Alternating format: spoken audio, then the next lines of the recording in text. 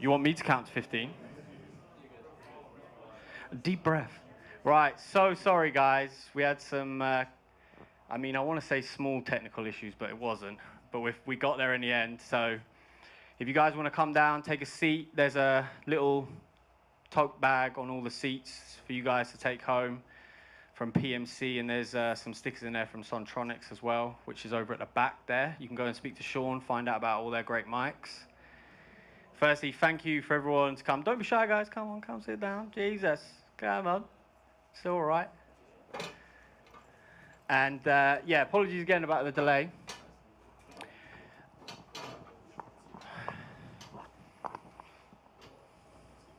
You can see it all right, yeah? But you're going to blast it up by the big PMC speaker. Yeah. So whilst you guys are all getting comfy, I just want to give a big shout out to the sponsors of this event, Sontronics over there at the back. As I said, you can go and speak to Sean and Sam. They're going to be here. Check out some of their mics. And also, one of you guys is going to be walking home with one of their mics today, which would be great. This one behind me. Not that exact one, but it is that mic. And as well, HMD have also sponsored this event. They're going to be giving away some full, complete packages of the Help Me Devon plugins set as well. Those two giveaways are on best questions, so make sure you ask some good questions, all right? And we'll be deciding who takes it home. And then finally, we have the top prize, the result sixes. Someone's going to be not walking home with them today, but we'll send them to you because I don't know if you'll be able to carry two pairs of speakers home, or a pair of speakers home, sorry. But yeah, so it's going to be a good day, some great giveaways, lots of great stuff, lots of great people to talk to. We're running very, very late, so we're going to get on the way with this. And firstly, we've got Harry, Beech, and YJay. Is YJay here? Yeah? Nice. Yeah. What's going on, guys? Take a seat, take a seat, take a seat. Hello, hello. What's happening? I'm good, man. How are you? Yo. I'm good. So I know Harry quite well. I don't know, have we met before? We haven't met, so. Well, nice to meet you. Nice to meet you. So these two, if you don't know, two very, very highly esteemed top-tier producers in the UK, making bangers after bangers. They are connected to us at Signature. I don't really know how much I can really say about that, but probably. Yeah, probably part of the team, Signature family. Then I'd part say. of the family, mate. Yeah. I mean, we'll get going. I'll get started off. I'll get a little bit of a background on both of you. So I'll start with you, Harry. Yeah. Tell everyone a little bit about how you sort of like got into your production journey. Ooh. So I reckon my production journey started around like not too long ago, to be honest, like I'd say like 2020, like COVID times. And me and my friend Kieran, we used to own our own studio. So during COVID, we sat down, you know, working part-time jobs or anything back in Kent, where I'm from. And we just built our own spot, like, you know, like rent an office. And yeah. Well, you could build a studio in those. They let you do that. It was like sort of, they hated us, to be honest, because we just blast. There were no soundproofing in the rooms or nothing. Was it like a creative space or was it corporate? It was like a film, like studios. Okay, so on the borderline. On the borderline. We told them we was building a studio, and it was like, they were like, okay. And then we had to move 3 times in the building because we were just so loud. But yeah, so we built, yeah, it was peak. But yeah, we built that, and I reckon I did like 2 years. Obviously throughout COVID, like, I don't know what everyone was doing, but like, just didn't have anything to do. But they still allowed us to go in the building. So it was just like, it was a good time just to like lock in and just focus on just literally going from the not knowing anything to then like building up to building a network. I'd be like a little online warrior, like just DM absolutely everyone. And then I figured out that sample making was the way to get in the rooms without being in the rooms. So yeah, I think that's how I like started off, I'd say. Before Signature, I'd say. Okay. That was the way into How long Signature. ago was that? like 2020, and then I did 2 years of that, of just in that studio, like really basic setup, and then got like a major cut for doing it, and then that got me to like What was that first major cut? Digga D. Like I was on the album that went #1, so that kind of really boosted it, like my profile, I'd say, because first major placement I got was like on the #1 album. So What was the record? a song called Statement. Probably, I don't know if anyone knows it. It was like an interlude on the album, but yeah, did that, and the song's just my melody. Like there's no drums or anything, so it's pretty interesting way of getting in. But from that, yeah, then I ended up at Signature through that, really. But I'd say that's how I would have started, yeah. Okay, and how did that placement come about? Because I'm sure that's a question a lot of guys have, you know, is like, how do you get that first major placement? Yeah, so at that time, I don't think sample making was anywhere near as big as it is now. I'd say it's probably a bit saturated now, but... When you say sample making, you're talking about like making loops? Yeah, like loops sending out. There wasn't many people doing it back at that time. Like nothing that was like popular, so... At that time, I was kind of like known for samples, so everyone would DM me asking for packs and all that, and I knew the engineer and producer who was doing all the Digga D stuff at the time, and he worked at Signature at the time, and it was through that was that Aaron? Aaron, oh, yeah, okay. Age, but he's the one that like sorted it all out and like told me exactly what they needed. They sent me the acapella through, and I made the melody to the acapella. Right. Yeah, so it was like a cool way of doing it. A bit different for me as well. Yeah, well, you almost had like a cheat code there. Yeah, with having that acapella. Literally, I got sent the acapella and was like, do a melody to this. I was like, okay, cool. And then just that was how I got it. Yeah. So obviously, keys is your like main thing. We were in the studio the other day, and you were like absolutely blasting off the synth. Yeah. I'm trying to build the synth collection now. Yeah, on the Moog 1. Is that something that you've been like trained in? No, not at all. All self-taught? Yeah, if you asked me to play a song, I'd have no idea. Like generally, like wow. I couldn't, yeah. Just all I did was learn all the scales.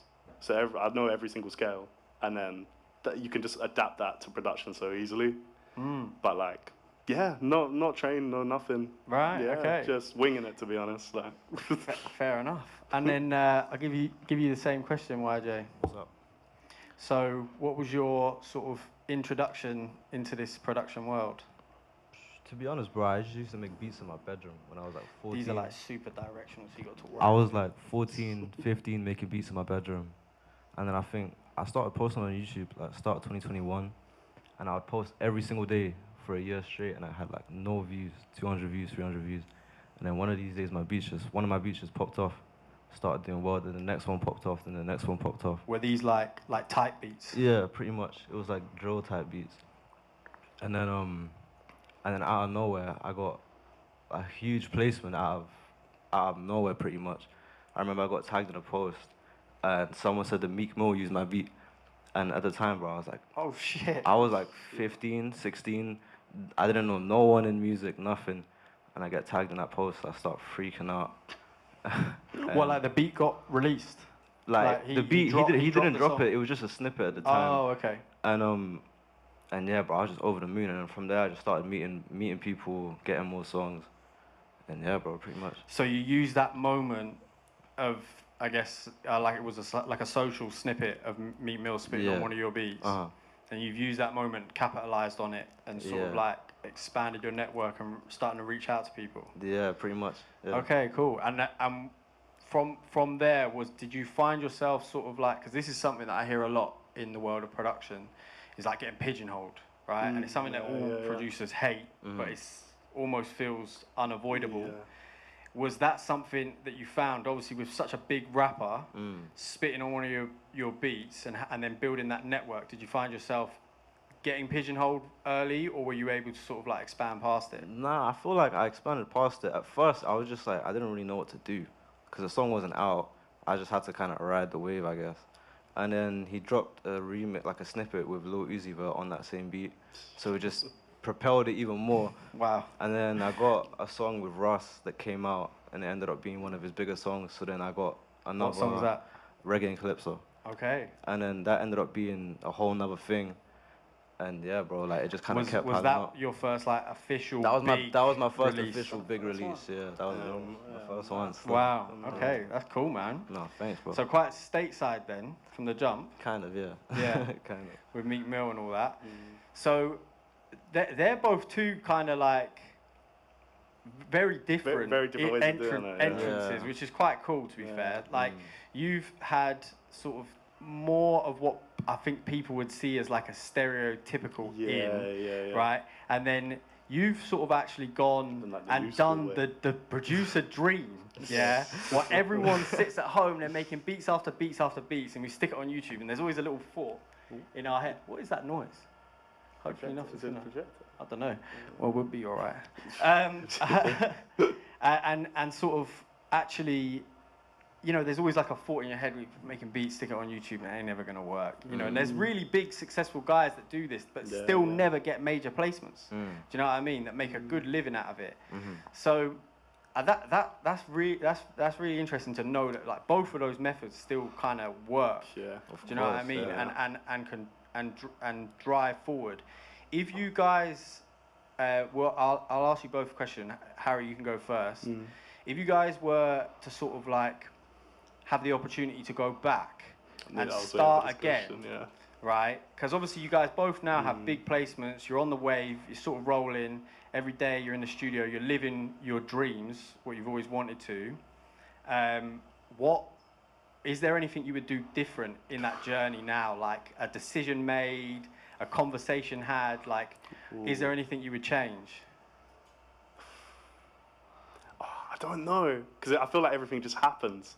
So I'm a bit, it's a tough one, because I had no idea about the business side of it at all until I got that first song. And like, as soon as like Sean started managing me was the real taste I had of like the business side of like actually negotiating a song. Because I had cuts up before the Digga D one, but I literally just didn't sort anything out. So I feel like maybe if I was to go back, I would just do a bit more research on like what I can actually get out of the songs, like monetarily. Because I had, honestly, for the first like 2 years of my career, I had no idea, and I would just let everyone just use it for the sake of using it. So maybe just a bit sort of more like gassed on the yeah. Well, I just thought that was like it, music. and maybe I'd get something out of it. But like I didn't push for anything because I had no knowledge on like what a song actually generates, like money wise. I knew there was ways you'd get money out of it, but I just assumed it was sorted. But you have to kind of sort a lot of it out yourself, like with like PRS and all that stuff. Yeah, So if you could give anyone some advice on that, like you know, what in terms of gaining that knowledge and making it sort of you know, having to maybe not make that same mistake, is there like a place that you would send them, a book to read, a website, or I don't know, ChatGPT is pretty good at it nowadays. Yeah, that's true. But if I'm honest, if I had to say one thing that I learned is no matter what, register your song yourself. Because even if you register it On and then PRS. on PRS, like as soon as you have the song, just do some sort of registration on the song, whether you put everyone's percentages, even if it's up for debate still, just put everyone at something. Otherwise, no one's going to claim any money out of the songs until it gets sorted. So, Right, And yeah. I didn't know that because I had songs. and there's a time limit, yeah. right? Like I think There's like it has 3 years of backlog. 3 years, But you have to chase them for the backlog. So if you had a song come out 2 years ago and you haven't claimed anything on it, you need to actually chase PRS to be like, oh, I was on this song. Can you like actually sort it out for me? But like, yeah, I think that's a real big thing because I think a lot of people don't realize there's obviously it generates money no matter what the song does. It still generates you something. So you should collect it. well, and I think obviously a lot of people would just sit on it like, oh, I'll sort that when I blow. Yeah. But Or as you get you someone guys else have to sort both it, said, like- you know, you're sitting at home one day and then suddenly you get a DM, Meek Mill's, you know, jumped on your beat, Yeah, and now you might get all of this extra stuff. It could be, you know, now you've got a fucking load of work to do, right? Yeah, to get all that stuff like sorted. capitalise Better on it, just yeah. do it now Yeah. and have it sorted, just getting the system of it, you know what I Yeah. mean? Every record. Just the routine of you have a song come out, register it. Like it's just something to keep in mind until you have someone else that can do it for you. Well, Like, that's it, because obviously then when these moments happen, that's when someone comes and knocks on Yeah, the of door and course. says, I'll take care of it for you, Yeah, right? yeah. But obviously you want to make sure that you're not missing Also make missing sure you're out on that. knowledgeable in it and they don't come and then try and Finesse. Yeah, that can happen as well. So Yeah, how important is that? Just to you quickly in terms of like having the right people around you. it's like I think that's the most important thing. I think you grow collectively instead of I feel like everyone would like to think they could do it sort of by themselves. But I do just have the feeling if you have a good group of people around you, it's like the biggest thing. That's like everyone wins. That's how I see it. So like if you all have connections and stuff. Well, there's a lot of you now, isn't it? That Yeah, Signature, you guys are like yeah. all sort of work together. Yeah, all kind of like a unit. Like we'll all work on the same opportunities and stuff, and then it's like you just triple the work rate. Like if you have like a big opportunity, say I don't know, say whoever needs beats, all of a sudden you have this whole group that will all, you know, you all just help, make it happen. all just make it happen. You know, you just up in the work rate, and I think that's like to keep up with demand, especially now. It's like that's the only way to do it. I can't imagine doing it all by myself. Like for the amount I send. Yeah. What? Same for you. I mean, is there anything you'd go back and change beside the money? Not really, to be honest. Like, I would say I wish I was a bit like less naive, because I was quite young. You were young. Yeah. 15, innit? You said. Like just turned 16. Right. Okay. So I didn't know like anything really. So I wish I just kind of knew more about like what I was getting myself into. But at the same time, me not knowing much taught me lessons that are like valuable now. So it's like, I don't know if I would change it or not. Yeah. But I don't know. I'd say one thing though, like make sure you know who your circle is. Like what Harry was saying, like always have good people around you, because if you have a moment, a lot of people are gonna try to come finesse and whatever, pretend to be your friends. So like, yeah, I say know your circle, and kind of. Yeah. What sort of some key features to know about those people? Because it's very easy to be sold, right? Like a manager's gonna come, guys are gonna come when you eventually get that moment. Yeah. Like, do you have like an idea of the attributes of a person? That's like someone like Sean, obviously great guy, super clued up businessman. For those that don't know, we're talking about Sean D. Main job, he's an amazing mix engineer, but he's also the CEO of Signature, making all of this stuff happen. He's so successful, he's not even here, he's on holiday. Yeah, he's just sitting in Cyprus. But yeah, he's a great guy, and obviously he, you know, I think done a lot. He's got good morals as well. Yeah, I don't know. I think you should have a good judge of character, innit? I feel like you should know it. You get the right feeling when it feels right, I think. And if you have any doubts, then that's probably a big warning sign. Like if you have that second of like, oh, maybe this isn't quite right, then I think I would just cut it. Like, yeah.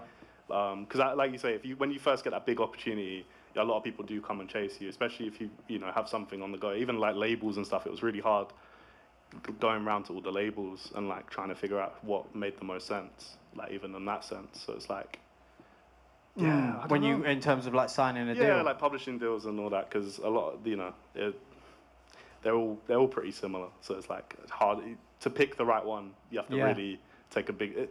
That and management are just really big decisions, I think. But I feel like I don't know.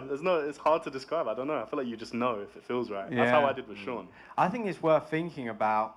Maybe I'll talk to you guys about it a bit more, because I think there's some like good video stuff that could be made, because I don't feel like there's enough information out there for it. And then like, you know, that's when these situations happen. I feel like it happens to everyone. Everyone gets finessed at some point. Yeah, I think you have to always have one time where you get maybe finessed on a song or whatever. Like I know I have. Maybe, but it does feel like, you know, the information is too hidden. Yeah, you know no one really speaks about it. Like actually. I've been doing this for over a decade, and I still don't feel like I fully understand it. Yeah, don't wrong. Yeah, you know what I mean? I feel like I'm winging it half the time, to be honest. So, Wow. And when it came to obviously talking a little bit more about this, as you said, like the team, the people around you, Signature, right? There's a bunch of you that all work in and out of that space and under that sort of like flagship title now.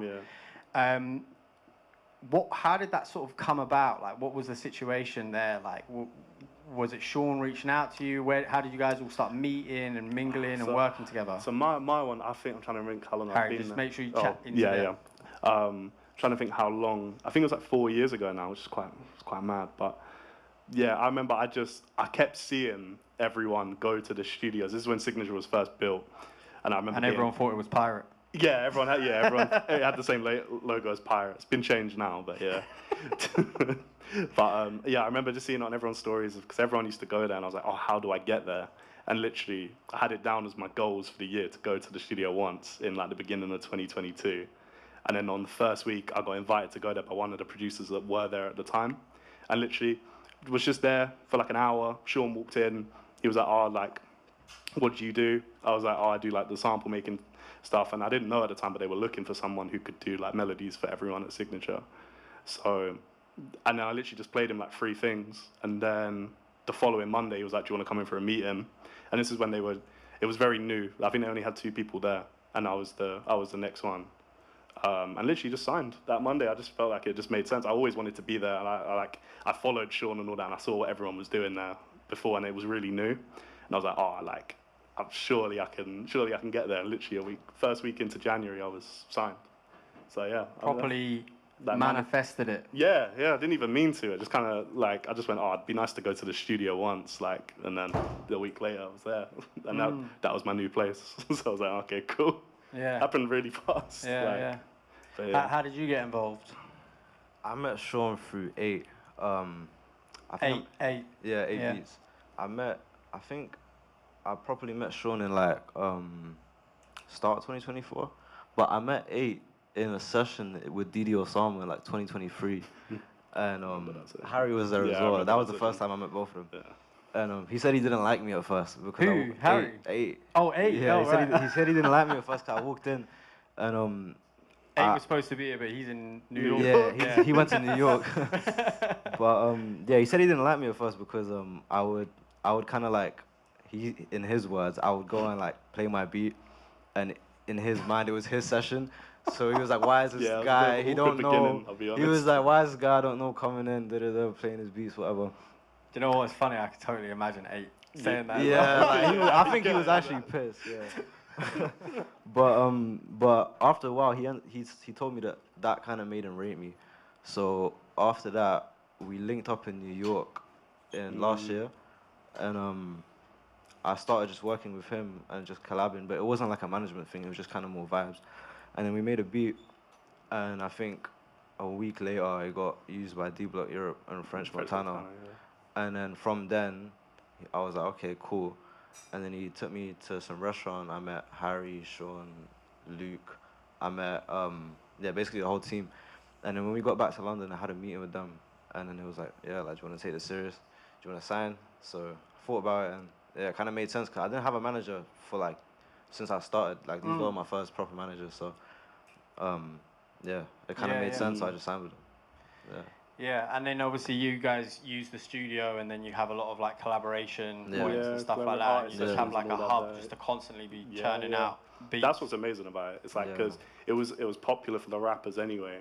Obviously, things are going through a bit of a weird time right now, I'd say, like UK rap-wise, but it's at that time it was so popular, and all the rappers would go there, and then Sean would kind of be like instigating a couple sessions if he could. And I feel like doing his job as a manager. Yeah. He did that well. He did like the right things at the right time. Like, if I think of my like Chase and Status song, I wouldn't have got that if Sean didn't sort out the session with Ardy and stuff like that. So I was going to ask you about that, because I feel like it's a bit of a different song. Yeah, it's a different song, but I spoke to you a little bit about it before, and I feel like it's got like a special place in your heart, right? Yeah, I used to listen to Chase and Status when I was like 10. So like, it was mad, and my dad was such a big fan. So like, made the connection literally because Saul wanted to book Signature because it was the only place he could smoke. So the only reason I made that connection is because he could smoke weed in the studio. So literally, but yeah, literally that song, that was my first like big. So you were in session with him. Yeah, I was in a session. Actually cooked up. It wasn't like they've like taken one of your sounds and sort of resampled it. We did. So I was in a session with Saul on the day I found out about the Ardy session, and I think they were very much looking for artist sessions at the time with the rappers because they wanted to get people. This is before Badadan, so like before everyone really wanted to do that drum and bass rap combo. And then Sean was talking to Ardy at the time, and he said to me like, "Oh, do you want to do the session?" And I looked at Saul and was like, "Should we just do the session?" And obviously they were like very much up for it. So it all came through Sean kind of sorting out the Ardy session, and then it was literally like 30 minutes before the session, all we did was make drill beats for some reason. Now I kind of looked at Saul and said, he's probably going to want to do drum and bass. And we started one idea, but it was the drum and bass, like one literally like 10-minute idea, like panicking a little bit, like, oh, let's try and do something. And yeah, he come in straight away, loved it, and then it turned into Liquor and Cigarettes. And I was like, no way. Wow. I got a call like a month later saying, oh yeah, we're gonna put Headaches on the song. And I was like, yeah, all right.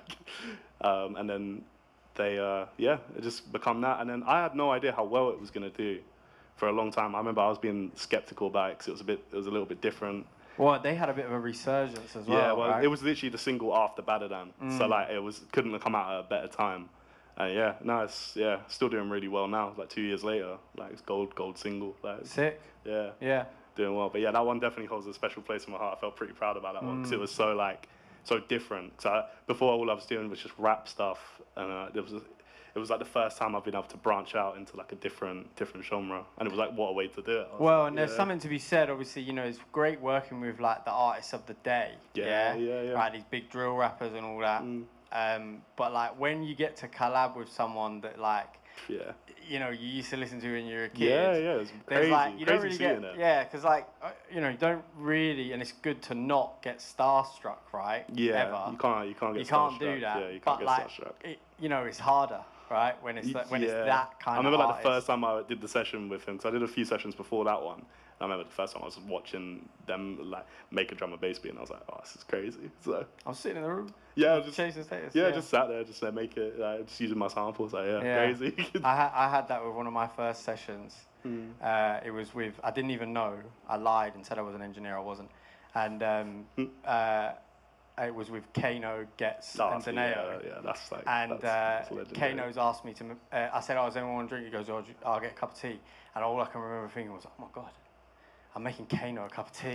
Like, just nuts, innit? Like that was like the biggest thing. You do get it. It goes though for sure. I remember like maybe like the first time I did a session with a big artist, I was like proper starstruck. But like you do have to let it go. Though. It really it disappears quick. I'll be honest, because Yeah. you're like, I want to make sure I do something. Well, then you realise some of them are fucking a bit jarring.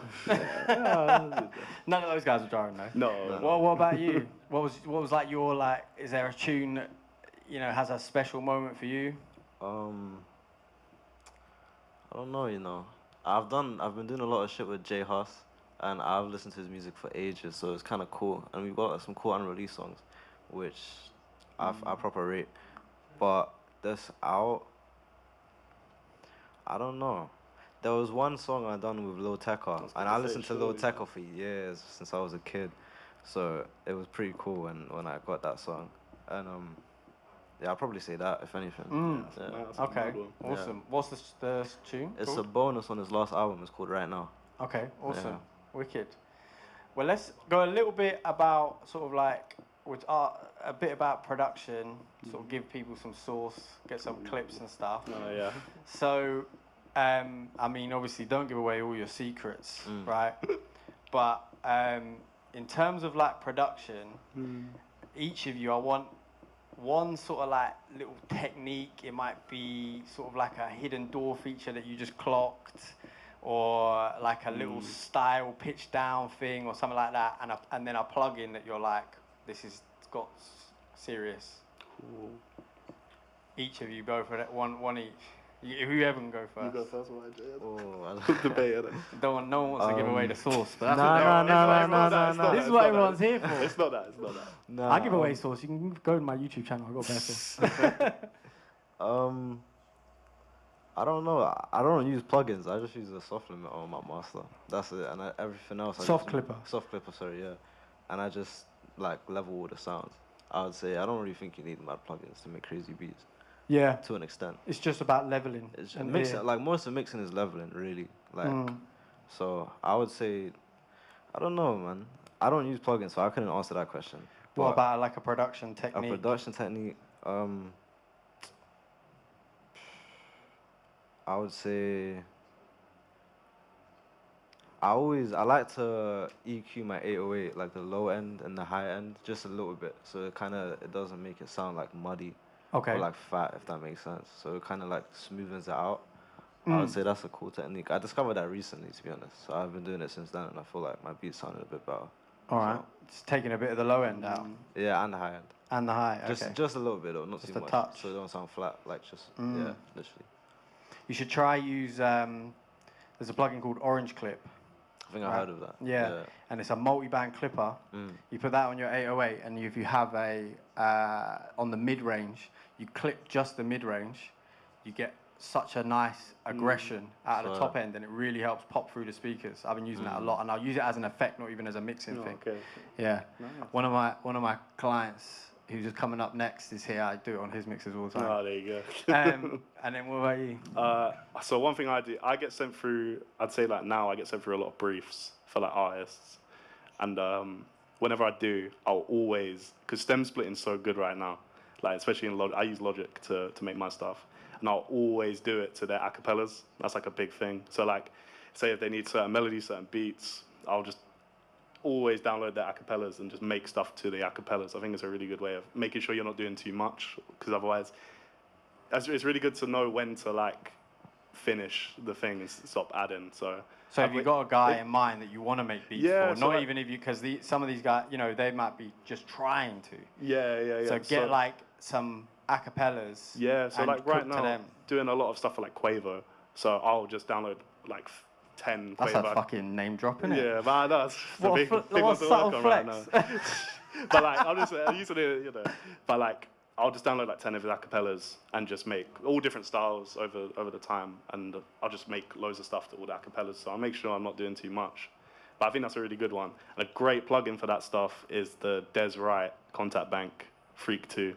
Amazing. Like the best contact bank, best plugin I could actually recommend. For sounds? Yeah, for sounds. Anything synth-based is by far the best thing I've ever heard, to be honest. You're getting bougie now, though. You're trying to get the real synths. Well, I've got the real synths, and I sit there and I play them next to each other, and I'm sat there like, oh, like, they're pretty much as good as my synths. So. Well, don't say that. You'll have people after you, bro. No, these diehard synth guys, you know what they're like. Nah, they'll find out where you live. Oh, honestly, they need to try it, though, honestly. And then I can give one more plugin. What else can I give? See, I'm very different because I'll use 50 million plugins, so very different techniques. There's a plugin called Icons, really good effects plugin, like a multi-effects. Like, got like hundreds of presets in it, and you can just scroll down and say if you have a whole sample, it'll just manipulate the whole sample, chop it all up. But it's by Toneworks, I think it's their name. But I bought that the other day, and that was, Okay. Enjoying that one right now. It's a really good one. So, right. Couple little things. Well, what we'll do now, because we're running a bit late, so we've got to keep the pace up. We're going to open it up to the floor. If any of you guys have any questions, do we have another mic that we can just pass around so we can get their audio? Or am I just put you right on the spot? We do. Is it possible to just... It's not like a tiny box, it won't go to these. No, just so we can get their audio. Yeah? Give us a second. You guys can have a think of the questions, and then we'll get. If anyone's got any, we'll give you a little mic, so you can be loud and clear when we cut this up. Going for the clips. The clips. I'll repeat it anyway because of the live stream, but just for Insta and that. You want to make it on the Insta? Hope you all did your hair. I need a haircut, man. I need a haircut. No, I was just debating. I was just thinking out loud right now. Yeah. Whilst we're waiting, what's something you guys are looking forward to? I think I know the answer. Obviously, probably. Ooh. What, like life or like? Check. No, Going in to October. LA.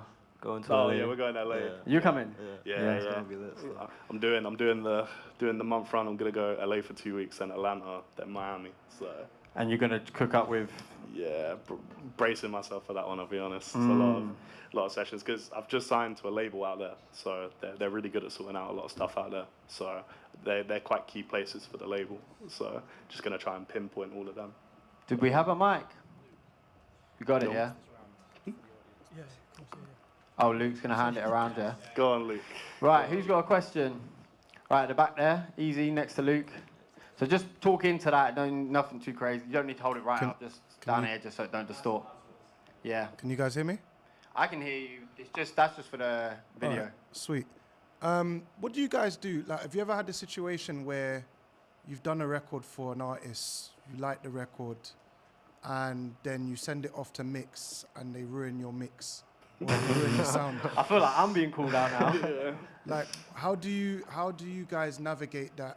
The difference between you guys having demoitis and That's a good question. the final mix, Because as an engineer, that's the thing that I have to, go battle through every day. How do you? Are you an engineer, mix engineer? Yeah, I am. So that's something I face all the time, and my friend here as well. So how do you guys deal with that? And how many revisions do you generally get to? Do you know what I mean? Well, let me just recap it so the live stream heard. So he's asked, how do you deal with sending over a project to get mixed, and essentially you don't really fuck with the mix engineer's mix? How do you deal with that? I just say it really nicely, innit? No. I feel like you're unique in that though. You're too nice, Harry. Yeah, I mean, I'll just. I don't know if 8 would say it in the same way. Yeah, it would be a bit more honest than me. But I don't know. Luckily, with a lot of stuff I do, it funnily enough goes through Sean. So I'll sit in on the mixes, it makes it very, very easy. So I'll just kind of, sometimes when he's done all the mixes and say like, I'm trying to think of an album he did recently, like Nate Small's album that's coming up. I remember like me and 8 would go in there and just kind of listen through as well and like kind of help out if we can, like any ideas. Because especially I do a lot of transitions on albums and stuff. So like that's a big one to like make sure they're all in time. I do think I have a serious case of demoitis though, so I'm like there's an awful person to ask the question because I sit there and I always think the demo sounds great. I just have a lot of trust in the people that mix it, and I just assume they know better than me in that, in their respective field. Like if they ask me a production thing, I'd like to think I can provide it a good answer. Do you know what I mean? I don't know. No, yeah, I struggle with it's true. demoitis, It's true. I think as an engineer, you should respect that demo. Depends who's sending it to you, really. Yeah. But like, because sometimes they just don't care. They just throw the song away, right? And they're just like, I need you to do everything to make this magical. Then you got free reign. Do your thing. But most of the time, you just got to make it that like 10, 15% better. Like really, really listen to the demo and just don't take the piss. Don't basically. steer away from the demo. That's what I noticed. Like, it's mostly vocal stuff anyway. It you know is what I mean? vocal stuff. Like, production-wise, normally I'll send it all mixed, so they can obviously edit it here. But say my melodies, I won't send dry stems for the melody. No. Keep it the exact same, hopefully. But like, yeah, normally it's been fine. I haven't had any like major issues with like I'm sat there like, oh my god, this sounds awful. It always sounds pretty good, to be honest. Yeah, well, you got one of the best. I get to sit in the room and I'm listening. I'm like, that sounds great. So. I remember the first time I saw a short mix, I was like, yeah. I remember he was doing a Sench song, and I was just like, yeah. Well, and that's another good point. To be fair, like if you know Sean's ethos when it comes to mixing, it's super simplistic. Like if he's not adding anything unless he's like 110% certain that it needs something. We opened up a mix here last time. His drums were basically dry. Like there was nothing on the drums, right? So a lot of mix engineers, I feel like they feel like they have to earn their money, right? Oh, I've got to do this, add all this. But that's not really what you're getting paid for. You're getting paid for your ears, right? So you don't feel like it needs it, make that judgment. You just need that trust from the engineer. If it sounds good, if something gets sent, I just believe it'll sound better coming back. Normally, because normally like Sean doesn't do too much to the demo. He'll keep it, like he'll just boost it, like enhance it. Yeah. That's why he's the only person I've really seen mix, so that's the only the experience I have with it, to be honest. Yeah. You got any feedback on that?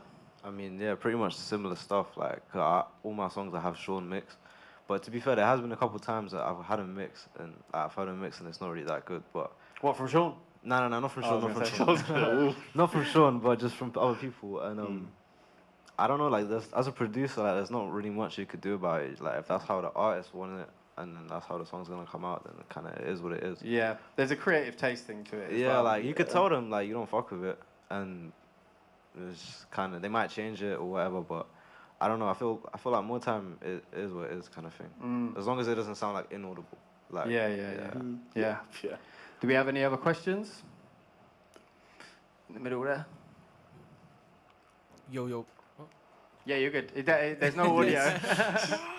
What's your name? My name's Jordan, and yeah, thanks for all of the gems you lot have been dropping.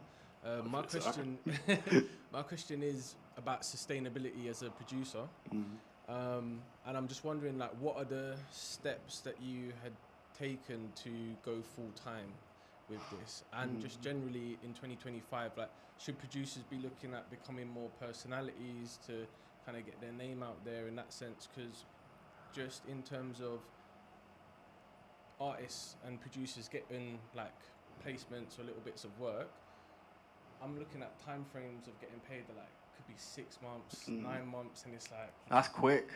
Yeah, that's pretty good. It's pretty good going, to be honest.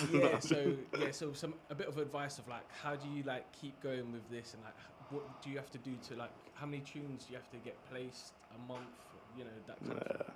Let me just recap that for the live stream. So he's asked about, you know, methods of getting longevity out of being a producer, going full-time producer, and do you think there's a need to, what you said, like, you mean in terms of like creating content and stuff and being more like of an online presence? Yeah, because I feel like everybody makes sick beats now. Like, it's hard to like not make a half decent beat. So Yeah, so be a brand, not just a producer. Yeah. Well, you know. Yeah, I mean, to be honest, I think that's you answered it. Like being a brand right now, like I don't know, I'll shout out Lana as someone I manage, but she's done a great job at branding herself, like with all the plugin companies, and that's another whole way of earning a living off of music without strictly just being placements.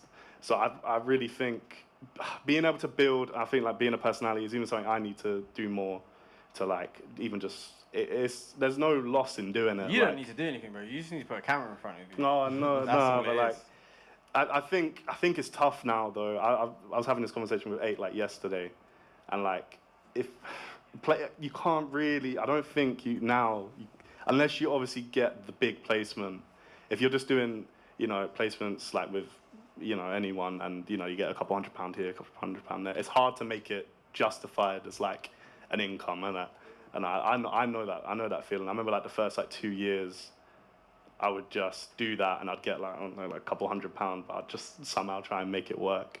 But I don't know. I think building an online brand and being able to be open to just doing everything, like any opportunity there is, and like being hungry, but also building the online brand. I think you need to do both now, whereas before I feel like you could have just done the studio sessions and eventually you need to work twice as hard. Yeah, honestly, yeah, because I will add on to that on the branding side of things, right? You've got to balance it very well, and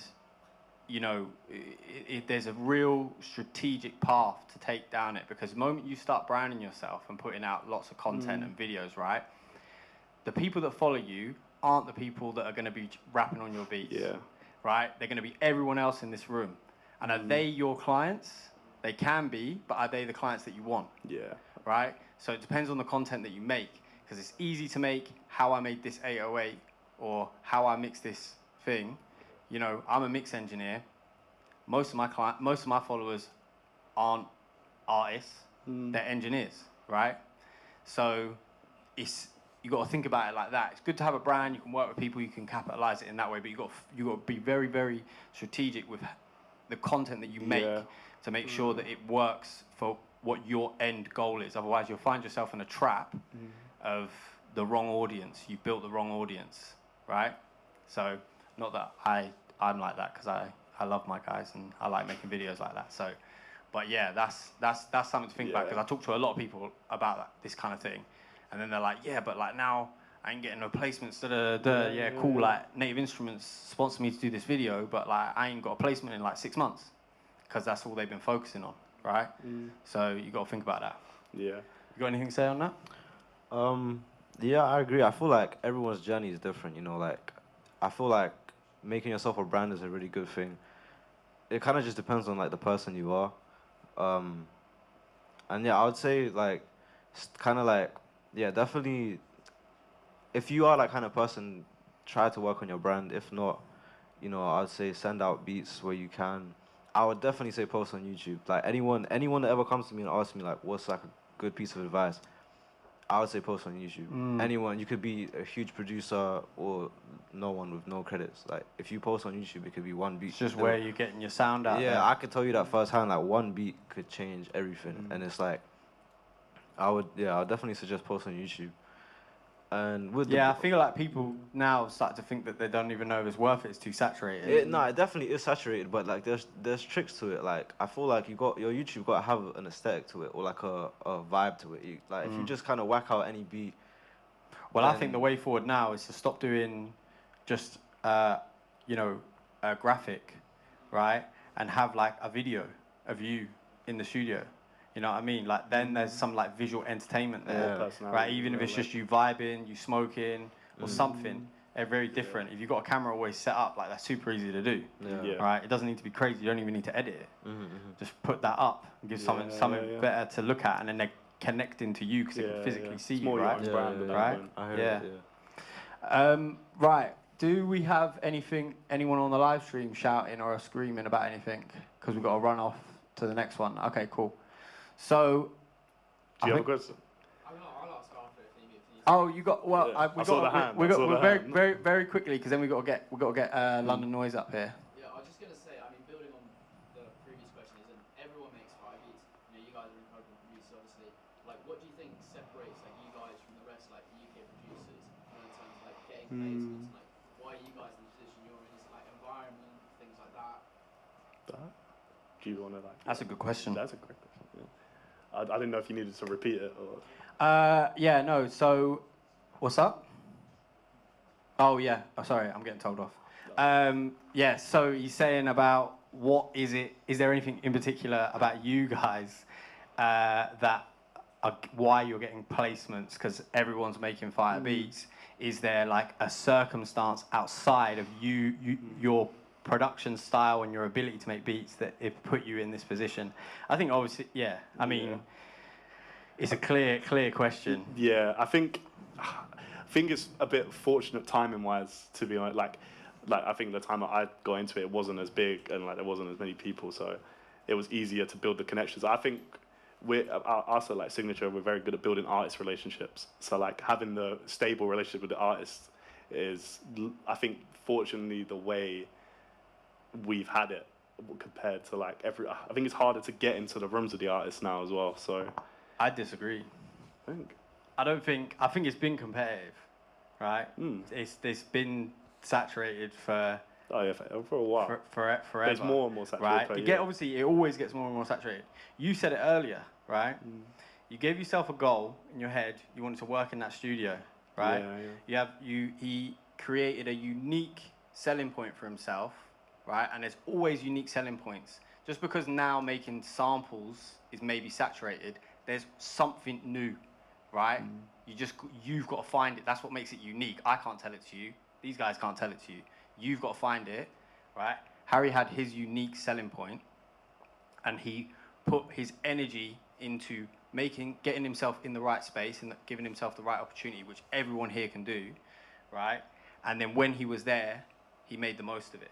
And then that's what happened, right? He had his unique selling point. He was ready, and he coming to places like this. These are those opportunities, right? Because everyone here's in the industry, right? You can meet someone, a collaborator. You're gonna make the best beat of your life tomorrow. You meet your future manager, whatever, yeah. But you have to make sure that you have that. You've spent the time and figured out what that selling point is for you, right? What makes you different from everyone else in the room, right? What's your style?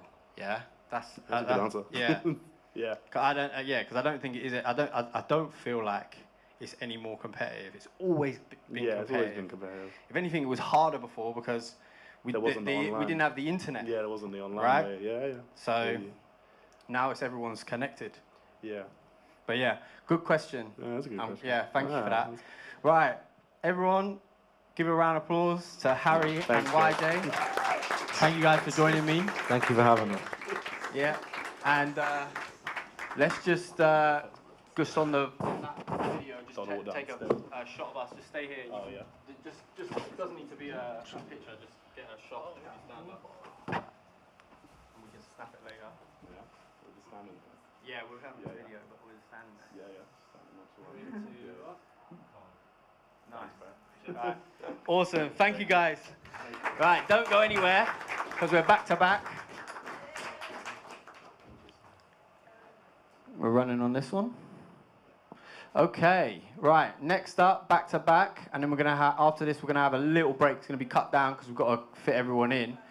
But we've got one half of London Noise joining us. We've got Hayden. Come up to the stage, my guy.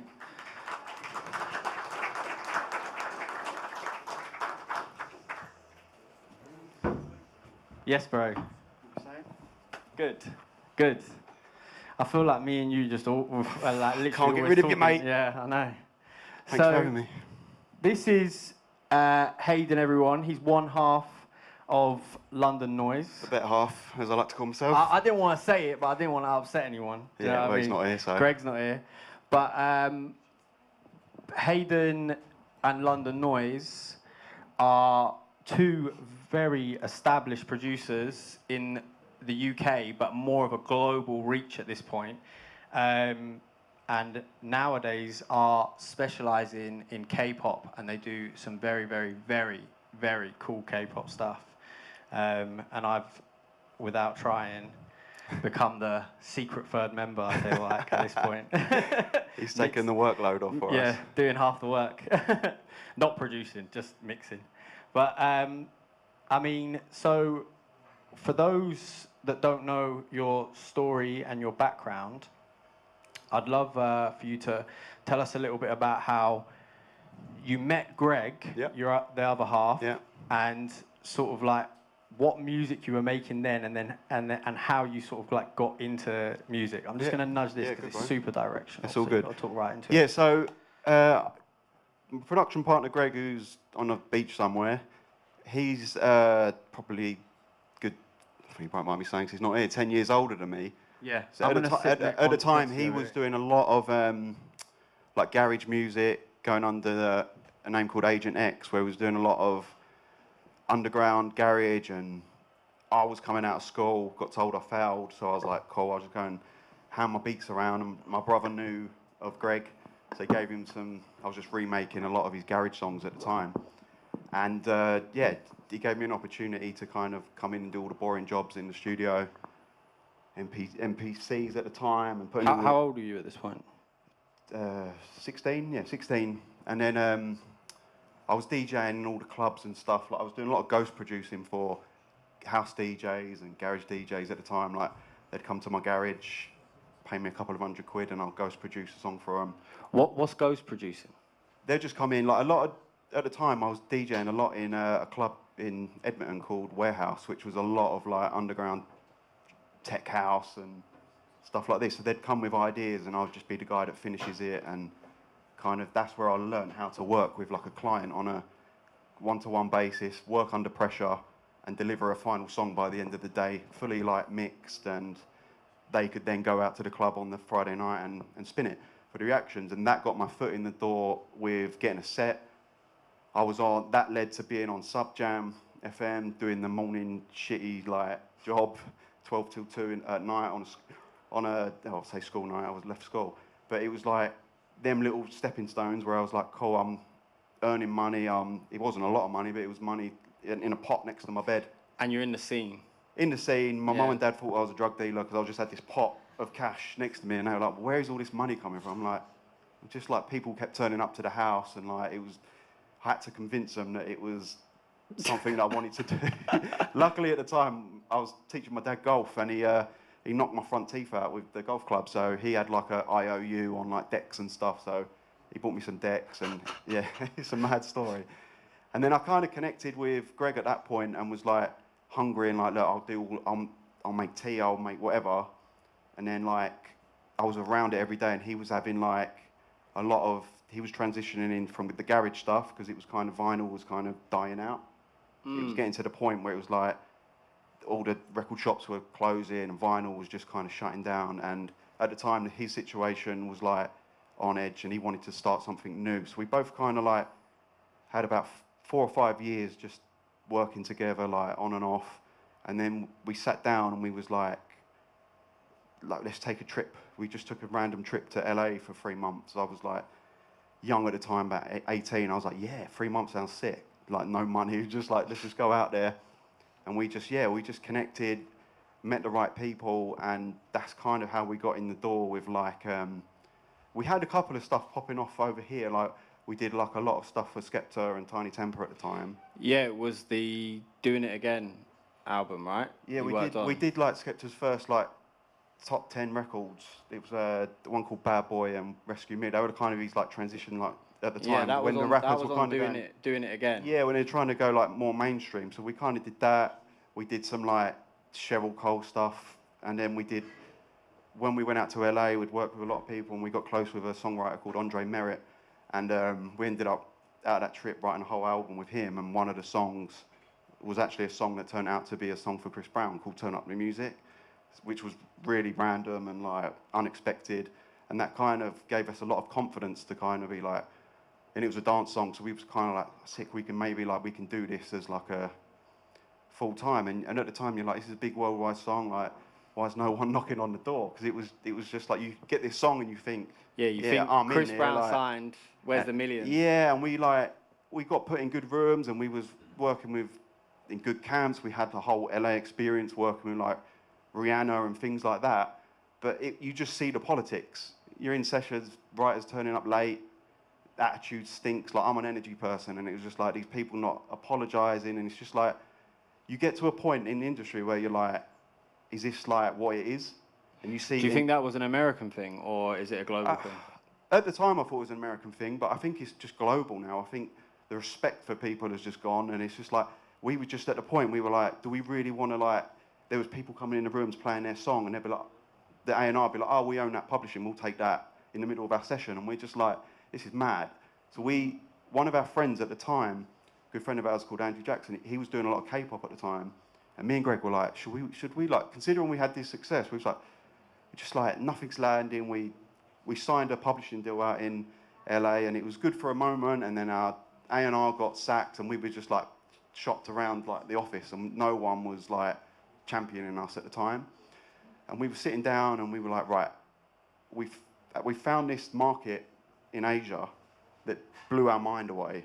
Because we was going to get different jobs, I'll be honest, and we were sitting there and we was like, let's write a CV. You were going to quit? Yeah, we were going to quit and be like, this is like, nothing's landing. So you've had massive records with Chris Brown, Skepta. You say, you say Cheryl Cole? You did Cheryl Cole, Cheryl Cole. Was on that album after the X Factor. And then you think you're actually going to have to give it all up? Yeah, the mental side of it's crazy, bro. Like, you have to be so strong. I've learned that over the years. You just got to be such a strong character. It's not your music. It's not you as a person. It's just timing. Everything's timing. Like, and we were just like, I remember sitting at my mum's living room dining table, and we were like, what do we do? Greg was like trying to get a job for like making playlists in like a spa or some shit like that. I was sitting there like, bro, I've never had a job. Like, I can't put anything on a CV, and like, unless you can class like DJing at parties and stuff like that as a job, like, who's going to take me? So this is crazy. It's a mad, like, when you sit and think about it, it's crazy to think that. And we were just like, right, let's give it one go. We found this market in Asia, and it's like every genre of music we love. Like, me and Greg are so diverse. We've grown up on every type of music, and we were just like, let's just give it one more go. So we sat there and we was like, how can we brand ourselves? Like, what do people love about our culture? And we was like, right, everyone knows London, and everyone loves London. And we were like, cool, let's be quirky and call it LDN. And then we had like, we was just trying to like name different things, and it was like London Rocks, London whatever. So you weren't called London Noise before this point? No. We had the Agent X title, and then we kind of like, it kind of just fizzled out, and we were just like names that like, just our individual names. It was like, that's dead, like we can't. So we thought about the branding side of it before we even stepped into the market, and we were like, London Noise is an attractive name. It's going to stand out on a song credit. Like, that's just the way we were looking at it. And then we got invited out to a song camp in Sweden at the time. No expectations, just like, cool, let's go and let's just try some stuff. And we learned a lot about how the music market works out there, and how quick and diverse you can be, which was really surprising for us, and how much appreciation A&Rs have for whether you're a songwriter or producer, like actually having the respect, man, and the feedback. And it's like, it was almost like, this is too good to be true, like, what's the catch kind of situation. Anyway, we're writing loads of songs out there, had a couple of good songs cut, and that was our kind of foot into the door Into K-pop. Into K-pop. We had a couple of like small releases out there, and we met the A&Rs there, and they a guy called Chris Lee, who was head at SM Entertainment at the time, invited us out to Korea the following week, and we were like, The week after Sweden. yeah, it was a mad quick transition, and we were like, cool, like let's go, and we did it, and we was just like, when you first land in Korea, I don't know if anyone's ever been to like Asia or anything, you literally feel like there's something when you're landing and you see everything, it feels like a different world, and we were just like, I remember sitting in the middle aisle on a like 15-hour flight, like sweating, and then this girl was like, why are you over here? And she was like, oh, I was like, oh, I'm going to write with SM Entertainment. She was like, wow, what, how? Like, I was like, is this like a big deal or something? And then we went there, and bro, once you soak up the atmosphere, it's like anything you do. If you can live it, breathe it, see it, and it opened our eyes up so many times, and we just fell in love with it, man. And we come back from that trip, and we were like, we made a solid 5-year game plan, and we were like, because at the time I was still quite young, and I was like, yeah, open to like, yeah, like, I've got no worries, I'm living rent free and shit. Whereas Greg was a bit more like, right, I need to like sort my shit out. So that's where we work so well together, because he's got the kind of Locked in business mindset. locked in business mode. I'm just like, yeah, give me a fucking night, let me just work. Well, that's what your production style's like as well. Yeah, my brain can't like. You're painting at the wall and he's organised. I'll like throw every fucking thing at the canvas, and Greg will just mute. Perfect. I get their stems. It's crazy. Yeah. So it's like but that's where we work so well. And what's good about K-pop is I said this a couple of weeks ago. Someone asked me like, what is the genre of K-pop? And I was like, that's a good question. Like, it's an assault on your senses, right? So it's like every transition, a bridge is as important as a chorus out there, and like sonically you can be so diverse, and they're open to mashing up genres. And yeah, you can have 3 different genres in one bro, song. it's crazy, and it's just that's what made it fun for us again. That's why I fell in love with music at the first time. Ever hearing music was like when Michael Jackson did like Thriller and things like that, and you're like, how is he like getting away with all these crazy ideas, sound effects? And that's what it is. When we entered it at the time, it was very much Neptune's, Timbaland sounding, and we were trying to replicate that, and we were landing on stuff, but it wasn't until it was like one night in the studio out in Korea, we were like, let's just make a garage song. Like, fuck it, let's just make a garage. We had a great writer with us. Where your roots, where you got yeah, come we from. were just like, we had a great co-writer with us, a guy called Adrian McKinnon, who's from America, and he's an unbelievable like R&B singer, and we were like, this is made, like we can write an R&B song over a garage song, and it might do something. And we did it, and it become one of our like culture shifting songs out there. We had no clue what. It wasn't until like maybe 3 or 4 years later we went back out there, and people were like, this song changed the culture of K-pop, and now you see like lots of garage influences, lots of British influences in the music out there, and it's a very proud thing to kind of say you was like part of at the start. And ever since, as I said, we've been doing it like 10 years now out there, and it's incredible to see, like, I'm sure everyone's seen like the K-pop Demon Hunters and stuff on Netflix, blowing up. BTS obviously blowing up. Well, it's put Blackpink. like 3 songs in the top 10, right? Yeah, so it's like, but even that is brilliant, because it's like there's a few friends of ours who are the characters, and they're just like local writers who've been doing it for years and years, and it's like. But deep that, there's like 3 K-pop songs in the UK top 10 right now. It's crazy. Like, that's how big this has got, you know. So any producers out there, like, it's a genre and a space within music that you definitely should take seriously. Yeah, and we had a lot of trouble in the beginning, I'll be honest. Like, a lot of people held a lot of stigma against it. So we would reach out to like massive writers or producers over here to collaborate. Like, we're not precious, we're open, we just want to make the best song we can possibly make. Like, I always say I'd rather be part of something than nothing, right? And we'd message people blank, like they'd read it blank, like not interested. There was always this stigma attached, and maybe still is. Are you talking about songwriters? Songwriters, producers, like you'd reach out to be like, guys, there's this opportunity over here. It was always frowned upon, like, it was like kind of like the mediocre people who couldn't make it to Ed Sheeran or Adele, or like, there was always. They were too proud to work in yeah, K-pop. and you ask anyone in the world of it, and it's a true fact. And now you see everyone doing it. You've got everyone top 5 in America doing it, and it's funny. It's a bittersweet feeling, but you just like, you know, it's like anything in life. If you can find something you believe in, you said it earlier, if you find that niche, Yeah, and that you believe in unique it, selling man, point. at some point, people will turn to it and it will be cool. Mm. It's, like, my thing now is like, I've never wanted to be on trend or cool. Like, our favourite producers, mine and Greg's, is Stargate, the way they can make something pop, whether it's a rap song, a dance song, they'll know how to make it pop, and that's always been our thing.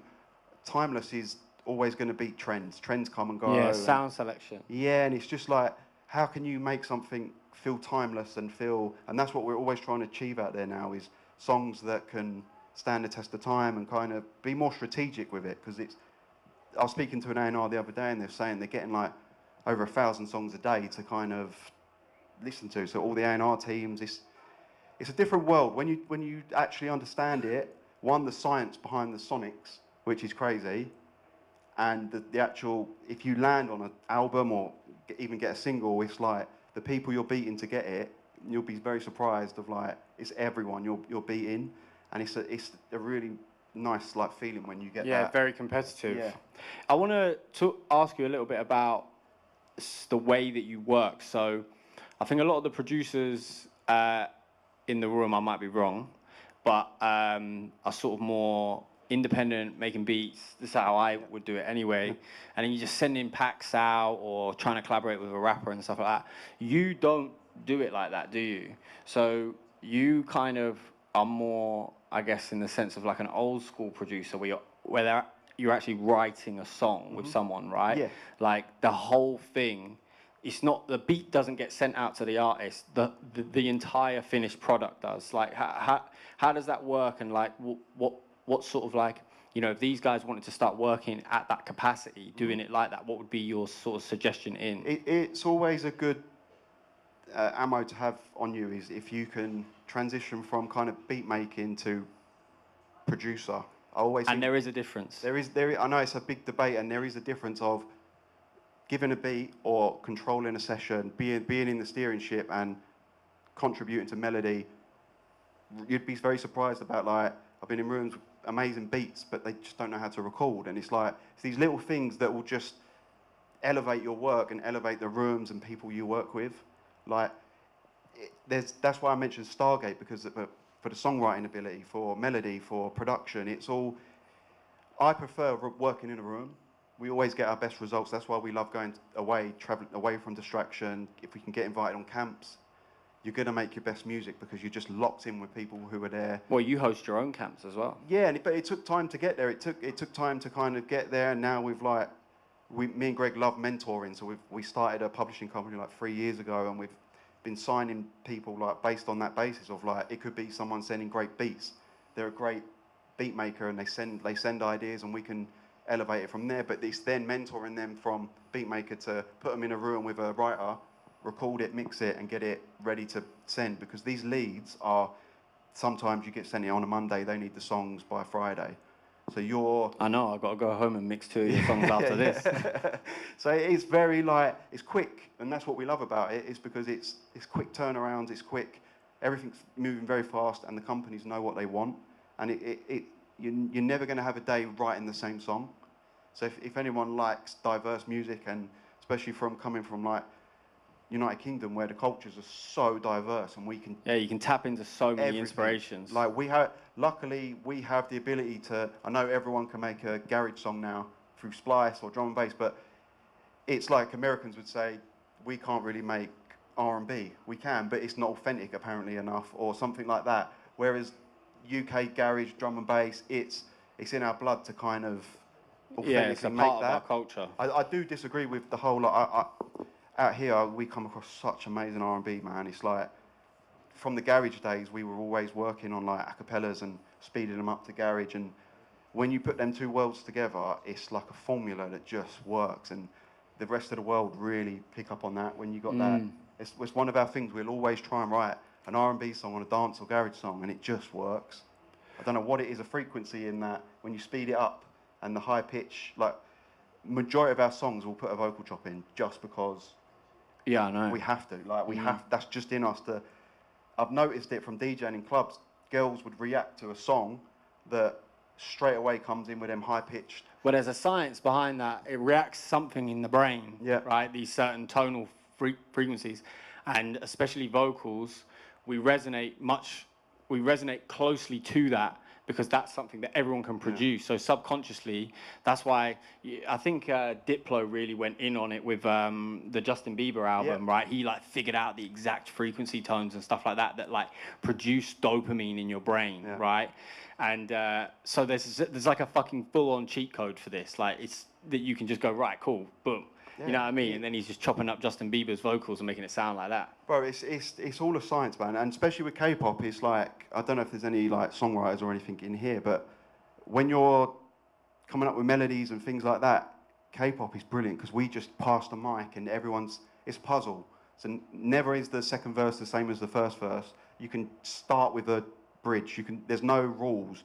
The more against the grain you can be, the better it's going to. Don't get me wrong. Now it's getting very westernized, and it has to be because for people to buy into it and understand it. If you hear a full-on K-pop song straight away, you'll be a bit like, "What just happened?" kind of thing. Like it's quite intense, and it's. Yeah, it's definitely a sensory overload. Yeah, and even like getting into the mixing side of it. It's like we've been discussing like different labels, like different frequencies, different volumes in harmonies, and like. We'll say to you sometimes, like, we need them BVs even more, and you'll be like, really? Like, that's mad. But we'll be like, they just love hearing, because their first language is obviously Korean, right? They listen to the melody rather than the actual lyrics. Yeah, because they're written in English and then translated. And more are becoming actually released in English now, which is good. But so you don't lose out to the translation on that, which sometimes is a bit of a. Yeah, because there's not always a clear translation for the phrase that you sung. But what's key out there is like a concept. If you have concept and a killer title, how's it going to look on the CD package? Because that's all they sell out there. Streaming is like building up, but the mechanical side of it is great. If you can land and that's where the money is. Yeah, and that's like, I explain it to people all the time. It's what the Spice Girls used to be, right? You used to buy, they would have 5 covers of each member of the group. They'd have picture cards. This is how they market it out there. The marketing out there is unbelievable. They'll put like Willy Wonka golden tickets in albums so the fans can meet the groups. They'll go out and buy, like, there's one group called 17, hence the name. They've got 17 members. So like, you think they're selling $25, $30 albums, and they're selling like 3-4 million copies of it. So it's like, the mechanical side of it is great, as long as it stays that way, which I really do believe in that side of it's never going to die out because the physical product is so important. Well, I think it's proven that that's part of its success. Yeah, I agree, and it's the streaming's picking up, which is great. Like you see from the American side of it, from. Well, that'll be when it, as more and more it becomes popular over here. We're going to stream it. We're not going to buy the singles. No. HMV's long gone. Yeah. Right. But out there they can capitalize on the mechanicals. It's amazing to see. I go around town and I'll see pop-up shops of like K-pop stores with the albums in, and it's mad. It blows your mind, and you're like, I see kids walking to school with like Blackpink bags on or BTS bags, and you're like, this is like mind blowing. This is a whole nother side of the world people are buying. Yeah, I was at a barbecue last weekend, and my brother-in-law's daughter, all she cares about is K-pop. Yeah. She's like 7, English girl. All she cares about is K-pop. She doesn't know any other artist. She doesn't care. Yeah. She just cares about K-pop. In terms of like the production and the difference again between being a producer and a beat maker, because I think that's quite a good topic for these guys, is, you know, what would you say? Because obviously you collaborate a lot with songwriters, yeah. Do you think that there's a skill to be had? Like, is it something that you've had to hone in terms of like you making a decision, like being able to help them in a melody scenario, you know, how many stacks we should put on it. Yep. You know, obviously there's the recording side of things, like you should know how to record if you want to work at that capacity. Sure, yeah. But like in terms of like actually like leaning into to the writing style, because you've got to have some sort of background in there as a producer or even just a beat maker to know, okay, we're going to have to change melody structure here into the hook and X, Y, Z. Yeah, it's a good question. It's over the years, I've learned that I was always nervous of bringing input in and learning that sometimes I've learned that no idea is a bad idea. You have to, if you're thinking something, share it in the room. It's the best place to fuck up, really. Like in the studio, like give it, whatever's in your brain, give it, because that's the more confidence you gain from it. Like I never knew how to write a melody or stack of harmony, like until collaborating with people who would like. This is the thing: work closely with friends to start, who will build your confidence up, level you up, be honest with you, and then collaborate with people who are from a completely different world to you. So, like for example, I go back to Adrian. I'm convinced he's Michael Jackson's long lost son. Like this guy, he hears stuff, and he hears melody like within a harmony, and I never knew. I just thought you got a 3-part, 4-part, 5-part, whatever harmony. This guy, he learns how to make melody within a harmony that it blows your mind when you're like you see this and you experience it, and the culture picks up on it and they appreciate it. You're into a whole other realm of like vocal arrangement, and this becomes key in K-pop because there's so many members. So you have to think about tone, you have to think about rappers, you have to think about space for choreography. Because it's not just about the song, it's about performance, it's about how's it going to look. Where's the gap in the chorus for the fans at the concert to chant with their sticks and stuff. All this stuff is stuff you learn. This is why I say it's a science, it's not your typical way of writing like a Western song, for example. Well, a lot of people, when they come and haven't written K-pop before, walk away with like a migraine because it is so intense first time round to like understand and dissect like each little tone, and it helps to like do the research and know the members and know different rap tones and what they're into. Yeah, because you want to deliver it, and say there's 5 members to the group. They need to be able just to instantly hear 100%. who's doing what, Yep. and it's down. You've got to write that. Yeah. So you almost need to get inside their head. For sure. Right. Yeah, and this is what's so good about like Korean culture in general is like the tones of singers and the ability to like do different sections. Like each member, there'll be a member that is like an amazing rapper but can't sing, but his dancing is amazing. So you'll know that, and you'll know, right, in the dance break I'm going to do, that's going to be solely for him or her. And these are things you learn as you go along, and just you subconsciously do it when you're making a beat. Like there'll be a frequency we hit, and we'll be like, oh, that's great for blah blah, or great for them, or this could be a new direction for them. And it's always, and it's what's good is always when you're making a beat is how can I like, I've got this now, how can I like make the arrangements just like catch you? Because you got 5 seconds when they're listening to that song to catch their attention. Otherwise, I've seen it and it will just be like next. It's quite cutthroat, but if you can grab them straight away. I saw a thing recently from Nile Rodgers about like every song he used to start with the chorus. He was like, why wait? And it stuck with me like for the last year I've been just starting every song with a chorus, and I'm like, why wait?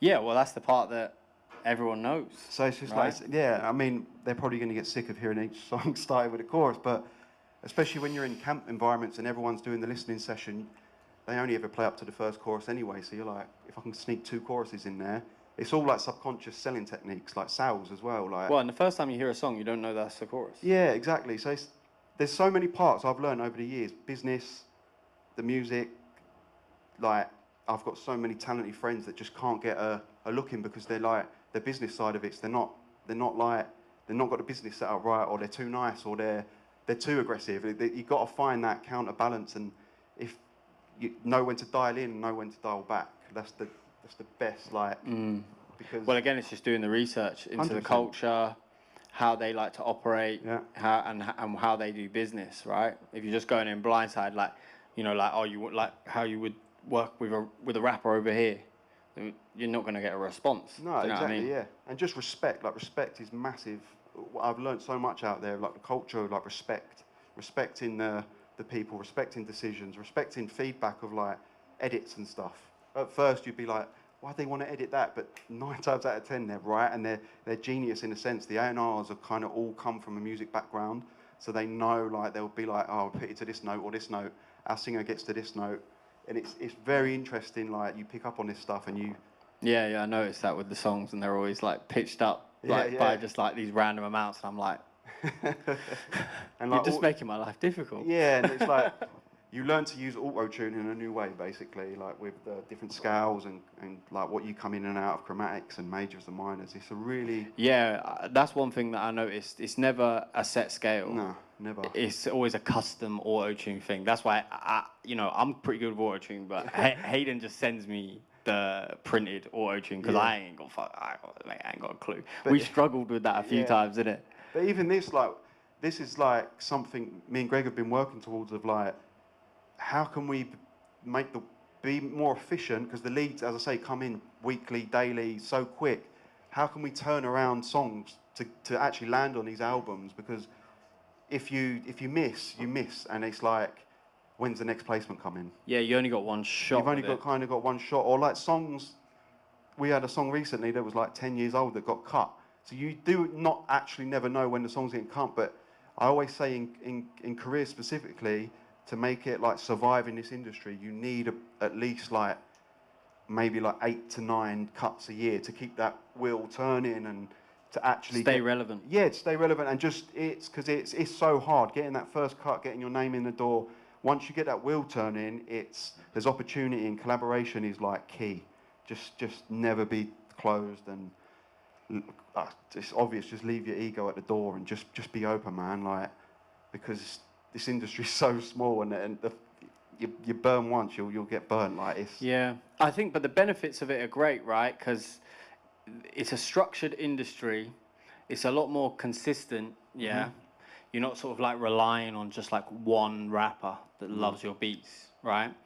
But the takeaway that I'm getting from it is, as from a production standpoint, is to widen your skill set as much as possible, like studio value, right? So you get into a studio, you can walk into any studio and make that shit work, right? At this point, there's not a lot of people that can do that. They're gonna get stumped, right? Even me, I'm a mix engineer. Some rooms I'm like, oh shit, I don't know what the fuck I'm doing, right? But you gotta have a mindset and learn how to figure it out, and also expand past just the genre that you're working in, experiment with other genres, and learn how to almost be a songwriter yourself, right? 100%. Yeah. It's key, man. It's like, I know something's not right now. If I'm not getting nervous before a session or before anything, I know for me that's not right. It's not leveling me up. It's not challenging me. Like, as you're saying there, like there'll be rooms we'll go in and we're working with people that you've idolised and stuff, and you're like, I've got to put on a performance here and be like, underneath you're like, fuck, like this is big. Like, I've got to perform here. But you give people confidence, right? You're in that seat for a reason, and you want to make the people feel comfortable. It's songwriting is speed dating, so you have to know the person you're working with, find out about their life, what they're going through, and you're expected. It's a very intimate thing. Yeah, and you're expected to kind of write a hit song, if you will, like within that time frame, and it become the mental side of it's mad. Like, I'm a big advocate for that side of it. Of like the music industry's like there's not enough help for that side of it, because it's at the end of the day we're all crazy for actually doing this, and like going into a place to make a song that might not ever see the light of day, or you think it's going to make you so money, much and time and effort into yeah, something man, that you have no real the mental side of tangible it's crazy, bro. And it's the more consistent you can be, and just surrounding yourself with good vibes, man. It's the key. Like, it is the key. We always say, if you can work with your friends and the people that are not going to be yes men, but are going to deliver it in a way that's like constructive, they're your people, because you rise together. You get the feels together. You honestly, rather than chasing people, because then people will come around to you, the people you want to work with. It will happen. It's all timing, and don't stress yourself if you're like, songs come out and you're like, how did I not get on that album? It's nothing to do with your music, nothing to do with you as a person. It's timing, it's politics. Once you understand that, your confidence is just like, cool, just keep creating. Don't burn out. Learn to like. Yeah, well, and you've managed to create, and this is something you have to work towards. This isn't something that you can just do. It's not something where you can just, you earn this ability, right? But you almost sort of like, you treat it like a job now, yeah? So you have a balance, a work-life balance. You and Greg are very, very respectful of that, right? And even to the people that you work with outside of that as well. And that is key, 100%, if you want longevity, right? But that isn't something that you can just get or do, right? That's something I think you earn. I agree. Yeah, I'm not a big believer in like the whole 10,000 hours thing. I don't, because I just think that's like. I think you do that naturally if you love it, even with or without it. My philosophy is like, how can we stay consistent without burning out? It's like working out in a gym.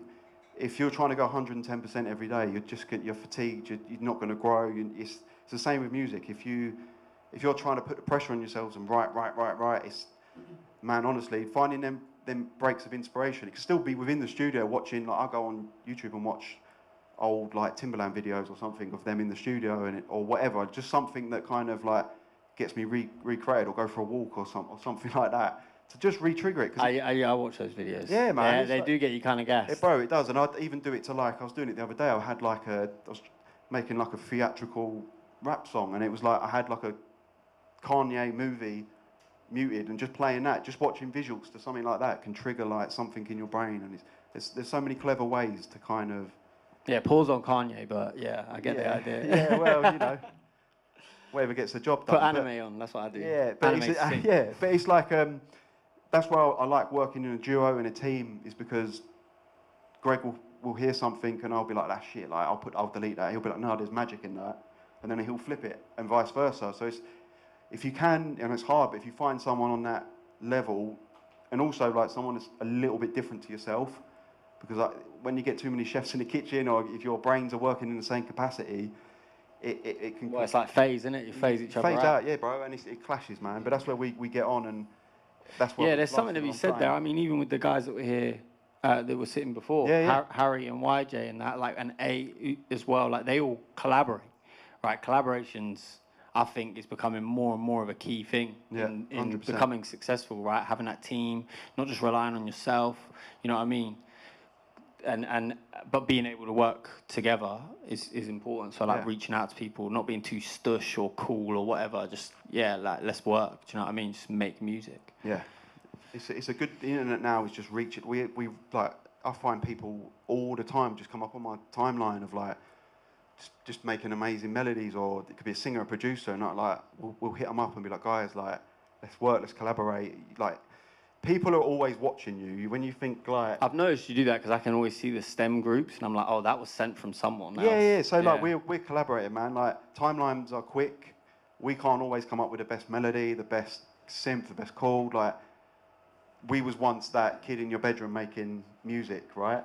I've got kids myself, and if someone could give them an opportunity for what they love, I'm all about that, man. Like let's not gatekeep. For far too long, things have got gatekeeped, and look, let's all be part of something. Yeah, it benefits everyone. Yeah, bro, 100%. And it's being open. You'll go further with collaborating than you will. You might have a little spurt of like, I'm doing this solo, like I'm the shit.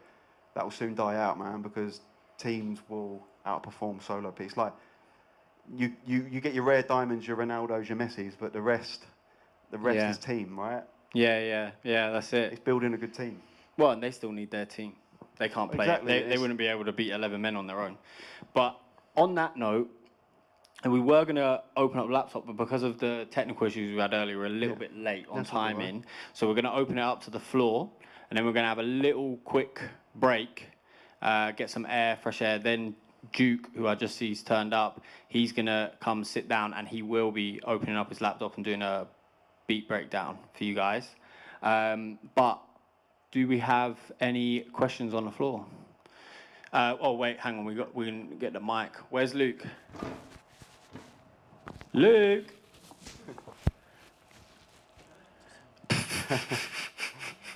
Working hard or hardly working? Addy in the middle there. Yes. When you went to Korea, I've got two questions actually. When you went to Korea, was the language barrier a problem? That's the first question. And second question is, how do you know when lyrics are good and when they're trash? Because like I come from a hip hop background, and obviously back then it was all about similes, metaphors, but I feel like that's kind of like phased out. So how do you know when you've got good lyrics from someone and when you've got absolute trash, basically? Let me just repeat it for the live stream. So Addy said, when going to Korea, do you struggle with the language barrier? And then also, how do you define, as he put, a trash lyric to a good lyric? It's a really good question. So the first one is, the language is, from my experience with Korean people, they are unbelievable. They get sent to a lot of like overseas schools, so like they'll come over here or to like America. Their English is like, it puts us to shame because like we don't know any other language. We don't even speak the English language correct. So it's like each company will always have a rep that kind of goes along with you, and like over the years things have changed with like Google Translate and stuff. Like getting around is quite difficult, like taxis and stuff can be like quite difficult, but again you can kind of like work with the taxi driver, and the companies like will always, as I say, have a rep who can translate. Yeah, because they don't prioritize English out there. No, but so it's the people that who are like kind of educated and kind of have the privilege to go overseas to schools and stuff, and go to international schools. They're the ones that kind of then divert back to Korea to work for like their record labels and stuff, because their English is so good. They might have been studying business, and they're very good like advocates to have on the team. So we've been lucky to work with a lot of people that kind of English is like their second language. So don't get me wrong, sometimes the language barrier, I always find, I don't know if you've found this, but music is its own language as well. So it doesn't matter what culture you're talking to, or like, you can understand when someone's saying like, this bit needs to change. You can kind of feel it. And in the lyrics as well.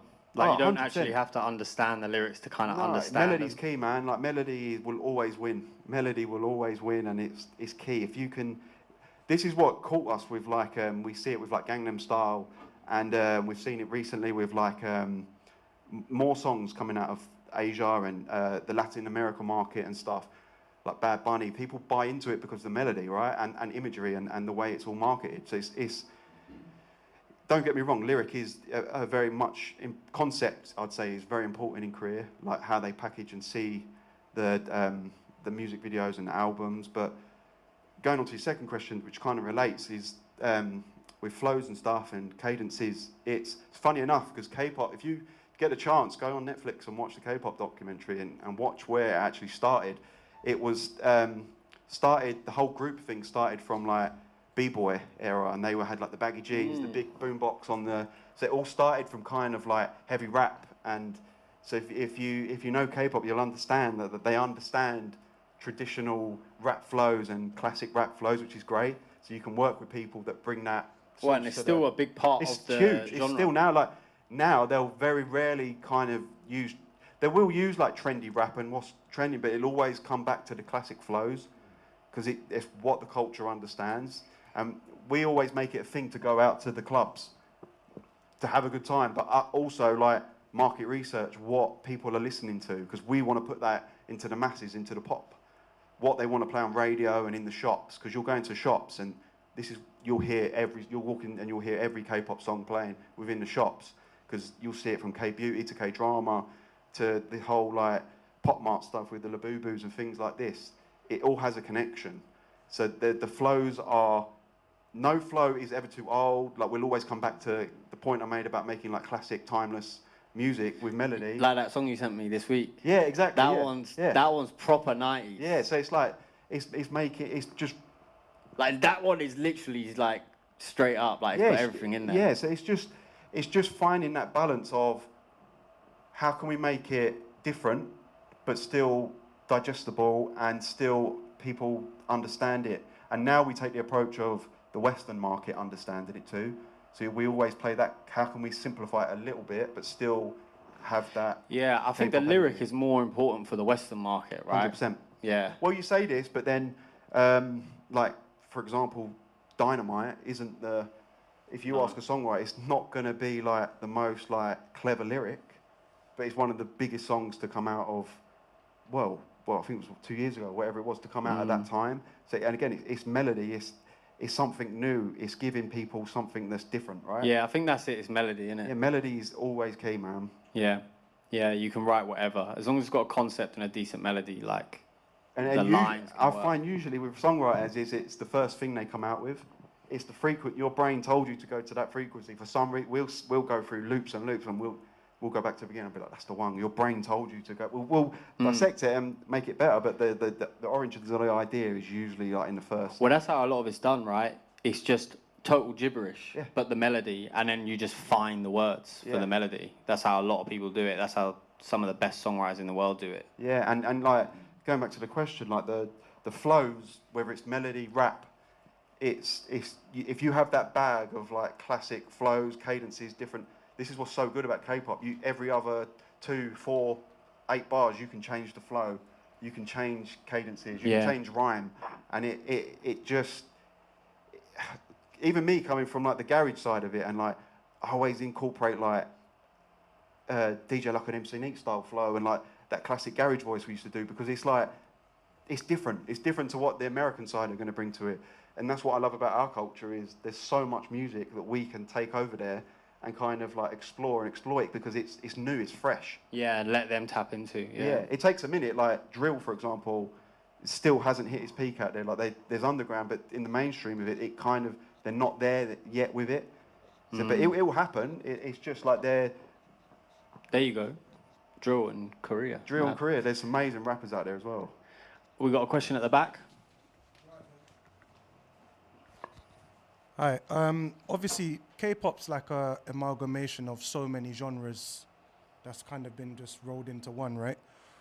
What do you find has been the most successful subgenre within K-pop? Like, obviously, I mix a lot of Afro, and we do a lot of Afro production with my team. Has Afrobeats connected in the K-pop realm? And away from Afrobeats, what's been the most successful sound you found in that subgenre of K-pop?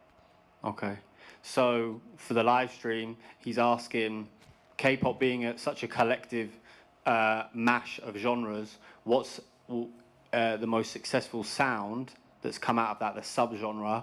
And have you found any sort of like Afrobeat influences in K-pop? Yeah, great question as well. Like it's the Afro style out there is definitely growing. We're trying to like incorporate that, and I think whether it's in the production or like the melody, like that is definitely like a growing trend out there, 100%. Like that's, you can feel it. Like you can always feel when a trend is kind of like stepping in, and out there we can definitely see. I reckon it's gonna have a fucking moment. Yeah, no, bro. All these subgenres will, because it's new, it's fresh, it's exciting. It's just taking one of the groups to have the balls to do it, and that's where like a lot of these companies, Hype for example, who have like BTS, and now he's bought up like he bought out Scooter Braun, and he's bought out like everyone. He has the ability to like, cool, we're gonna like do garage, we're gonna do Afro house, we're gonna do this, we're gonna do that, because they can do it, they can afford to set a trend, whereas a lot of the other companies might be start-up companies and they kind of want to like not make it go over people's heads. So what you'll find, you can't afford the risk. Yeah, you'll find like the groups have more of your typical pop music, again, vast R&B, drum and bass, hip hop, EDM. It'll be all that stuff. But when the solo members get to of age where they can kind of do solo albums, that's when you'll start to see like more heavy R&B, and like the more kind of like genres that people are not fully tapped into, like the masses. Like I always think like, when I'm making a song, I always think like, what's Debbie in Birmingham going to listen to on her radio? That's the way I look at pop music. Like, is she going to sing that as a collective? Because pop music needs to be polished in a sense and popular, right? But when it gets to like the more solo people, you see it with like the girls from like Little Mix, for example, over here. They all, once you get, and like One Direction, you'll find your style. Everyone's got a style they want to pursue, and that's when it kind of happens. And I'd say out there, for your second question, it's kind of like, product is everything out there, right? So K-beauty is huge out there. So like anything that makes you move, feel good, like it could be funk, disco, dance, EDM. They're the ones that you hear in the shops. What you hear gets synced to like L'Oreal. Like syncing out there is really big. If you get like a big sync, it's really good. And like we've had a few. We had a big song synced to Just Dance, and one of our writers had a song synced to like Fortnite, because it's like these style of songs that then, because their dancing is so amazing, it creates like a dance move that's kind of... it can be marketed, put as a GIF, as an emote. We'll always like, especially on camps, we're like... And TikTok as well. TikTok, yeah, and like we'll have moments in the studio where like the singers or something will like create a dance, and we'll, as silly as it sounds, we'll video the dance, and when we perform the song at the listening session, they'll dance it and sell the song. Like there's a dance move, there's a concept, there's an idea. Yeah, because that's part of the package. That's what they want to buy that. They want to. They're like, oh shit, we got to dance as well. Yeah, you guys are crazy. Like, if you know can what I make mean? their life as easy as possible, you're going to get reoccurring business. This is where it's like keeping the relationship open, delivering, like not being.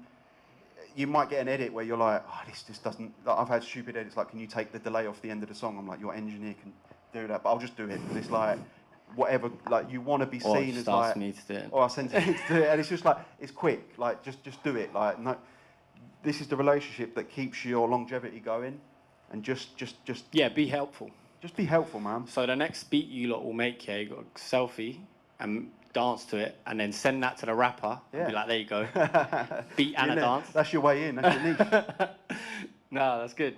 In the middle there. Your story gassed me up, by the way, so thank you very No, I much. appreciate it, man. So I'll slim it down to 2 questions. So when you and your bro was like, yeah, we're gonna lock in now the 5-year plan. What did that look like in terms of like financial stuff? Also like people we're gonna reach out to. That's kind of one. And then 2 is at the moment in Korea, the way how technology is going, are they looking at producing a lot of AI artists? Is that like a talk what they're saying, and is that our brief starting to simmer about that? I'll keep it like that. Yeah, no. Let me just say that for the stream. So there are good questions actually. He's asked. Secondly, what's the AI impact in K-pop? Are we getting AI artists? And firstly, he asked about your 5-year plan that you talked about earlier with you and Greg. Yeah, so the 5-year plan thing was like my dad is a London guy, business, like recruitment, years and years of that, and he was always like, what's your business plan? I'm like, what's that? Like, he was like, you need to figure out like what you want to, where does it, everyone has a business plan, whether it's you stick to the plan, you want to have something to follow.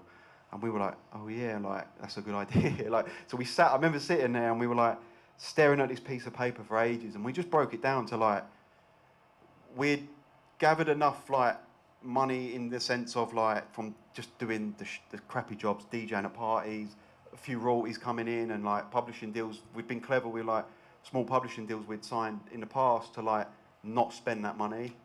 It's so easy to spend that money. Like we'd work like, that's why I say like I never had a proper job, but I was out every weekend DJing. I was always earning money to kind of like. That was your living. That was my living, but I never knew like, love my parents, but they never taught me about like actually setting up a limited company, and I could have moved out so much earlier than I did because everything was just cash, and like no one was touching me to get like a mortgage, and I was just like, in hindsight I was like, I should have like locked in and set up a business and tax benefits and all this stuff of it. But at the time it was just like, how can we lock in? The reason we decided to make a game plan is because no one was out there bar a couple of producers from here out in Korea doing it. So we were like, there's something here to like, it was our last real go at like, we've got like, I had like 5 years left in me before probably my parents would be like, you need to go and get a job. So like, I was like, let's just go for it. So we made a plan, we broke it down year by year. It was like, make the connects. Don't worry about getting the cut straight away, because we know that if it happens, it happens. It was about getting the connects, going out there and experience the culture, doing the research and understanding. It's like if you go to a job and you've got an interview, you want to do the research and be like to the person who's interviewing, like, bam, you did this, you did that. It's kind of like you've done the homework, right? So it's having that mentality of business and understanding that if I attack it this way, it might not go this way, but I've got a plan to stick to. And from there, it kind of just like, month by month, we were understanding the market more, the business. We were just traveling, connecting with people, and just reaching out, man. It was just like, if someone knew of someone, we were like, how can we like help each other to kind of win together, right? And that's where team comes into it, and just working with like-minded, open people.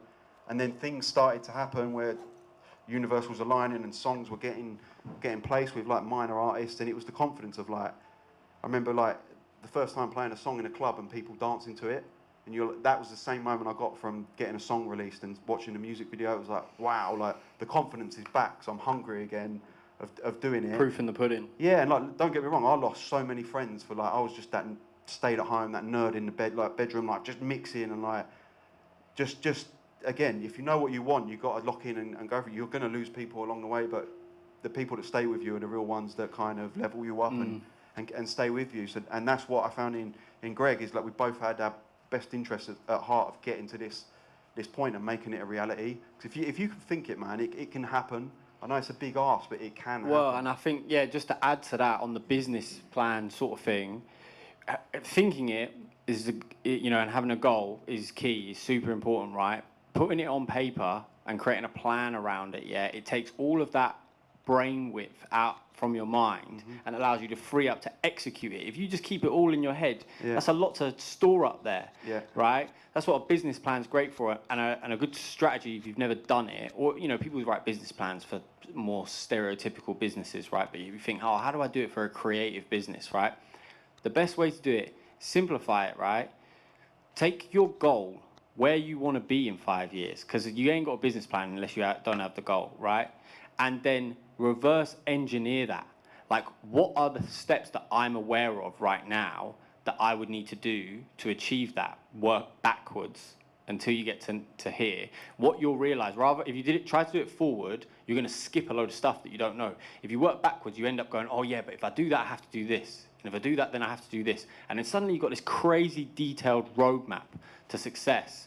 And then you pad it out with the financials, you know, your budgets, how you know, can I survive? What I need to do in tandem to keep funneling this for 5 years, and that will give you like a real foundation and a little bit. It's down to you still, but a little bit of security in yourself to be able to execute your plan, right? So if you have a solid goal in your head, reverse engineer it, write your business plan, take it off your brain, and then figure out that unique selling point that we spoke about earlier. London Noise, they had a unique selling point. They tapped into Korea when no one else wanted to tap into Korea. That's why they've got hundreds of plaques and billions of streams, because they tapped that was their unique selling point. Like we were speaking about earlier with Harry. Everyone who talks today has one of these things, right? So it's key. This is what I think recurring from today. Yeah, and going to your second question, like with the AI stuff, firstly, the whole law on AI, like we have this discussion with our lawyer all the time, it pretty much doesn't exist at the minute. It's a very grey cloud, and it's like, you have to be very like careful with it. I mean, for kind of what we do for the demo purpose, like of people are much rather going to hear a nice voice than when I'm singing it, right? So we'll run that through, and it's great for groups, like different tones, and I'll use it pretty much in every song now. Like I'm sure you're getting some stems now where they're like Post Malone or J. Cole. It'll be a BV the layer. Weeknd or something like Yeah, that. it'll be a an BV AI layer recreation of that. I don't know what it does, but it gives it this phase like width that I can't create. And sometimes like, no, that's me. Yeah. But sometimes it's like you just can't get the singer in or the writer in to finish time like session, so we'll just like do it and get it in. So the AI in terms of writing I'm an advocate for it. We have this joke in the studio. It's like when Splice first come about, it was like the big icebreaker in the room. Like, do you use Splice? Like, or do you use this sample? Like, it's like, everyone hid from it, bro. It's like it's there. It's a tool. Use it, right? It's whether it gets you from A to B. It's still kind of peak though when you're in a session and someone goes, I use that loop. Yeah, but you're like, oh, shit. But then that's what look at hip hop. Look at all the greats that it's still to this day. Yeah, Sabrina Carpenter. It's how you flip it, man. Bit. Everyone's got accessibility to the same stuff. How can you be clever to flip it? And like my philosophy is with like Splice or any sample thing is like sometimes it's like the sample stays and sometimes so slowly the sample goes out, and like it's just being honest, man. Like there's a sample in it, I'll reach out to the person that made the pack or whatever, like, bro, look, we're using this, let's work. Like it's sometimes you can't beat. If it's not broke, don't fix it. And it's first come, first serve. You see it with Sabrina Carpenter and Espresso. You see it with like BTS Butter. They're all samples. All of them are Splice samples. And they're literally just the sample. It's first come, first serve, man. And it's in that world of it, don't shy away from it, because I say it to a lot of our songwriters, it's like, download a guitar loop, write a song. Whether you use it or not, you're training your brain. You're not relying on producers to send you beats. You're consistently keeping your brain going. And we've had friends that have just like wrote to a guitar loop and sent it to like Kygo or the DJs, and they just flip it. So there's always an outlet to kind of use this this tool, and then moving more into the actual AI model as like a released artist. We're already seeing it out there. Esper who are a big girl group, have like an AI member that comes in on certain songs. There's a group called Mave who are fully AI anime, and they'll perform concerts like. That's where I think and it's it's a mad. bit You'll mad. see it like they'll perform, and you'll hear the breaths, you'll hear everything like, and you're sold. You're like, wow, like you believe they're there, and and again, it's just tapping into the culture. Like, Well, it's not going anywhere, so you just got to figure out how to work with it. You got to work with it, man. And it's like everyone's hating on Timberland. It's like he's just being clever. He's just working with the time. He's just trying to get his back. We're all in this now, so it's like it's not going to go anywhere. It's much more cleverer than us. Like the guys were saying earlier, were like I use it for lyrics all the time. We're in like a session. I'll type in the concept we're choosing, and we just keep. It's how you word it with AI, right? And what you put into it is what you get out. Yeah, the more, prompts. even that is a science. Like the more you can understand the concept of it, the better result you're going to get out of it. And it's bro, like just use it, man. Because if not, there's someone who's waiting to come up who's using it 10 times better and faster than you. Yeah. That'll be the next thing. The producer that figures out how to fully optimize AI, and then they're just making like 500 beats a day. But do you know what I mean? Yeah. Just absolutely whitewashing everyone. I think for a long time, years to come, the human touch is always going to need to be there, just because it has to, like, the computer can't understand what the company's thinking at the time. The AI can only, it gives you what you give it. So it's only working off of the creativity that we give it. The thing that makes us different, and what, again, it's a unique selling point, is our ability to think outside of the box. They're not going to be able to think of something brand new, ever. Right, because ones and zeros, it's just what we feed it. And for now, anyway, we don't know. Skynet comes around, takes us all out. But we're still able to be creative outside 100%. of it. But yeah, the AI thing, if you get a chance to check it out, Mave, the Esper with the members, obviously with the K-pop, Demon Hunters, all this stuff, man, is happening right now. And in terms of technology, even with like sound equipment and stuff, like the guys out there are like, way ahead of everyone, and it's like it's scary to see. Like the competition is high, so I see it daily on Instagram, like all these new plugins coming out, and if you're not on it, you're like, you could be like, for example, I just put the God Particle on everything because it sounds good. Why I'm not wasting time learning about sonics. That's why we collaborate with Joss and other people, because why am I gonna try and spend hours making my song sonically perfect when I can get the ideas out? I'll get it to like 70% of where it needs to be, and then we can keep on to the next one. Yeah, I'll just get it over the line. Because my brain is like, and Greg's is similar too, our brains just work. We're thinking about these deadlines and turning it over and getting, we never lose quality, but we're always being strategic about like setting sessions up, and like doing sessions is like being a football manager and putting the right people in the right rooms. Because if you put two people the same, man, and we've seen it too many times of like the clashes, and it just doesn't work. You want someone to bring something that you can't. And that's the only way you're ever going to level up. Yeah. Don't link up with someone that literally just makes the same beats as you. Pointless. Yeah. If you're a track producer, go link up with a acoustic guitarist or something like that. Then you're going to make something cool. Do you know what I mean? But on that note, we need a little bit of time to reset for Juke. I need about 10, 15 minutes. So we're going to have a little break, go get some fresh air. We'll be back here in 15 minutes, and we're going to do some giveaways as well. But before that, make sure you give Hayden a big round of applause. Cheers, guys. Thank you for that. And he's got to run, but if you have any questions, you might be able to pull him before he runs out the door if there's anyone else that didn't get a chance to speak to him. Cheers, guys. Appreciate Cheers, guys. Thank you.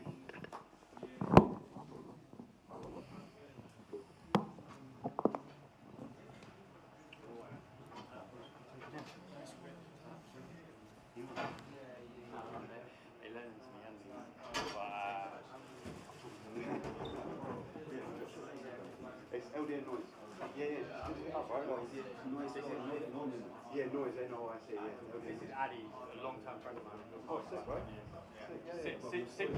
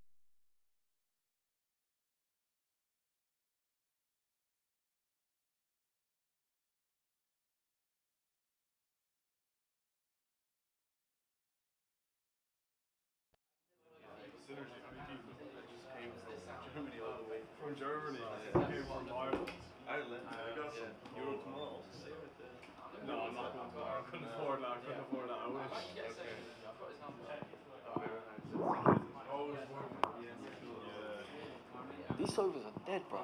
It's too deep to like. Little I feel like a yacht when I'm like this.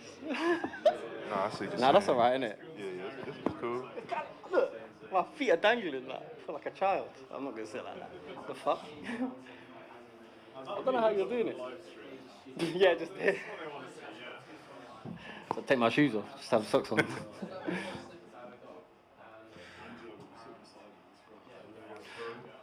Okay, what's the time? Good to go? Alright. Oh, actually, before I start this talk, Luke, can you come?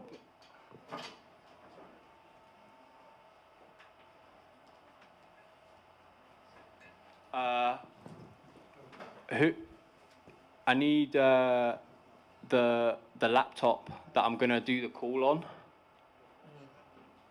Yeah, I think your Ben's laptop.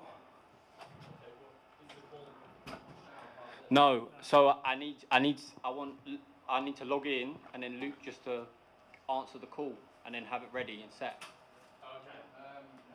Sorry, guys. Can you just grab the laptop and I'll just log into my email and you can have it set, yeah? Sorry, bro. No problem. Yeah, just trying to make it smooth. All good. Yeah.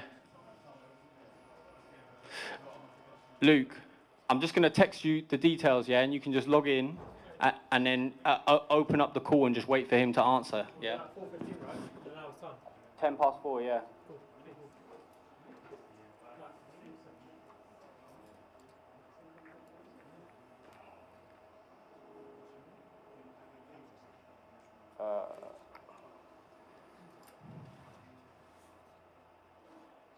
Sorry, guys.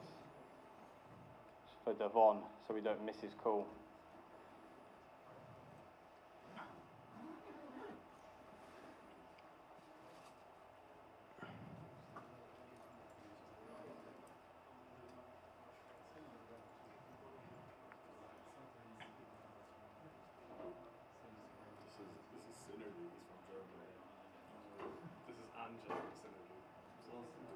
Okay. Right, cool. Sorry about that. So, had a little break. We're back. We already have him sitting here. So, everyone give a warm welcome to Juke Wong, who's come all the way from the Windy City. It is the Windy City, isn't it? I got that right. That's his nickname, yeah? Yeah. Chicago. How you doing, bro? You're here for a week. Yeah, Traveled over here. Yeah, I've been good, man. Just been working and stuff like that, so kind of tired, but you know, we here. Yeah, grinding. You are a workaholic if I've ever seen one I on that appreciate Instagram. that. Always at stupid o'clock. Yeah, You're yeah. still in the studio just as I'm getting up. Yeah, pretty much. Is it live stream on? I think so. We're live streaming. Hi, Mom. Mom's watching, yeah. Is she watching? Yeah. Yeah. She Oh, always- dope. That's the reason I work so hard. She always told me to just like work hard and stay humble. So Well, shout out to Duke's mom. yeah, 100 shout out, times. Mom. So we did a little bit of work earlier this week in the Right. studio. You guys, I can't say anything yet because we ain't announced it, but some seriously cool shit coming at the end of the year. Duke's been a part of that, which is awesome. What have you been doing other than that? Have you linked up with anyone, cooked up with anyone since you've been here? Just the homies, like Jester. I met Harry, obviously, like you was there. Just all the homies that I got out here. You know what I'm saying? Yeah. You made anything good? You think there's gonna land? Always, yeah. I believe in everything I do, so I think everything's gonna land. That's it. That's the way to do it. So, for everyone that doesn't know who you are, Yeah.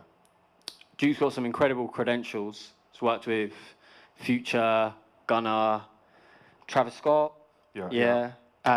You know, absolute massive tunes like Pushin P. Like he's a crazy, well-established producer. Can you tell everyone a little bit about how you sort of like got into this world? You know, what was that moment that sort of like it locked in and you were like, oh, okay, cool, there's something here.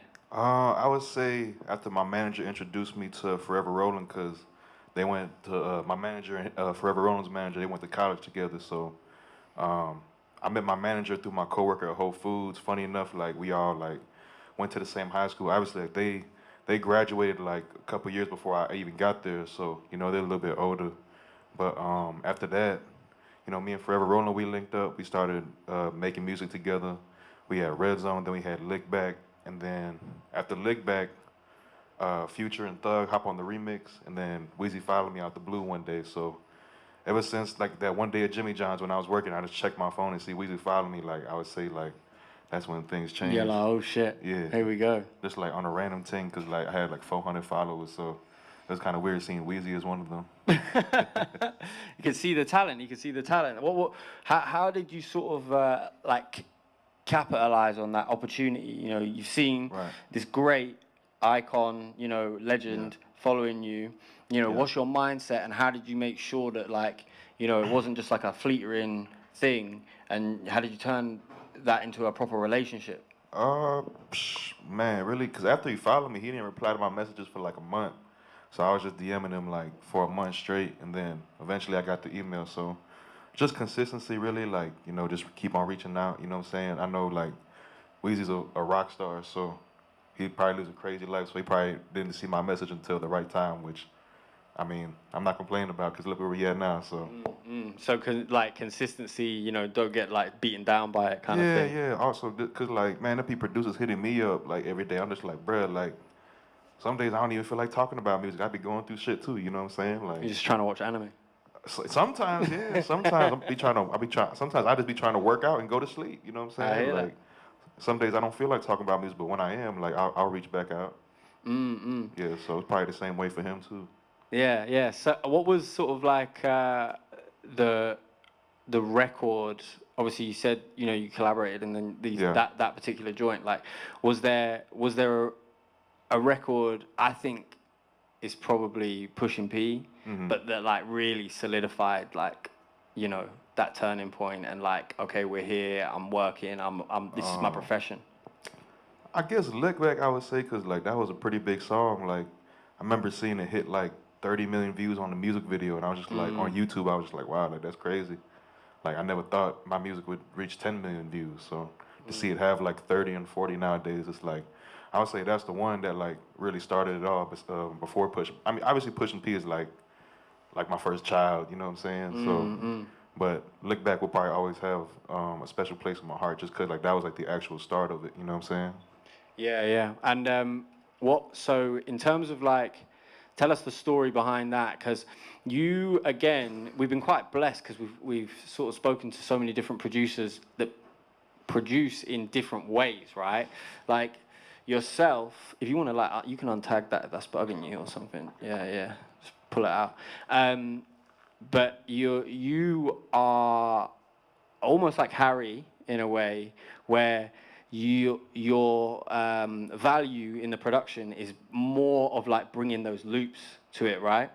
So what was that sort of a similar thing with Lick Back? Was it a loop-based thing? Like, what was your role in the production, or was it the whole thing? I mean, yeah, like all of my placements are really just loops of mine, you know what I'm saying? I feel like loops is kind of like the shortcut if you want to get placements, because, I mean, everybody can do drums, man. Like, everybody can put a fucking, excuse my language, I'm sorry. You can swear, it's cool, we're good. Everybody can put sorry, Mom. Everybody can put like the hit one, the Luger snare, the fucking, I'm sorry again, the Luger clap. Your mom's gonna text you. Yeah, I know, she's gonna scold me. I'm sorry, Mom, you know what I'm saying? But anybody can do that, but like, it's rare to find somebody that can make like actual unique sounding melodies. So I feel like that's why Weezy and Forever Rolling, they mess with me. Because they can rely on you to bring the source, and then they can then take that loop and build it into the final record, right? Yeah, exactly. Because I mean, when they're in the studio with these artists, like they don't have time to make a loop by themselves, and you know what I'm saying. So it's always just about bringing value to the table. If I add value to someone, if someone adds value to me, then I'll keep them around. Yeah. So essentially, in a way, like the role is kind of like you're creating the music, the inspiration, the sample of what, like in terms of like old school hip hop, I guess. Right. Yeah. And they're almost sort of like the programmers. Yeah. They're creating the layout, the structure, the drops, and the drums, right? Yeah. So like they're almost like songwriters. Yeah, well. we are songwriters, honestly, but I actually used to get mad when people call me just a loop maker, because like I could do drums too, but people just don't know that. But the older I get, I realize I'm like, man, like everybody kind of is not that good at making loops. You know what I'm saying? So the fact that people see me as like a upstanding loop maker is like it's more of an honor now, I guess. More so than when I first signed my deal. I'm like, man, don't call me no loop maker. I do drums too. And, like, you know You what I'm wanted to saying? be a producer. Yeah, but it's like I'm still producing, but like You are a yeah, producer. in my You're own way. producing music. Yeah, Like, that's what it yeah. is. That's the definition. Yeah. So I take more pride in it nowadays for sure. Well, and it's a skill set. And I mean, most people, like we were saying earlier, kind of having to rely on things like Splice, right? And then you're in the realm of, you know, probably there's at least one sample that at least 6 of us have all used that same sample in the last week. For sure. So, you know, that a unique selling point, you know what I mean? Being able to have and create these sounds yourself. Yeah, exactly. It's all about just being unique, man. That's what makes you stand out. So last time when we linked up last week, you told me a really cool story about a profound trip you had to Japan. Yeah. I think that was really cool, and it sort of like opened your eyes, and I felt from what you told me, you sort of grew from it, right? I'd love for you to tell that story. 100%. So I went to Japan last year from October 30th to like December 12th. So a good amount of time out there, just out there by myself, just working on music by myself. Being in a place that's like so foreign, I didn't know the language, I didn't know anybody really. So I was telling you that like Stiff Game by Lil Baby, which I made the loop for out there, that's probably like the #1 favorite placement I've ever done, just because of the fact, like I told you, like it's like I fully grasped an idea, I fully like grasped an idea, and like it went out to the world. Like that's the exact type of sound I wanted to do. Also, it's like my first like melodic placement, I guess you could say. Like I was telling you, even when I first Well, signed when you my say deal. melodic, you mean like, you know, kind of orchestral in a way. Well, Yeah. I mean, a lot of my other stuff is orchestral too, but like it's just like more so musically inclined. Like a lot of my other stuff is just kind of like simple, hard, like, you know what I'm saying, like dark trap But stuff. this you are proud of. You felt like it had a bit of intelligence behind it. Yeah, I mean, they all do, honestly, but this one, it's like, everybody tried to put me in this box when I first signed my deal. Like, he's just a dark trap producer. I'm just like, I can do way more than that, you know what I'm saying? So I feel like that was the record that, that's my first record at least that shows that. And broke the mold. Broke the pigeonhole they tried to put you in. Yeah, even if it's not the biggest song, like it don't gotta be like that's still like I'll be listening to that song for a while. And you said that, you know, you think it was like the stars aligned, like you felt quite isolated at that point. You'd been there a couple of weeks, you'd not really spoken to anyone. Right, yeah. And you sort of like managed to like tap in to this like inner kind of like focus. Yeah. And I don't know if you've ever had a sound that you've like really wanted to create, right? And, you know, like be it a style or whatever.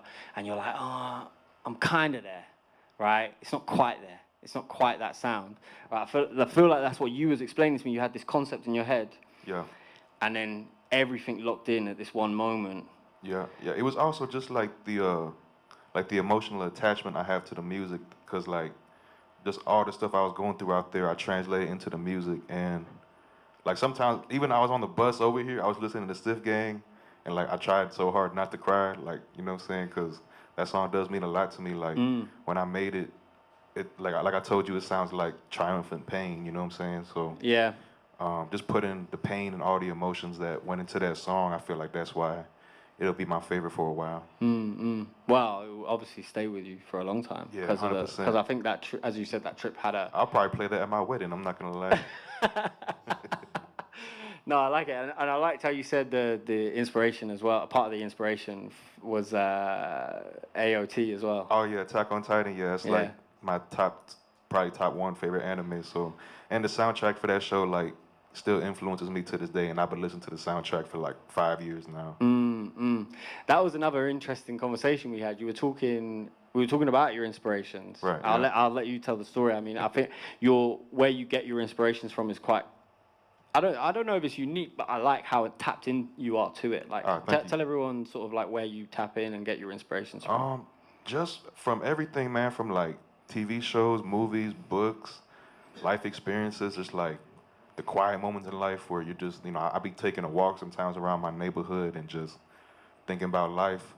Really just life in general. Like, go out and experience new things, bro. Like, that's how you find new inspiration. Like, you can't stay in one place all the time. And I give a lot of credit to my manager because he's the first one that, like, I had hopped on a flight since I was like 13 years old, and then I remember I went to Atlanta for the first time when I was like 20, and I went with my manager, and that was like my first time in like 7 years on a plane. So, and then he brought me to London for the first time, and then we kept on traveling to all these other places and just seeing the world and like seeing, you know, there's so much more out there that you never thought. Like I never thought I would come to London. You know what I'm saying? Like when I was in high school, I'm like, what the hell I'm gonna do in London? I ain't got nothing to do there, but now like here I am here. So it's all just a plenty to blessing. do. Yeah, no, for sure. But it's just a blessing to see the world and just travel and like expand your mind and vision, because that's where most of the unique stuff comes from. You know what I'm saying? If you're just stuck in one place all the time,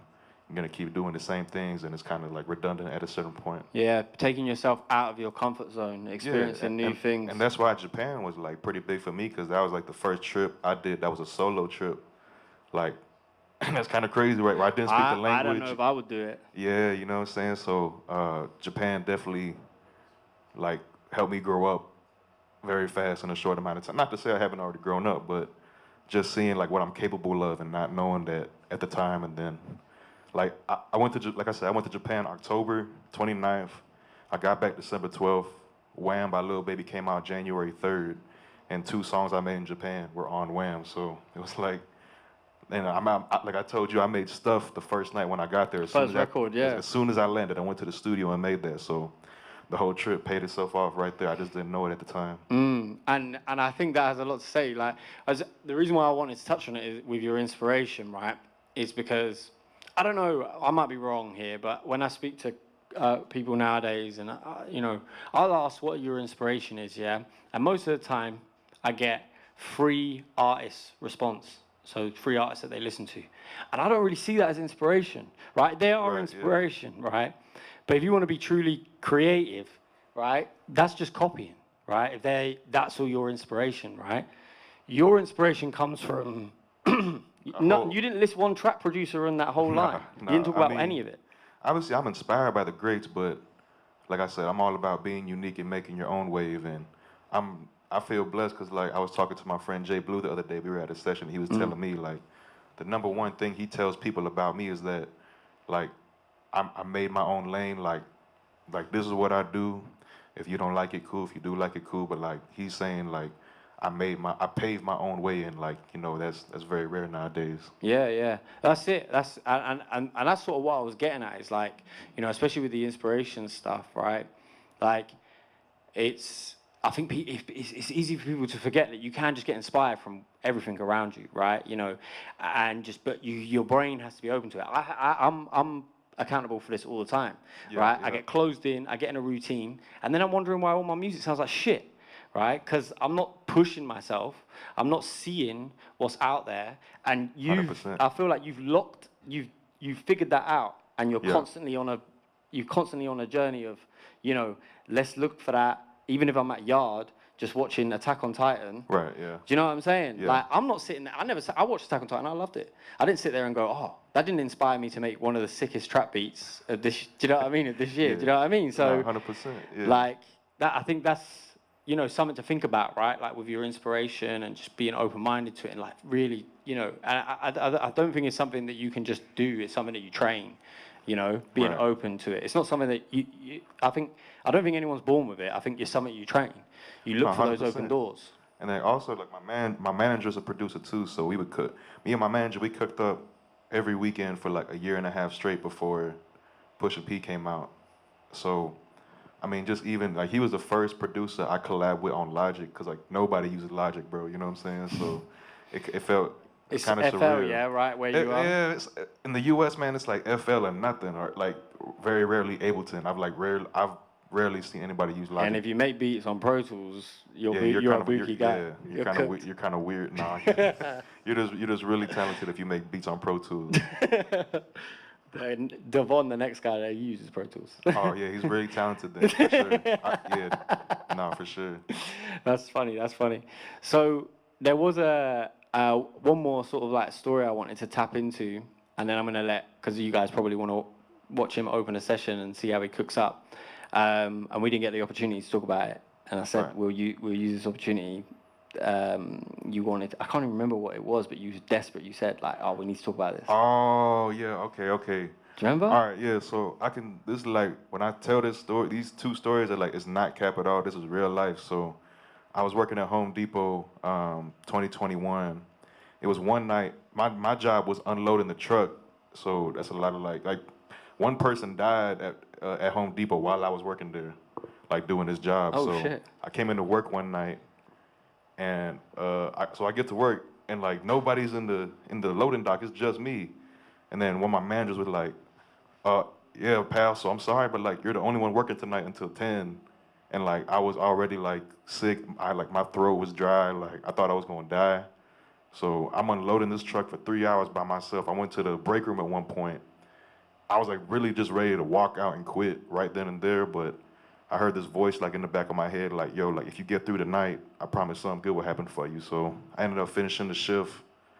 2 months later, Pushing P comes out.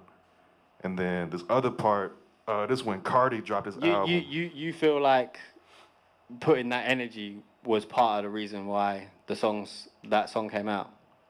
Yeah, for sure. Cause I mean, I believe in God, so Karma. I feel like that was the first time he like actually spoke to me, like, cause it's not like that voice wasn't something like I thought of. It was just that like I just heard it. You're not saying that like, you're not talking like you heard the voice. Yeah, right? I heard, like a voice that wasn't mine in my head. So I was like, okay, like I'll listen to you. Then Pushing P came out. The night Cardi album dropped, how I found out I was on Cardi album. I was cooking up at this studio called LSD Studios in Chicago. Just cooking up with like, kind of like Signature. They got a whole team of like producers and engineers over there. So I just went to go meet and cook up with them. And you know, Cardi was about to drop. So at like 2:30 a.m., he said he was gonna drop at 3. So I'm like, okay, but I'm gonna go to my studio and just wait for the album to drop to see if I'm on it, because I didn't know at that point. And then I hop on like this DJ Academics live stream, just like watching, waiting for the album to come out. And then like literally as I'm sitting in the chair, I heard the same voice. It just said like, are you ready for your life to change? I was like, what? And it wasn't my voice, right? It was like somebody else's. And then like 2 seconds later, Weezy FaceTimed me. And that was like the first time Weezy ever called me like on his own accord. And then me and Weezy, we were just talking about some stuff work related. And then he was like, yeah, what you doing? I'm like, man, I'm just waiting for Cardi to drop. I'm trying to listen. He's like, oh, you know you on there, right? I was like, what? I was like, dang, that's crazy, bro. Like, all right, bet, you know what I'm saying? But that's amazing. Yeah, so both those times I feel like God was speaking to me. So being able to like tap in and hear that. Yeah, most definitely. I mean, music is like a spiritual thing, so I believe that if you put your pure spirit into it and just all you, like 100% you can give into it, like it will reward you at some point. Yeah, I kind of get that. I believe in a similar thing, like as well with, I don't know if it's always a voice, right? It can come in different forms, yeah? But like what we were talking about earlier with like inspiration, for instance, right? It's being aware of your surroundings and seeing the opportunities that come there, right? So like, you know, something might have come out of today, you might be like, I don't know, I'll come, whatever, da-da-da-da. But like, there'll be something there sort of telling you, no, like, you should make the effort and go. But a lot of the time, and I struggle with this as well, I let my own personality get in the way, and I'll say, nah, I've done that. And then you end up losing the opportunities. Whenever I've just gone and said, and fought against my own grain, right, and gone with my gut feeling, something great's always come out of it. Do you know what I mean? Like, so, 100%, I don't know, for me, it comes in different forms. I don't know if it's a voice. I feel like, for me, it's like a sign, for instance. Like, whenever I've had big opportunities in my work, right, I've always actually lied. So I said earlier, I was an engineer. I'd never engineered, and then I did a session for Getz, Kano, and Deneo. Every part of me was saying, don't do this. Do you know what I mean? But there was something there that was just like, yeah, go for it. And maybe that's that voice, right? Because that then changed my life. And then same with I was talking to one of you guys earlier about my first platinum plaque. Same thing. Someone asked me, can you master a song? I've never mastered a song in my life, right? I've never even mastered my own songs. I was just like, yeah, cool. That song went platinum. Just take that leap of faith, man. You know what I'm saying? Like, believe in yourself 100%. Don't let anybody tell you what you can or can't do.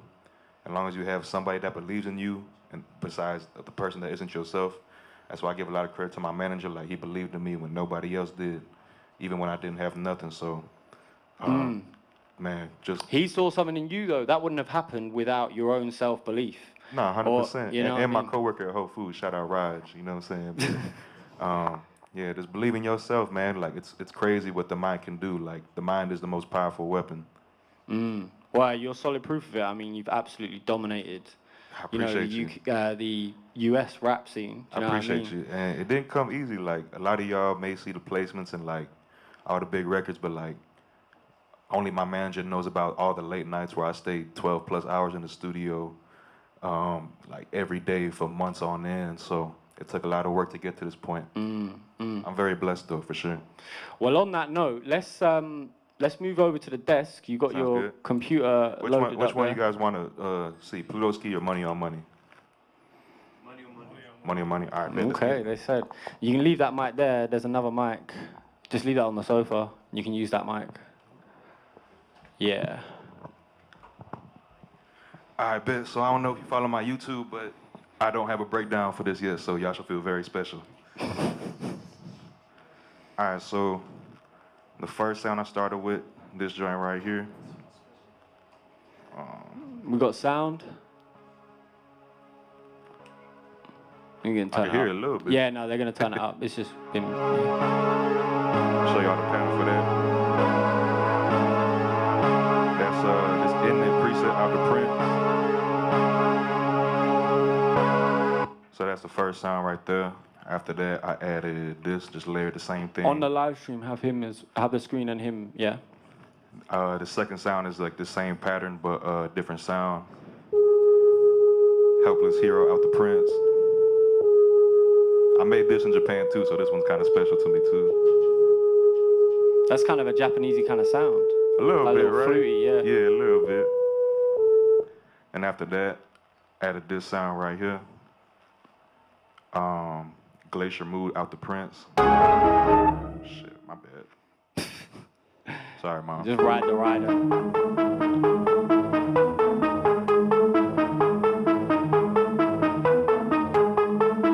Just something simple, like keep the rhythm going, you know what I'm saying? After that, I added this sound right here.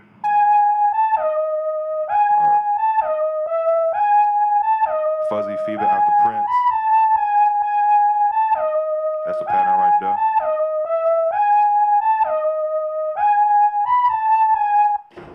Then after that, I added this joint right here. Just like a little bell type thing. Foolish King out the Prince. Shout out Cradle. You know what I'm saying? Nothing too crazy. And then after that, I added this sound right here. Foolish King out the Prince.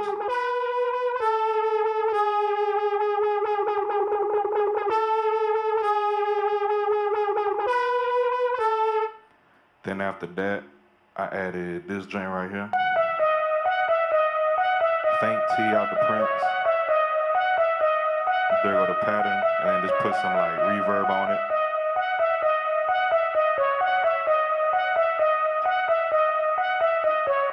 Then after that, I think I added one more sound. Yeah, I did. I added this bass. Justified Pitch out the Prince.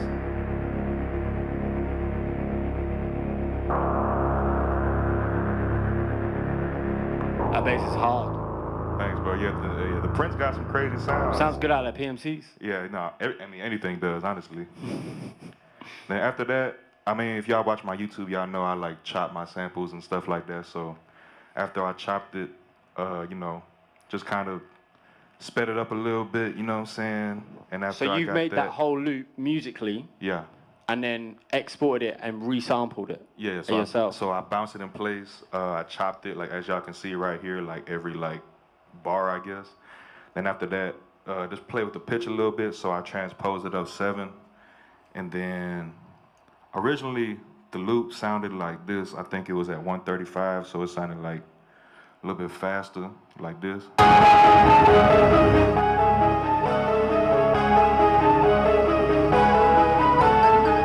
But then after I chopped that lot made you lot jump. I know it did. Yeah, sorry about That that. made me jump. Element of surprise, baby. After that, you know, I slowed it down, and then this what the chops sound like right here.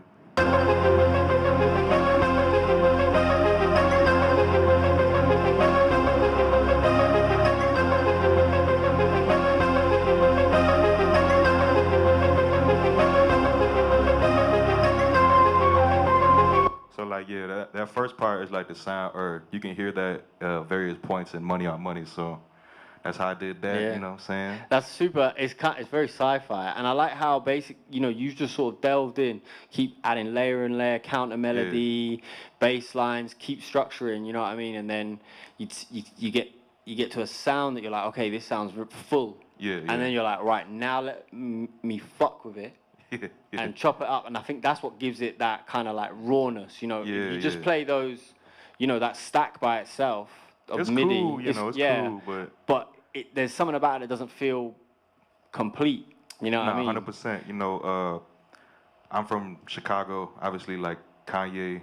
I grew up listening to Kanye a lot, and the way like he takes an idea from like right here to right here, and then keeps pushing it to like all the way like above the ceiling, like it's something I always try to follow.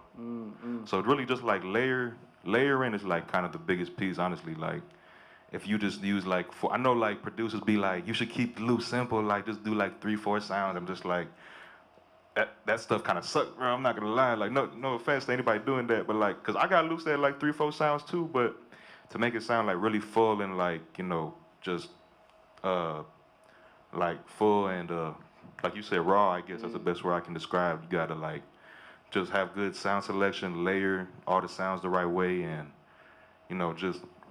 Are you musically trained? No, not at all. So you just taught yourself the keys? I guess you could say it. I mostly click a lot of my stuff in, honestly. I know how to play keys and guitar a little bit, but like I don't really. So you just work it until you find that note that works? Yeah, basically. And like I said, it took a lot of hours to be able to like just have that trained ear to be able to do that. So. A taste, yeah. I noticed one as well. It's literally the same plugin, different sounds, same plugin for the whole thing. And that's like my whole thing. Like Look Back got like 3 stock Logic sounds in there, and that's like a gold record. So like if anybody tells you like you need this plugin to be great, you need this plugin to be great, like they all lying to you. Like I made Look Back with 3 stock Logic sounds. And Omnisphere. Shout out Omnisphere, that's the GOAT. Yeah. Oh, mate, I mean, I'm there. I'm out there thinking. Sometimes I'll be making a beat and I'm like, oh, I have to do something like this. Right, I have to try and add like something like this. But you don't, you know what I mean? It's just working it and building something and then resampling and making your own sample. How sort of like, do you have like an average like time that you would sort of spend on like a production like that? Or is it just until it feels right? Until I'm happy with it, honestly. Like I've spent more than 2 hours on a loop sometimes, like just the loop alone, not even the beat. Like, and some loops, like this one in specific, I made this in like 20 minutes in Japan. It was like 4 a.m. I had like 30 minutes left in my session. I'm like, let me just try and cook something up real quick. But then like Stiff Gang, I took like 3 hours just to make the loop. So like, it really depends, honestly.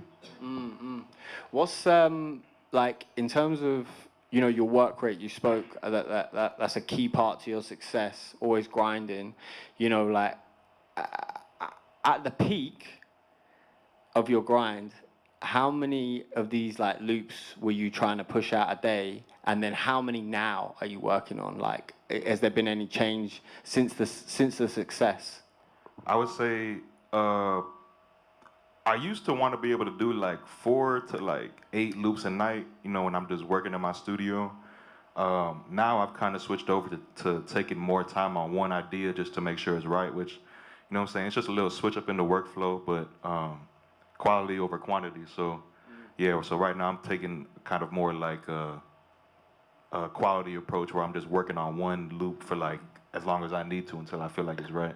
Yeah, and I think one question that probably is on everyone's minds, obviously, these, we have our own success over here and our industry's, it's cool, it's always getting better, especially in the rap game. It's a different kettle of fish in the States. It's so much bigger, there's so much more money, right, there, and there's obviously it's had a lot more time to grow, right, as well.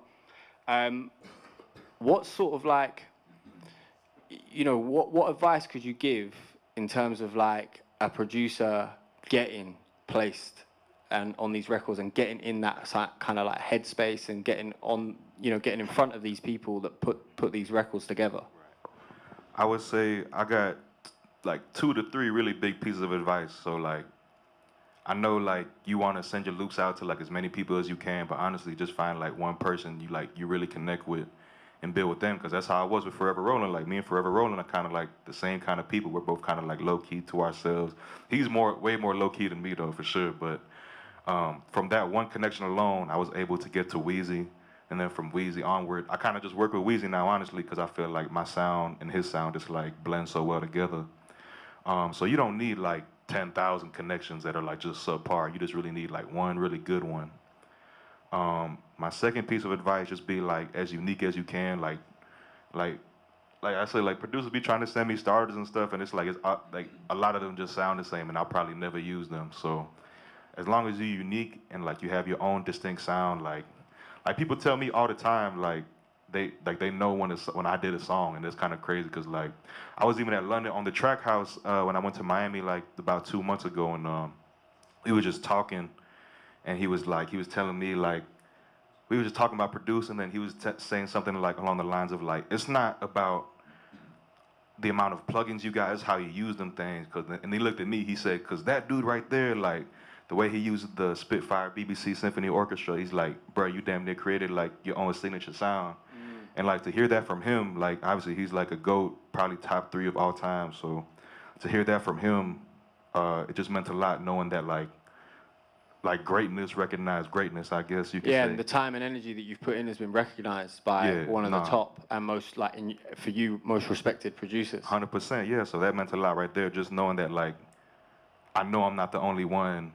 Like I know a lot of people see that like I got a unique sound, so that means a lot to me because it makes you stand out, and I feel like that's why I get all these records, because can't nobody make loops like me, as of right now, I guess, you know what I'm saying? And, you know, being unique and limiting yourself, do you know what I mean? You got loads of fucking plugins, because I've seen your computer, but yeah, I can show y'all you too, so y'all can only see the screen. used one on this whole record. Yeah. I mean, like I said, it's not about the plugins you got. Like, I don't even use effects for none of these. Like, y'all can see my FX chain is really you had like one reverb. That was it. on one sound. Yeah. So you don't need you don't need like crazy effects. You don't need Portal. I mean, it's cool to have. I still use it, but a lot of my placements, like, it's really just been the sound by itself. Like, I didn't add anything to it besides like a reverb probably. So like, just work with what you have and just make it your own. You know what I'm saying? Like you don't need the fancy plugins. I will say though, when I was 17, my dad gave me a savings account with like $1,500 in it, and I used $500 to buy Omnisphere, and he was pretty mad. He was like, "Why did you buy that expensive plugin?" I was like, "I don't know, because I wanted." Everyone else cracked. You know what I'm saying? But I mean, it paid off because Pushing P is all Omnisphere, and I didn't do anything to them sounds either. It's just Best straight investment sound. you've ever made. 100%, yeah, 100%. I made everything back times like 1,000. So yeah. Don't tell people your numbers, bro. no, it's all good. That's just quick maths. I'm just capping. You know what I'm saying? Right, let's open it up to the floor. So we'll get some questions going. Is Luke about? What's that? We've got 10 minutes till the call. Yeah, cool. And then best question, we're going to pick, or Juke's going to pick, whatever his favorite question is, and you guys are going to walk home with a Sontronics microphone. So ask some good questions. So the pressure's on me for whoever gets the speakers. That's kind of crazy. No, the microphone. Speakers are at the end. That's a ticketed thing. Even still, that's a lot of pressure on me, man. Yeah. Dang, you feel me? Right, who's got some questions? Right, you over there. Where's Luke? Oh, there he is. Let's front, third row. So getting like Lick Back and then Push and P, obviously like those songs changed the trajectory of your life. But I remember like watching the Push and P breakdown, and you said you still worked at Home Depot for like a whole month. So it's like it didn't change your life like in that moment, but since all those songs, you've got obviously so many songs since. So it's like, how have you leveled up as like a producer, a creative, even as a person, to like sustain such a high bar set like quite early on?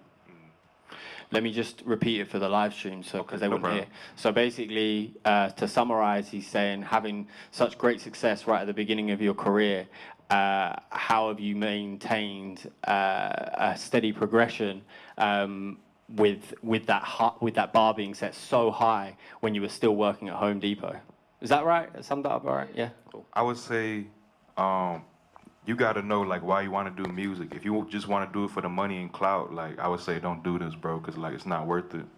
But the reason for me, like why I feel like I kept on getting successful, because the reason I want to do music is because I just want to be the best that I can at it. You know what I'm saying? Like that's what I truly want to do. I want to be the best that I can in my craft for as long as I can be the best at it. And there's no other reason besides that, and to make people's days better because like it'd be people hitting me up like, man, like your song helps me get out of bed in the morning. That means more than a Grammy award or any kind of award I can get because I'm actually helping somebody feel better that I may not even know. Like even when I went to Japan and I met one of my Japanese friends, like he cried when he met me, bro. Like he was like, man, I love your music. Like, I can't believe I'm meeting you right now. I'm like, bro, I got 9,000 followers on Instagram. Like you crying to meet me, bro? Like that's crazy, you know what I'm saying? So, yeah, I would say the reason I leveled up is because I always want to be the best that I can. And you know what I'm saying? It's always like what you think is your best, one day you're going to top that. And then the next best, one day you're going to top that. So it's just about keep on like outdoing yourself, basically. That's what I would say. So in the sense of like, how do you feel like you've leveled up, as opposed to like keep going? So like, if you look back to like how you were at Home Depot, like obviously it's a banging record. Right. Like to pay where you are now, it's like how do you think, like hearing about like quality over quantity, that's like how you like switched up. Are there any other ways that you've like you noticed that you've leveled up? If that makes sense. I would say, yeah. I mean, obviously, like I said, I did spend a lot of time in the studio, but I found out nowadays that like sometimes you really only need like 5 to 6 hours in the studio. You don't need to be there like 24/7 because that's how you burn out. And I've burnt out a couple of times. So just also take care of yourself, bro. You know what I'm saying? You can't make great music if your mind's not all the way there. So I take more time in taking care of myself and just kind of doing the things that I want to do nowadays and just not listening to any outside noise. You know what I'm saying? Like at least I try my best not to. You feel me?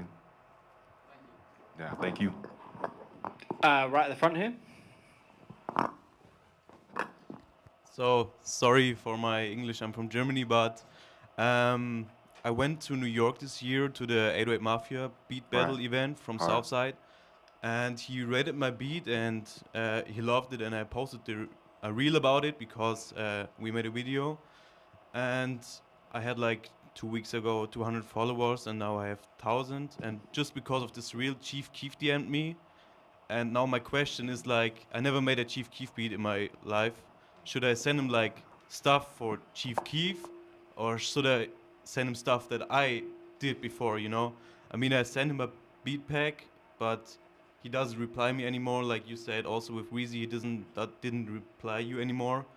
I don't know. Like I sent him his mail, but I don't know what to do anymore. And my second question is, should I, when I have this one connection, like you said, you had Weezy, should I only send my stuff to this guy, to Chief Keef himself, or can I send my stuff to other people also, So just to recap, you had this opportunity from Chief Keef.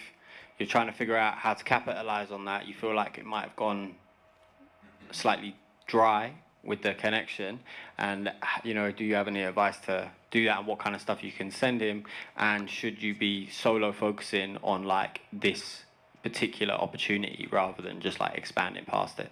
Yeah. I would say to answer your first question, bro, make music you want to make. Like don't make music for anybody else but you, bro. Like that's what I do.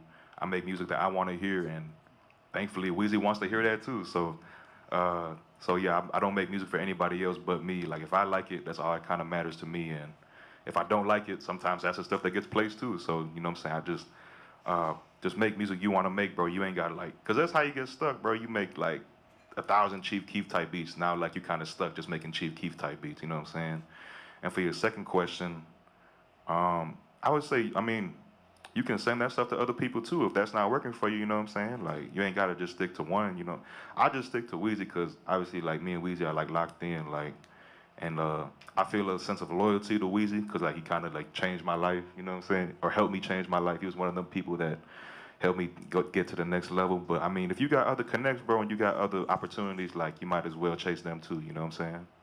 100%. And how did you get the attention from Weezy that he answers you again? Like, just making fire stuff, bro. Like I said, I make music I want to make. I don't really care about who likes it, who doesn't. As long as I like it, and it sounds hard to me, I'm gonna send it to Weezy. If he likes it, cool. If not, cool. Like, but I know he likes it a lot of the time. Like, the first pack I ever sent Weezy was 16 loops, and he texted me back like 4 hours later, like, yeah, I just used the whole pack. I was like, at the time I'm 21. I'm like, well, dang, that's like 16 of my best loops. Like, I gotta make some more stuff, man. You know what I'm saying? So. but I mean, like before that, did Yeah, of course, because I had to get the email somehow. But once I get the email, I don't really need to text him. And now I got his number, email, so I don't really need to talk to him as much. I just send it. You know what I'm saying? I just send him a Dropbox. I email him a Dropbox link, and he opens it. So yeah. Yeah, I wouldn't get like, don't ever take it personally. Like, these guys are so busy and they've got such mad lifestyles. You know, it's so easy for a DM to get missed. Even me, like, I be missing DMs all the time. Like I said, like, sometimes I don't even feel like doing music, and sometimes I do. Yeah. And sometimes I'm just having too much fun to reply to a DM, so. Yeah, and you'll know if they don't want to hear from you, they'll just block you, bro. So then you know, okay, cool, all right. I mean, he sent me his mail, Yeah. but I don't know if he opens the stuff, you know? That's Bro, the beauty of it, though. Just keep That's sending. the beauty of Yeah. it, like living in the unknown, bro. Like, even to this day with all my placements, like I sometimes don't even know until they come out that I'm on the album. But that makes it more fun for me because I get to experience it with the rest of everybody like a normal person, you know what I'm saying? You might wake up tomorrow, Chief Keef drops a surprise album and you've got 3 records on Exactly. there. No, Like, exactly. that literally could happen. Like I said earlier, element of surprise. Yeah, but you're ahead of everyone else because you've done the work and you actually know that there's a possibility that he heard it. Everyone else doesn't even have his email, so they know there's a solid fact that he ain't heard any of their beats. And the more seeds you plant, the more crop I guess you will sow. You know what I'm saying? So just keep sending as much as you can whenever you can, and eventually something will happen if it's meant for you. Whatever is meant for you won't miss you. That's what my manager always says to me. I think as well, try to think outside the box in how you approach them, yeah?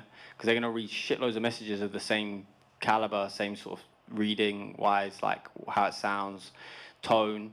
You know, think of something that strikes them, their opinion, and gets them thinking and looks into your message a bit deeper. Do you know what I mean? Yeah. And you know, that's going to give them a chance. Like, if you're just saying, yo, bro, if you check my beat pack. Yeah, don't DM nobody just saying like, yo, bro. You know how many times I get that? I'm just like, what do you want, bro? Like, you know what I'm saying? It's just yo, like, why, oh. I'm just like, what am I supposed to do with this? You know what I'm saying? Like, But if you said, mate, I just sent you the beat that's going to fucking be your next top 10, it might sound ignorant, right? Yeah, well, that's the sort of language, because you'll catch them at the right moment, and then they'll be like, all right, well, fuck it, let's see if he's actually, you know, for real. timing is everything too. Like, so we're all on God's time. So, and God is never late. So that's all I can say. Yeah, you can't control that though. 100%. We're gonna go Harry Gray.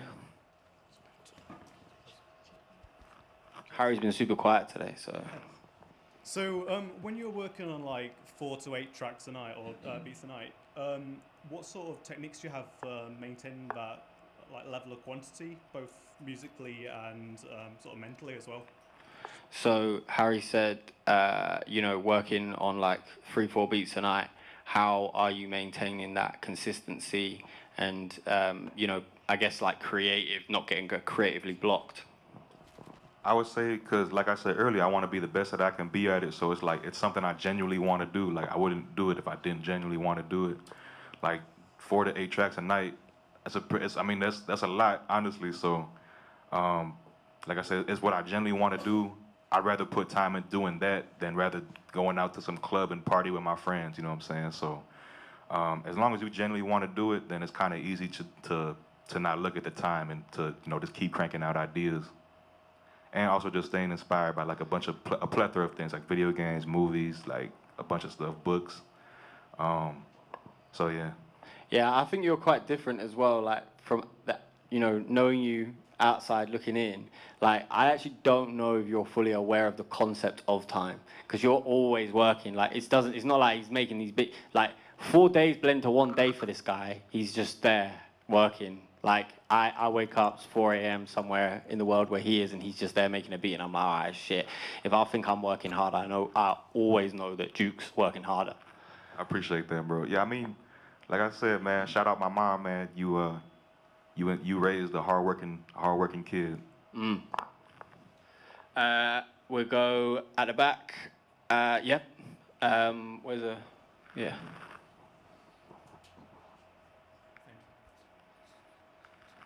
Thanks for that talk. I know you spoke about pushing P being your baby, but speaking specifically... Lick Back was his baby. No, Pushing P is like my first child, but Look Back is like, that's like my dog, my first dog. Oh, okay, fair enough. I'm wrong. But I wanted to ask a question about Lick Back specifically. Is there like a detail in that song that most people miss, but to you made that record special? Oh, that's a good question. It was actually... Let me just, for the live stream. So he's talking about Lick Back. Yeah. Is there an element in that song that you think people overlook, but to you, it stands out to you and you love? It's actually the stock Logic sounds, bro. Like, honestly, like there's like 3 stock Logic sounds in there, and there's that one ethnic like tremolo string that appears like on the hook and stuff like that. I feel like that, and there's like a high like drone texture thing that like was a stock Logic sound. I mean, obviously you ain't got those sounds if you ain't got Logic, so I feel like that's what made that's what made it special. You know what I'm saying? So, because not everybody got that, and it was unique for the time. So I feel like them 2 sounds definitely like made the track. Cool. We'll go at the front here with the blue jumper. Yeah, thank you. First of all, for the Made to Inspire documentary. Oh, bro, thank you. That means a lot, bro. It was really cool to watch. Especially the beginning was really relatable when you went to Tokyo and couldn't find the exit. It was very relatable. I got 2 questions. The first one, I can see how animes and video games inspire you, especially because animes got that crazy soundtrack, like generally speaking. But how do books inspire you? That's like the first question. The second is non-music related. I'm just curious. What's the meaning of the tats? The tattoos? Yes. I got you. So just for the live stream, he's asked, he can see how you are inspired by video games and anime and things. He's asked how you get inspiration from books. And then his second question is about the meaning of the tattoo on your hand. So for books, like the first book that really like inspired me like was this series called The Legend series by Marie Lu. I had to read it for like a summer reading in high school, and in high school I'm like, I don't want to do this, man. It's summertime. I don't want to have to read a book. But then I ended up reading it, and I was like, I really liked it. You know what I'm saying? And it's kind of like a dystopian like story in LA, like in the future. So at that time, that made me want to make like dystopian synth stuff, and I feel like that's kind of where like Pushing P stemmed from, like just having that experience.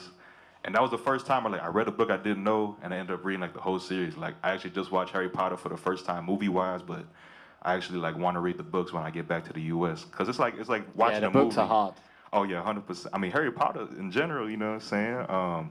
But it's like watching a movie in your head, and like everything is your own imagination. So you like literally the whole like movie depends on you. You know what I'm saying? Yeah, you're gonna draw your own inspiration from it rather than like someone it being a soundtrack that somebody else did, or like a visual that somebody else did. Like everything is on you. So I feel like that's why I take Harry Potter looks totally different in my head to what he looks like in your head. No, 100%. You know what I'm saying? So that's why I like taking inspiration from books.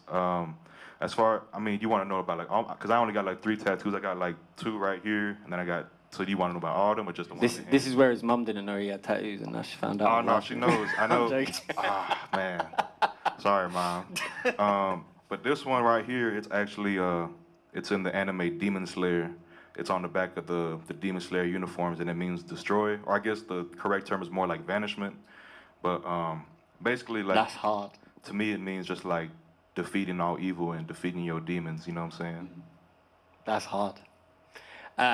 On that book thing as well, a good book that inspired me. I don't know if you've ever read it, but The Alchemist. I've actually never read. I should. I've been hearing about that. Yeah, that's an amazing book. That's very inspirational, and I read it every single year. Oh, really? Every January. Oh, crazy. Refocus. It's a chill, short book, but it's got every time I read it, I feel like I learn something new from it. Oh, that's hard. Yeah, it's a good book. It's a good book. Any other questions? We've got one more. Okay. You've been taking note of these questions? Yeah. You got to pick?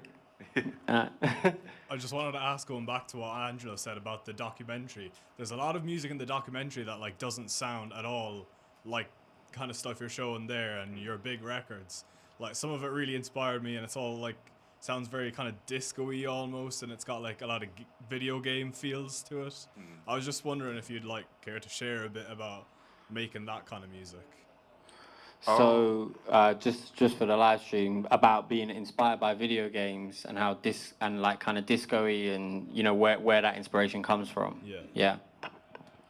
I would say, obviously being in Japan, you know what I'm saying, it's like, man, that was a childhood dream come true, and just being like influenced by everything out there, all the neon lights, all the futuristic stuff. But at the end of the day, like I said, like I'm just making music that I want to make. Like if something sounds cool, like I'm gonna pursue that. If it doesn't, it might sound cool if I do something different. But really, like most times when I'm cooking up, bro, like I kind of just don't even know what I'm doing. Even to this day, like I kind of just mess around until I find something cool, and then just build off of that. So I couldn't really tell you like a process behind it. Really, just make what you want to make, bro. Like, you know what I'm saying? Like if it sounds cool to you, who cares what anybody else thinks? I appreciate you though for watching the documentary too, and what you said, bro. It means a lot.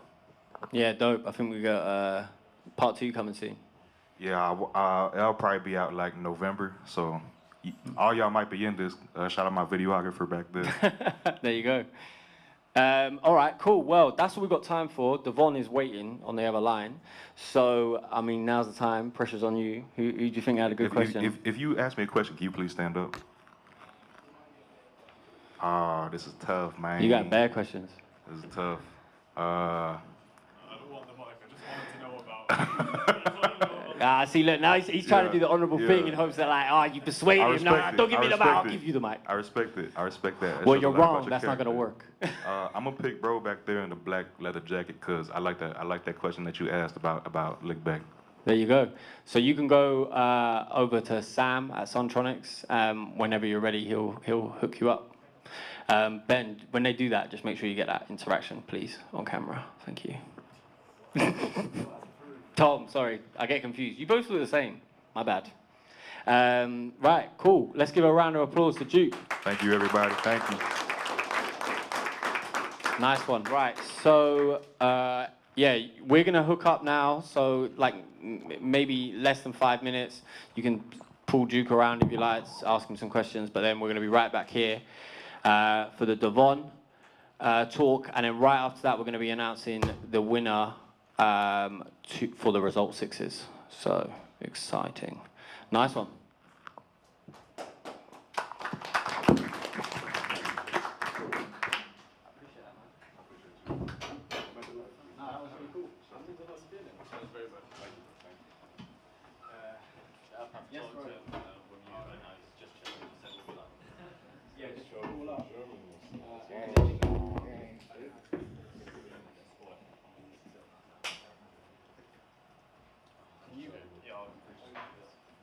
I said we don't need one already.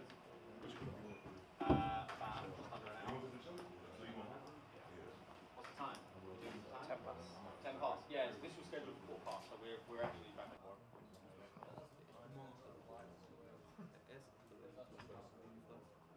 Test. Okay.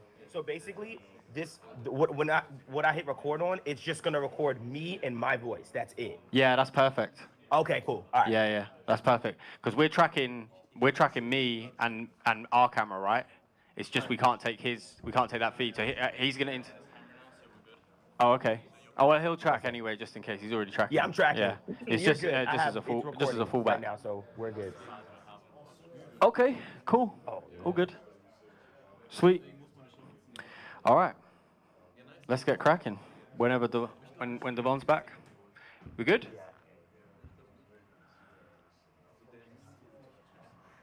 What? Oh, you're gonna record me on this? Okay. Okay. I should be good. Sweet. Okay, so you can't see them, but we got a crowd of guys here in front of me. So everyone give a big shout out to Devon. Give him a round of applause. What's going on, y'all? I don't know if you can hear that. Did anyone clap? Yeah. Everyone clapped. It's cool. It's just me in this room. All good. And we're streaming as well.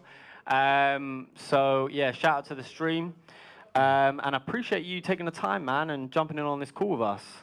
Yeah, of course, man. You know, I do want to say this to you.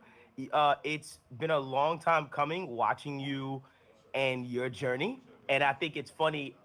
We talk about this all the time. The first time that we actually met, and it was at NAM, and I remember you came up to me and you said, "Yo, bro, I'm gonna start a podcast." And I was like, "Yo, bro," and when you start it, I'm going to repost it. We didn't know each other from a hole in the wall, but I was like, "Yo, bro, do it." And when you do it and start creating content, I want to be a part of it. I'm gonna repost it and everything. And it's like crazy. You did, bro. You did. Yeah, I rate it. Yeah. Yeah, you've been a big part of my journey, 100%. Inspiration and support and help and growth. Do you know what I mean? So, and that's why I always love chopping up with you. And one of the things actually that I wanted to talk to you about today is, right at the beginning, we've had a bunch of guys come down and talk. You're actually the last guest we've got coming today. But right at the beginning, we were actually talking a lot about branding, right? And I think if anyone's a master at branding, it's yourself. And but that can also be quite a competitive space, as you know. You've taken a polar opposite approach to this, yeah? There's a lot of guys in our space that kind of close the door, they don't want to collaborate, they're doing their thing, they're not interested in working with people. You have the total opposite. As I said, Devon's not lying. I bumped into him at NAM, and I said, bro, I'm going to do what you're doing. I'm going to start my podcast in the UK. And he said, yeah, do you know what? When you do it, I'll repost it. Everyone says that, cool. I think, yeah, whatever. He's just being nice, friendly. He did. He supported it. He came on. We've done, this is probably the third or fourth thing we've done together now. Yeah. And really supported it. And you don't get that a lot. So, I'd love to know a little bit about your mindset when it comes to that and why sort of like supporting creators is important to you, because there's like two other creators here that you have done the same thing for, or as well, that are here, and I've seen you support their stuff.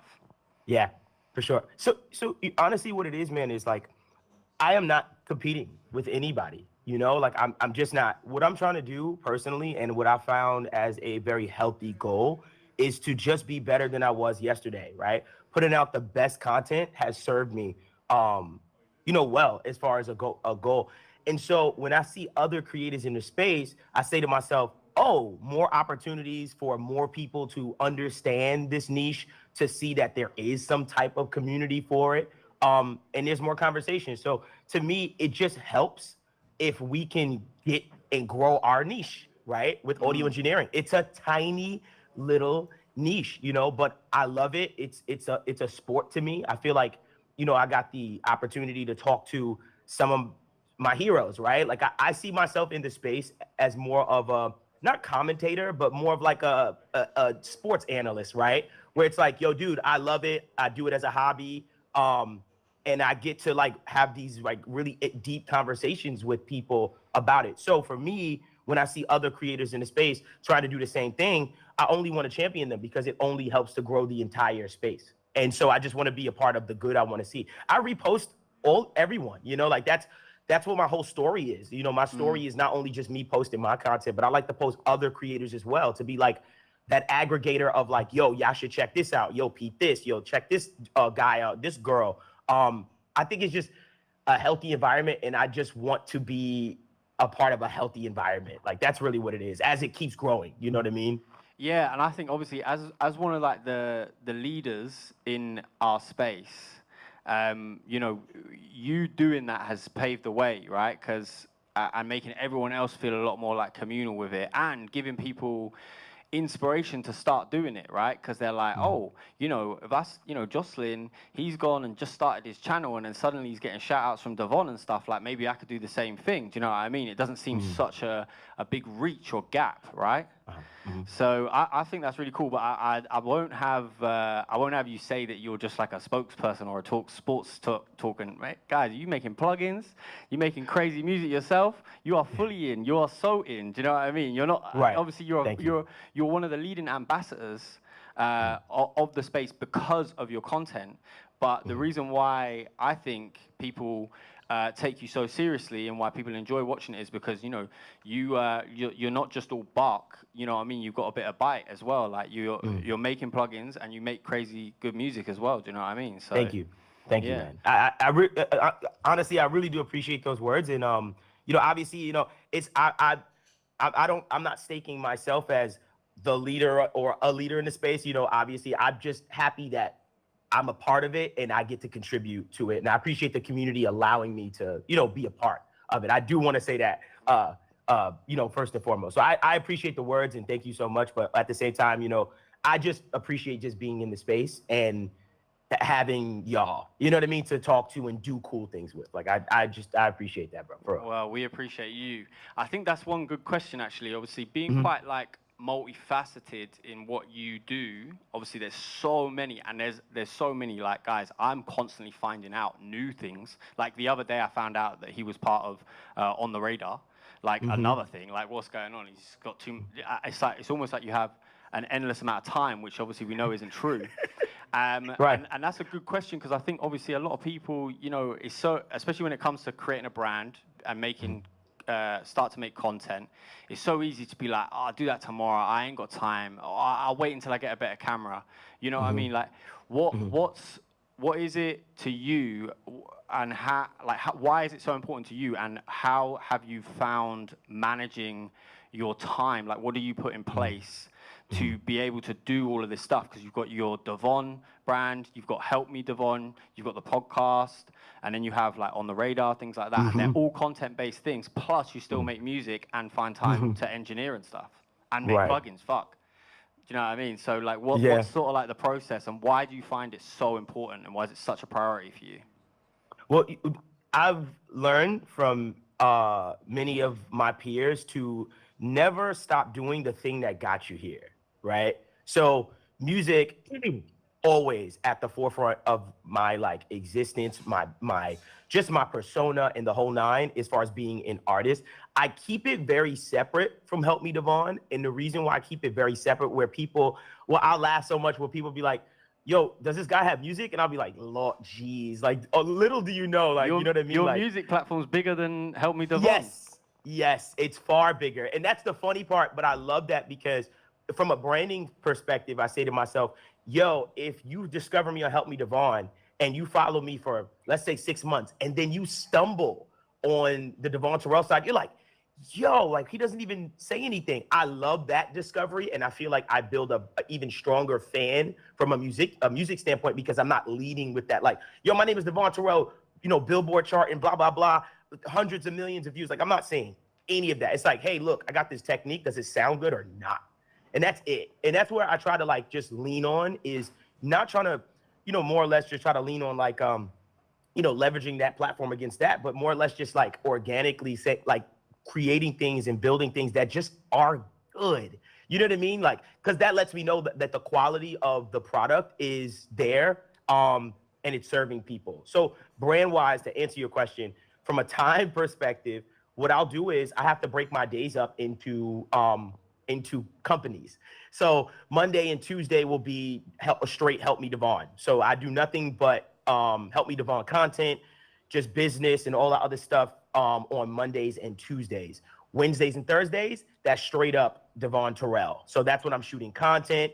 That's when I'm just doing all business related things and content related things to Devon Terrell. Then for On the Radar, On the Radar is kind of a free-flowing thing. I work for Gabe. He also made me a partner on the company, which I appreciate so much from him. I was there very early on, with it in its growth. He had it for years, but when it started to take off, he brought me in on the business side, and we just been great friends and just kind of just off and running in. So On the Radar is like that free-flowing thing. Yeah. That's happening all the time. And then Monday, Tuesdays, Help Me Devon. Wednesday, Thursday is Devon Terrell. And Friday is my house day. That's when I take care of personal life stuff. Okay. And then I take my weekends very seriously. That is very important. Like, I don't do work on the weekends. I might start mixing people's records, which I know it's not work to me. You know what I mean? For fun. Like, I'll mix people's records for as a hobby. But yeah, I take my weekend super serious, and that's kind of like how I've structured my life for the most part, and how I've had to. Yeah. I mean, that's crazy. You do the entire Help Me Devon in 2 days, and now I struggle to do MixedByJocelin in 7. So the work rate's crazy. But you touched on something quite cool there as well, because one thing that we were talking about earlier is like obviously the benefit of making content and how I think it's important as producers to build a brand, right? Especially now, like sometimes the music isn't enough, even financially. But one thing that we said is like you know, you're in danger of making the wrong audience. Right? Oh, You've done something either consciously or subconsciously by splitting those two entities, your artist persona and Help Me Devon, and now you don't have to have those audiences cross of each other, right? Because you know, like one thing that I was saying, you know, on this journey of becoming a content creator, I guess that's what I would call myself now. But I'm a mix engineer first, right? But as I was saying, like none of my followers are clients. They're all really competitors, right? They're other mix engineers or producers, yeah. So I think that's something to be said. If you were to go back and do it again, would you do it the same way, or would you combine the platform? Oh, I would do it the same way. I would split them. Like I always knew from the like I said from the very beginning. I was like, oh, split these because these are two very separate audiences. The way I look at content and the way I look at branding, and when it comes to that decision, is like, okay, cool. We have people that are fans, right?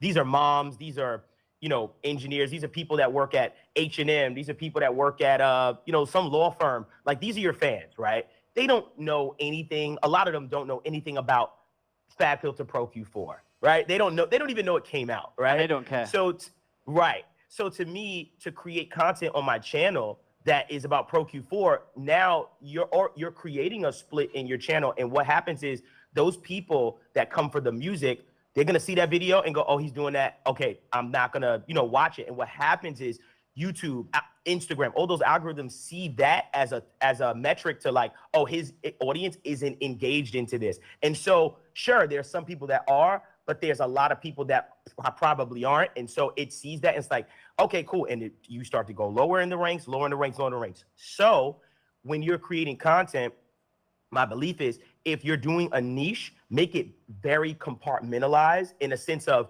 here's what we do. So the audience knows on this page, this is what we do. This is what we talk about. And you know what you're going to get when you come here.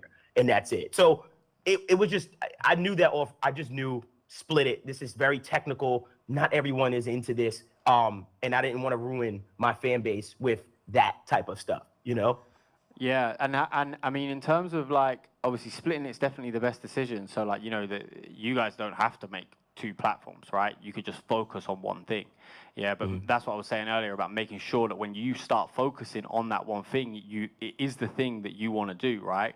Like don't accidentally fall into making content that isn't the people that isn't going to attract the people that you want to attract, right? Yeah. If you want to attract rappers to your page, don't make beat breakdowns. Rappers don't care about beat breakdowns. Make something different. Make content like you go and work with a rapper every week for free. You make him a beat and you make a video on it, right? That's gonna get rappers engaged in your content, right? Not and producers, but you know what I mean. It's a different thing. That's good. So, but in terms of like, so with all of this stuff, you know, these guys, a lot of these guys here, they're producer first. You know, you still release and make, you know, some amazing music. With all of this, you know, these priorities that have come out of your like creating content and your pages and almost like responsibilities to the fans now because you have a responsibility to them, right? How do you balance and find the time to still create music? Like, and what sort of like is your process for that?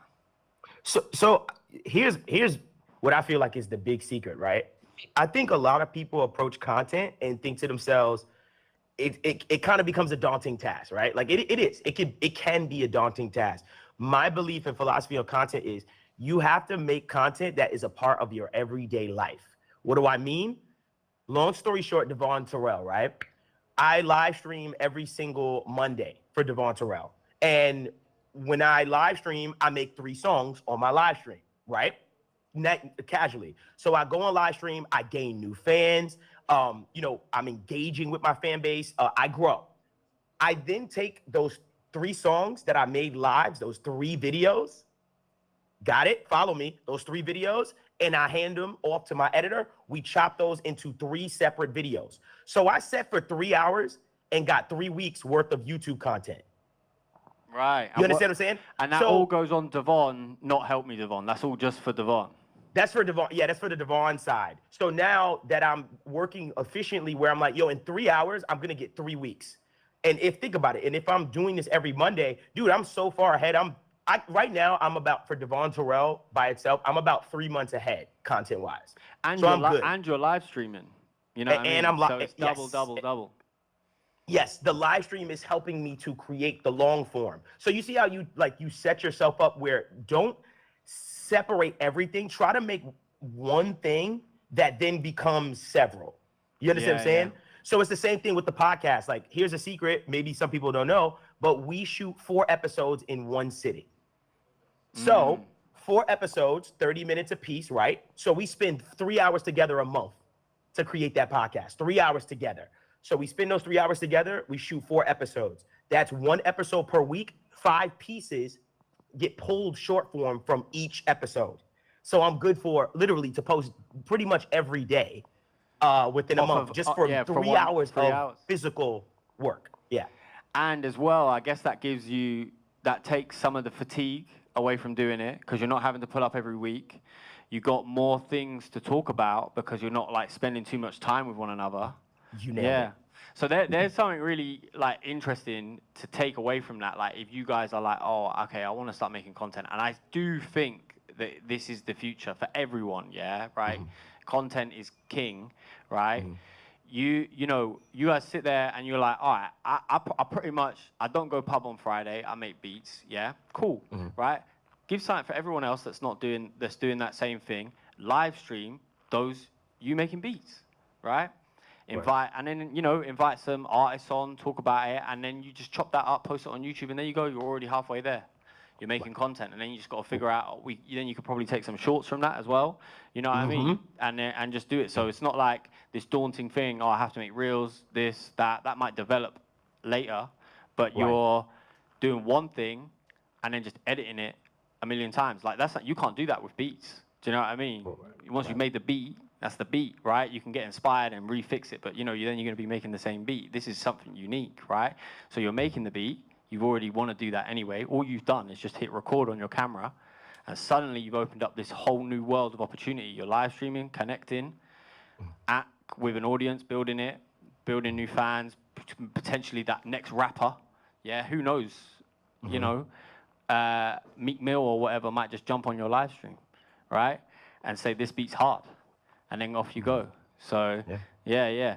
Tell me a little bit about your plugins as well, because I feel like your plugins are really cool. Like they're super useful. I mean, the new one, Black Vortex, that is on every single mix of mine, and I'm not joking. I absolutely love it. If I've got BVs on a track, it is on there. So for my K-pop stuff, it's like literally like. I would say it's in like the top 3 most important plugins in my chain for BVs. But they're super powerful tools, but they do seem built more for the sort of like.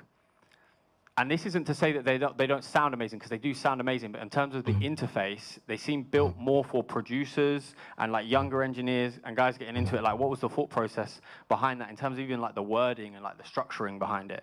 Right. So entering the plugin space was super scary, right? Because I said to myself, I don't know anything about building a plugin a couple years ago. Like I was just like, yo, you know what? I'm gonna give this a shot and see what it is. But the foundation that I went into it with was, you're not trying to beat Waves.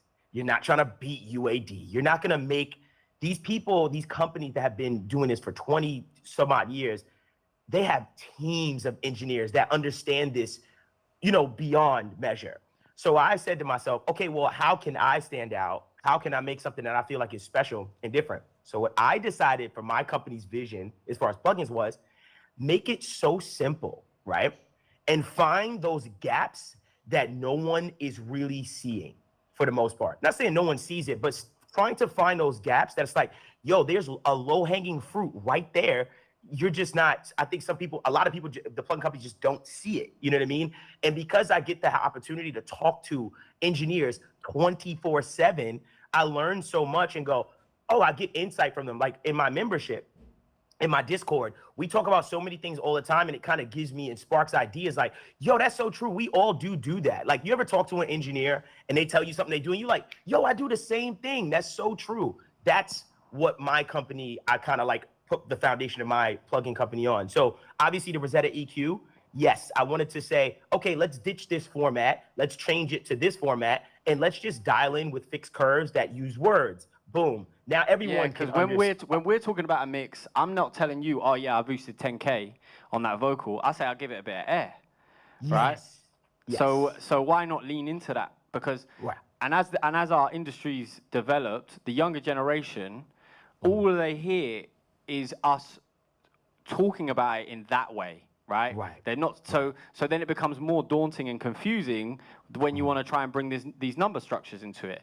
And in my opinion, obviously, yes, there is a balance, but when using, you know, when it comes to the science of mixing, you should take the time to understand it. But most importantly, it's about feeling.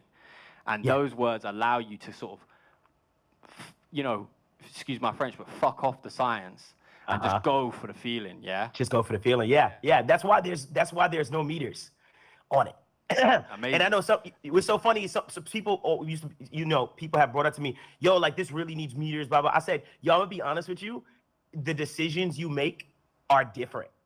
And I wanted to force people to just use their ears and just focus on the feeling. So when you turn into clarity, you're so dialed in to like clarity, and you're so focused on listening. You're not looking at the meter and going, you're like just listening. And that's why I purposely, like with the design choices, very, very particular about the design. That's what holds up a plugin, to be honest, is trying to figure out like the format and the design of it. And that's it. Like I keep it simple, but at the same time, little things are so important. I'll say this, for instance, right? I have a new utility plugin that I've been getting into, like utility stuff too. I feel like that's like an untapped kind of thing in our thing. So I made this thing called Bypass, right? Where it allows you to delete that little executable file in the in your plugin folder to remove plugins from your system. Nothing special, right? I didn't reinvent a wheel, right? It's so useful though, because you've all been there, yeah, and you'll be like, fuck, I haven't got any space left. Keep having to delete stuff. And then you're like, oh my God, I've got all these plugins that I don't use. And on a Mac, it's impossible just to fully delete something. You delete the plugin, but there's leftover information there. Devon made a plugin that will literally just wipe that shit from your thing. Like it scans it all for you and just goes. I think it's like £4 as well. It's like super cheap, but it's such a good tool. I made it dirt cheap. What I also let people know is, you know, I wanted to just get rid of the executable file. So sure, like your preset folder and stuff like that. But also, you know, I said to myself, when it comes to like older plugins, the plugins I never use, I don't even really have like much presets and stuff like that in those folders. But long story short, it just deletes the executable file and wipes that out so it doesn't show up in my plugin list anymore.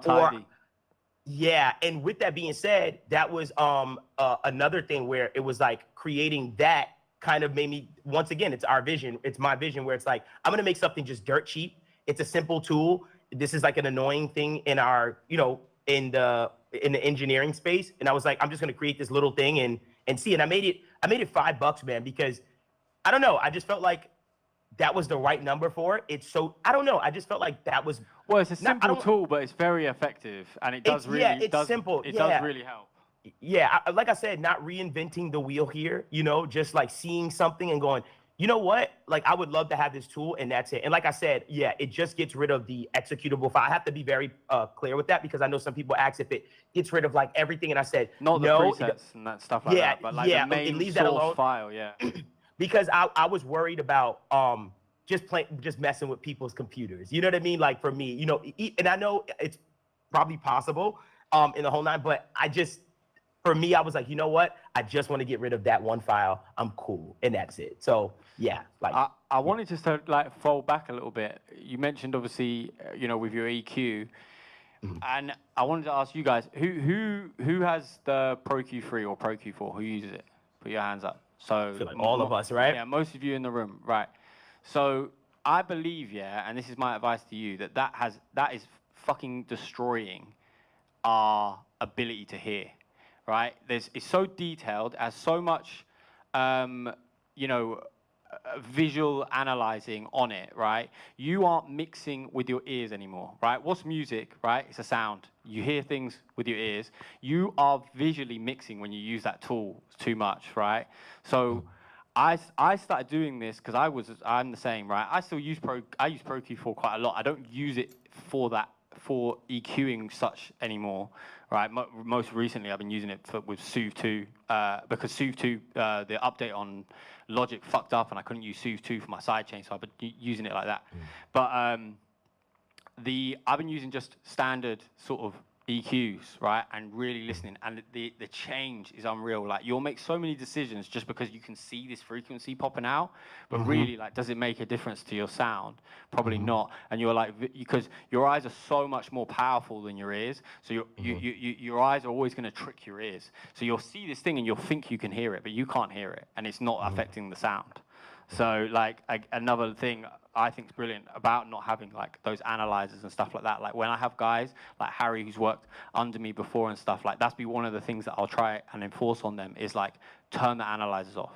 Like, use your ears, right? Mix with your ears, because that's, and I think it's something, especially as these tools get better and better and become more detailed, that we're losing in our industry, is the ability to do that.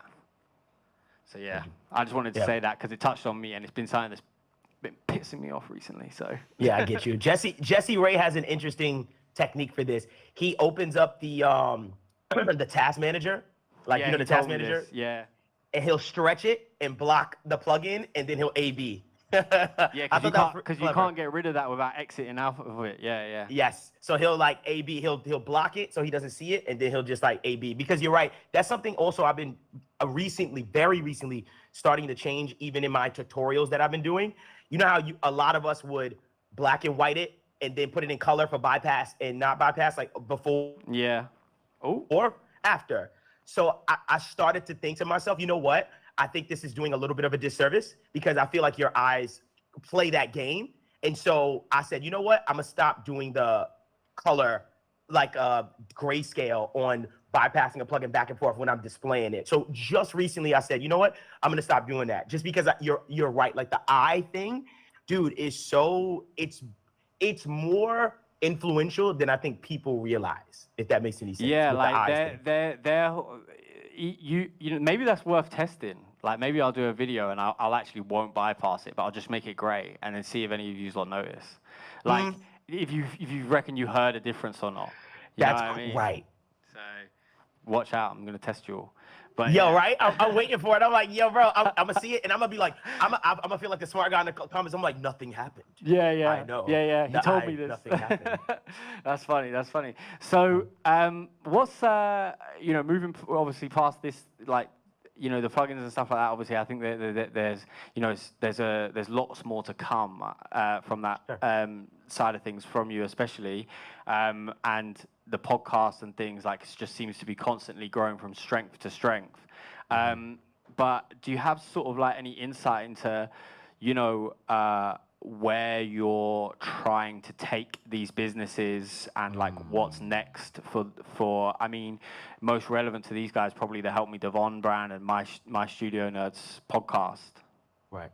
So I'll say this. I think some of my big goals is to obviously grow, right? I would love to grow. I love to get more eyes on the podcast so that we can increase production value, right? And we can do bigger things and grab bigger artists and have conversations with people. It takes, you know, finances, of course, and stuff like that. And obviously, as you know, our niche is very small. You know, when it comes to you know, trying to grow in this space, it's a hard space. You know, it's a really tough space. I feel like I'm very blessed and I'm very lucky to have the audience that I do have.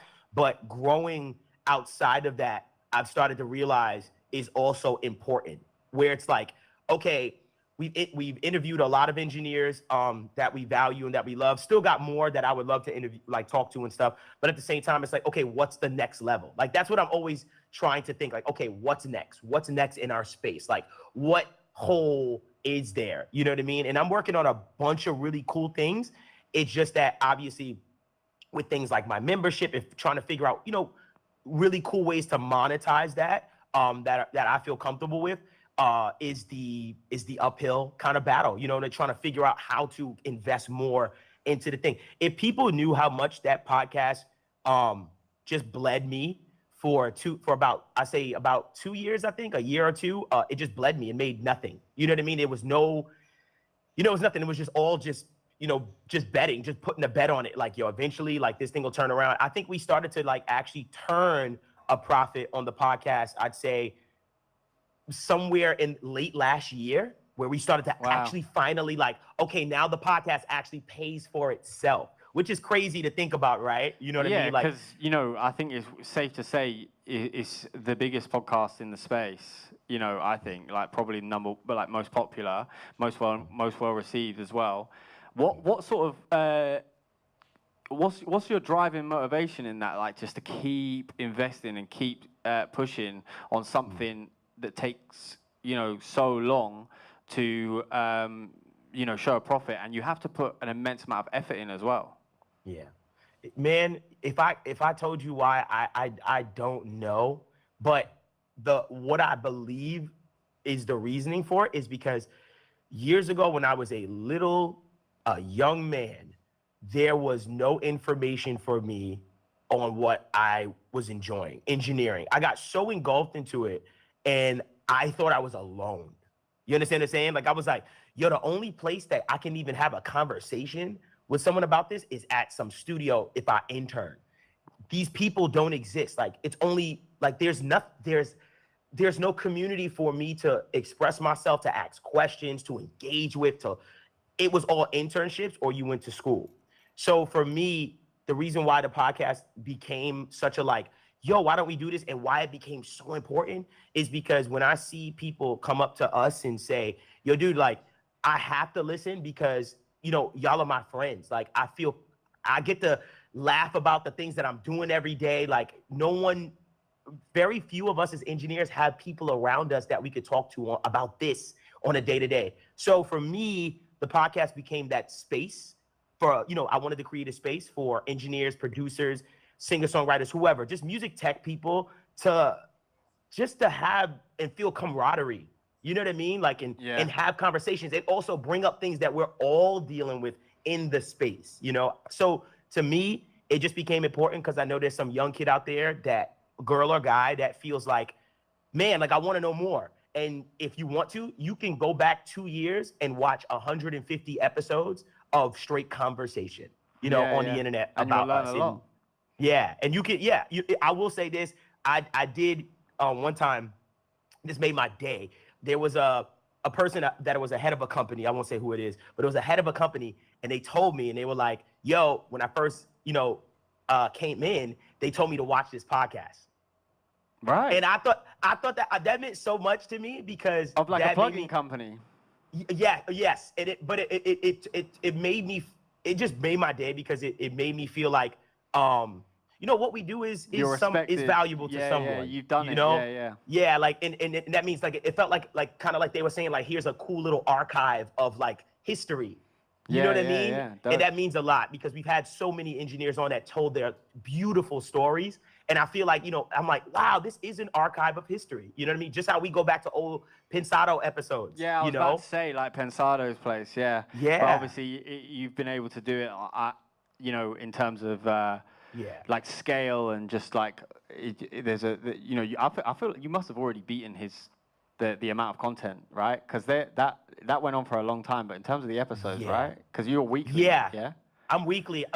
That's actually, I have to check that out. But we're at an episode, as the time of this recording, we're at episode 153. Yeah, 154. But I've learned so much from Dave in that show. Oh, man. And I've been blessed to have conversations. None of us would be doing what we're doing without Dave, so. Yeah. Dave and Brian Malouf, who I feel like doesn't get his flowers also. He was doing tutorials early in the day, too. Yeah, 100%. Yeah, Brian Malouf. But Dave is taught. I've learned so much from Dave Pensado. He is my GOAT. Like, I love Dave, man, and I've had the blessing to talk to him on multiple occasions, just even on the phone. You know what I mean? Just talking to him and stuff like that. Shout out to the engineers that made that possible, because they knew, like, bro, I just love to talk to, like, I just would love to have conversation. So, you know, there's been a time he's actually called me and said, yo, thanks for showing me love on that episode. I'm like, yo, Dave, no problem. Like, yo, Dave, question. And then I annoy him, and then he got to go. Have you guys watched like Pensado's Yeah. place? Yeah. If you haven't, watch the Mixed by Ali one and the 40 episode. They're all great, but those 2 episodes are really great. They stand out. Yeah. Let's a lot of amazing stuff. Yeah. Let's open it up to the floor. See, has anyone got any questions? So Devon is actually best question. Going to be giving away his bundle set of plugins as well. So there's of all the HMD plugins. So think of a good question. Who do we have? Who's got some questions? You guys are going to argue? We'll go right at the back. Hey, Devon. My question to I'll you have is... to read it back to you. Okay, cool. My question to Devon is this. Has there been any negative connotations from entering the content space on your music? Because I feel, you know, as this space sort of gives a deep dive, you know, details into the process that we have as engineers, I think it can some way take away the mysticism of how great the songs sound when they see how we got there. So, you know, Devon's an amazing artist. You know, I actually discovered him as an artist before a content creator.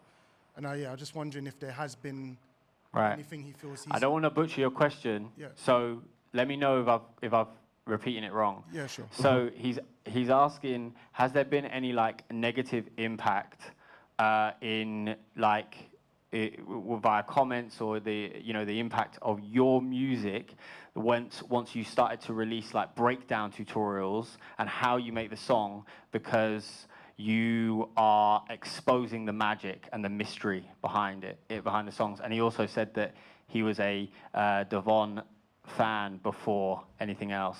So. Gotcha. Understood. Can I tell you the dead honest truth? It actually has the opposite effect. Oh, amazing. Because now what happens is someone that enjoys engineering, right, that was also a fan, right? Like what happens is they go behind and go, yo, this dude mixed this too? Yo, he did his kick. Like, you get to see behind the veil of like, no, I'm really taking this serious. It put more value on my art. Because now people got to see like, no, he's doing it from start to finish. That was the entire premise of the Help Me Devon channel. It was to get more people to care about it, because I used to get, not mad as an artist, but I used to be like, yo, y'all don't even know. I'm like mixing this stuff, I'm mastering it, I'm producing it. I was like, yo, I want more people to see that. Like I wanted people to see that because I knew that it would build a deeper appreciation for my art.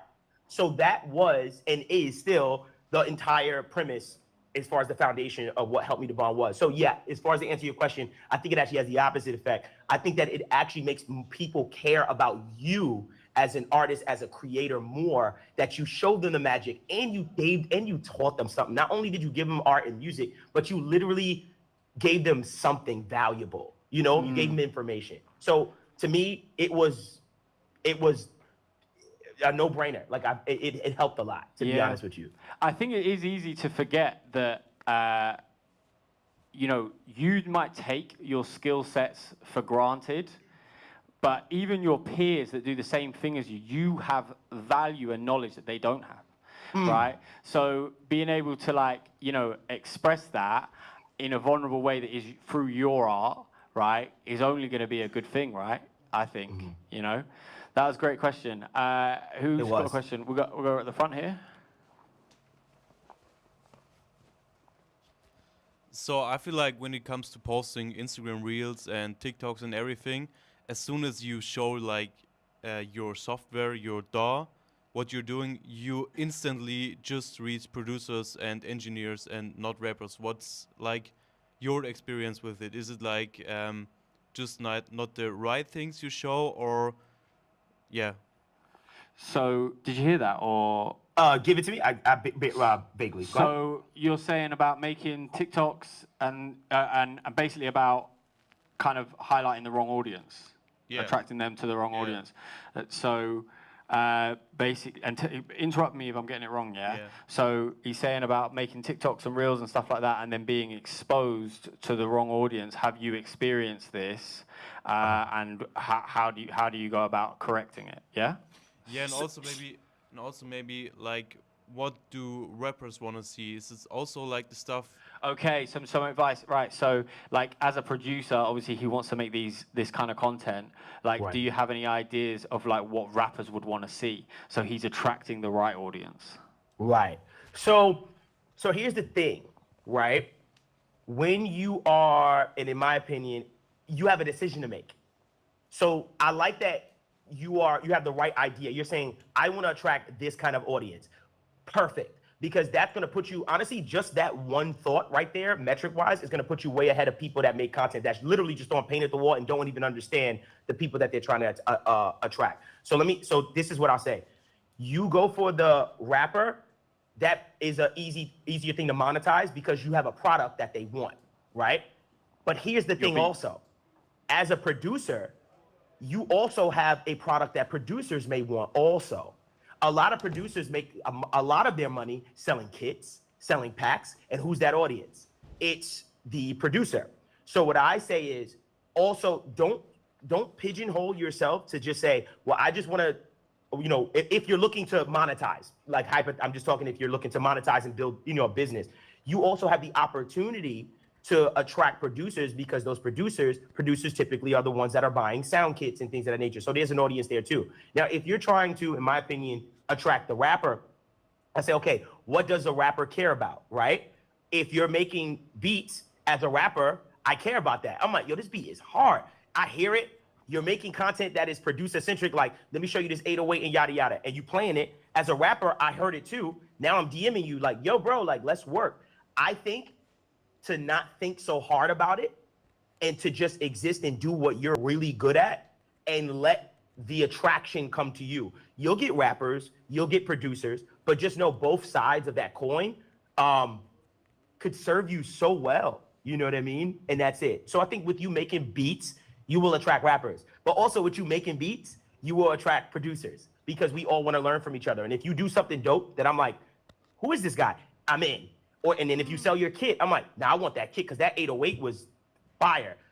I think it's way bigger than what you're trying to put yourself in as far as that box. Like, you're way bigger. You could be reach so much more. Niche into, the masses. Would you approach it in a similar way to how you've done it by maybe like splitting the channel? Because obviously the algorithm and stuff like that, you want to make sure that like you are pushing it to the right people.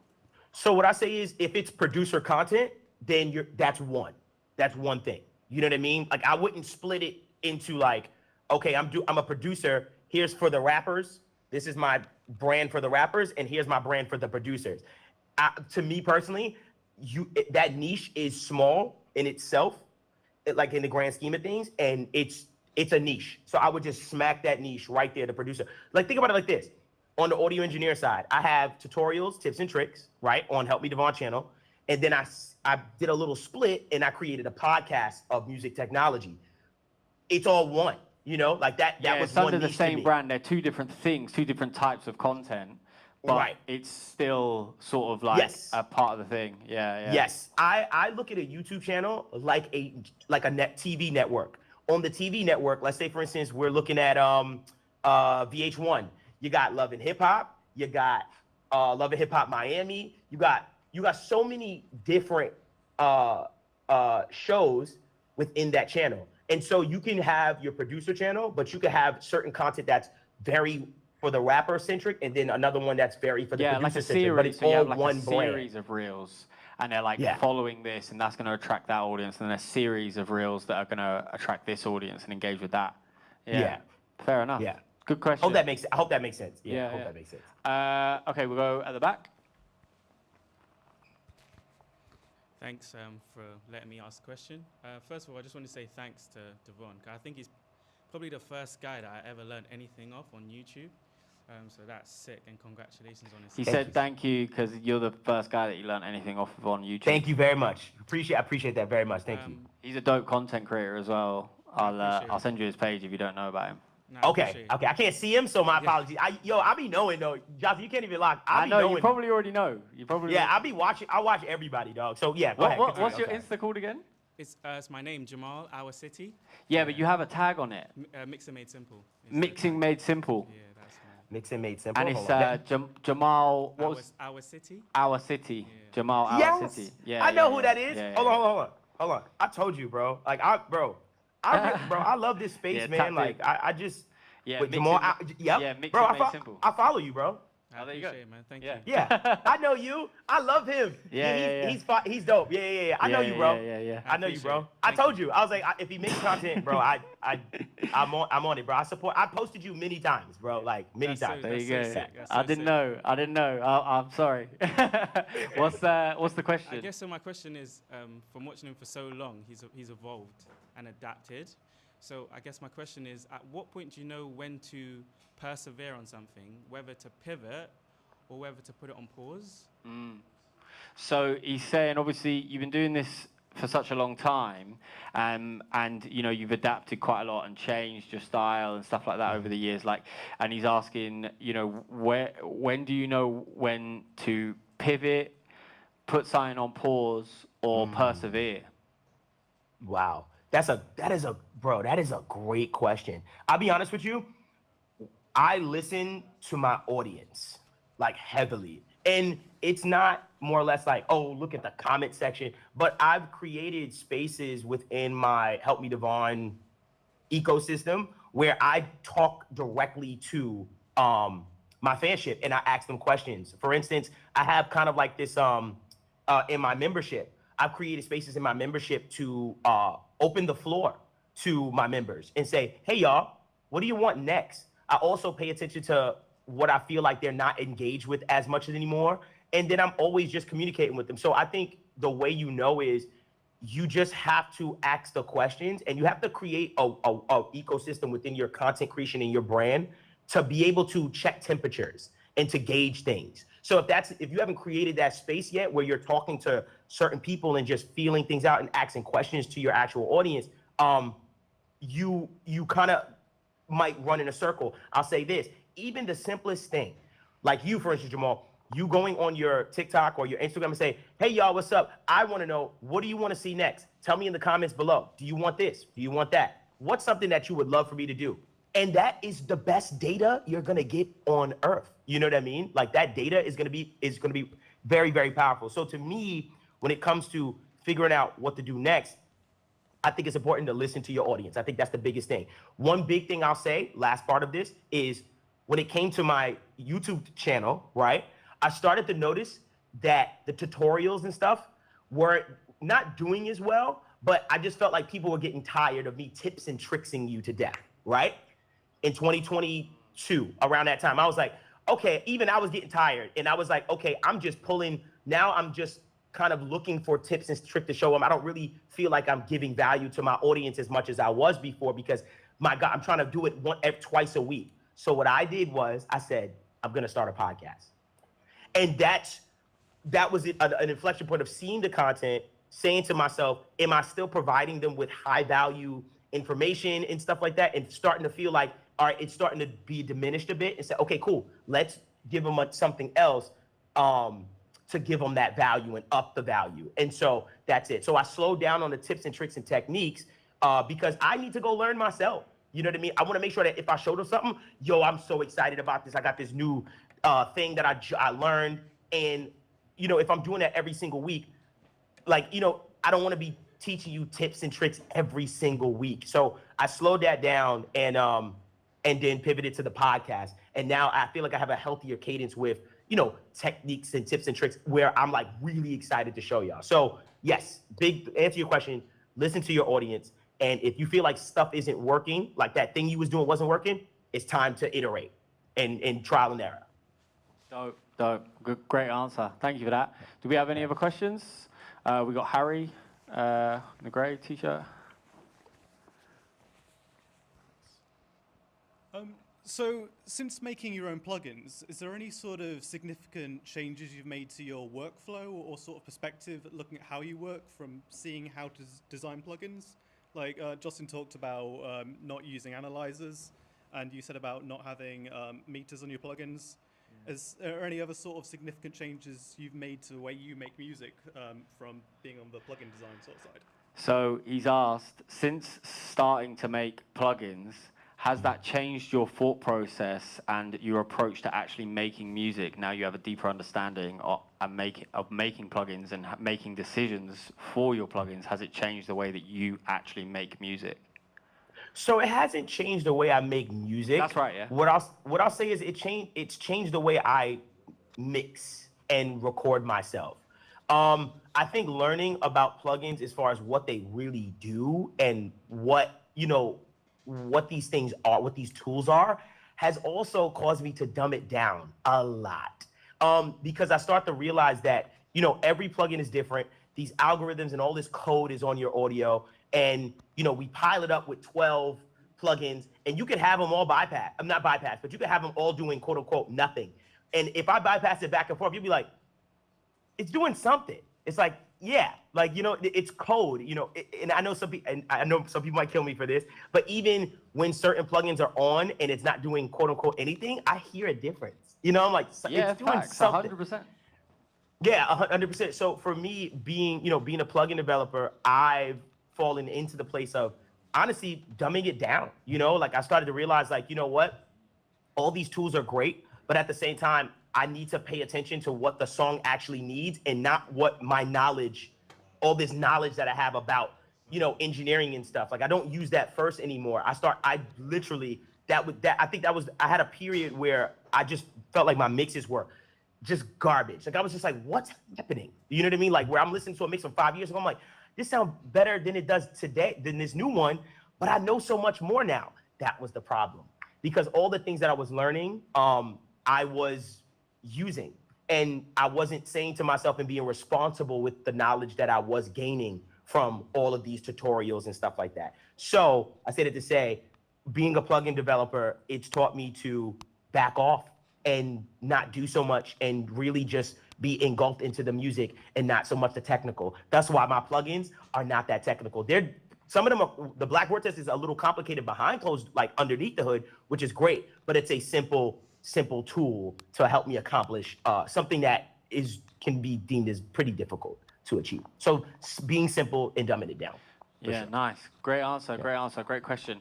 Right, I think that's all we've got time for, unless anyone's desperate for one last question and they think it's going to... I'm chilling. Yeah? Okay, we good? So was there any, if you can remember, was there anyone that stood out to you? What question? I know you can't see them. Oh, I feel bad. I feel so you bad about that. You pick, bro. I can't do it. You're okay. To be fair, just thinking back, what was a good question? I mean, because they're related, topic related. To be fair, it's between you two. Nah, I don't know. I think. I want no parts of this. Mate, you're making it. I know. I don't have to do this. This is my job. I'll always put it on the thing. Yeah, this is tough. Yeah. All right, I'll tell you what we're gonna do. I think you at the back. That question was dope. Yeah. So okay. yeah. All right. I'll get your email after, and we'll get that hooked up. Yeah. Let's go. Nice one. Okay, bro. I really appreciate that. Can you give Devon a big round of applause? Thank you so much for taking the time. It's so funny when you can't hear nothing. I'm like, they're clapping. Everyone's clapping. Okay. The room's shaking. It's amazing. So, but yeah, I'll drop you a text later, and we'll sort some bits out. And as well, just before you go, are you going to be in LA in October by any chance? No, so I won't, but I will be out there this month in September for something very special. That I think when people see, they're gonna be like, no effing way. So yes, I'll be out there September, but not October. Exciting. Well, I'll have to catch you in January then. Okay. But, cool. Yeah. Big NAM. You know the vibes. Yeah, right. yeah. I'm there for 10 days, so we'll do some shit. But yeah, Let anyway, the party begin. All right, buddy. Well, I'll catch you in a bit. I'll drop you a text. Thank you again for joining us. doubt. And yeah, shout out to HMD for actually sponsoring. They're one of the sponsors of this and obviously supplying some free plugins and stuff. So amazing. And yeah, thank you so much, bro. I'll drop you a message. Cheers, buddy. Yep. Catch you Cheers, soon. y'all. Appreciate y'all. Thanks. Bye. All right. I don't know how to get off this call. I got it. Cheers. Right, okay, cool guys. Well, thank you all so much. We got, did I get sent the list, Luke? Okay, so I'm gonna do something at random here. I don't know anyone's name, so I'm gonna try and do this very fairly. But someone's walking away with some new PMC speakers. How fucking exciting. I'm gonna get the email up if I can find it. Oh, you're gonna message me your email and I'll make sure that you get that plugin bundle sent to you as well. So just, you got my Instagram so you can text me. Right, where is it? How exciting. Right, whilst I'm getting this up, have you guys all enjoyed today? You felt like you learned some stuff? I definitely did. Today's been dope. So, I don't know how to do this. Oh, I'll tell you what we'll do. Right, I'm gonna do, I got a number here, so I got the ticket number. I'm gonna go to Google, and I'm gonna do, what's it called? Random number pick, or pick a random number.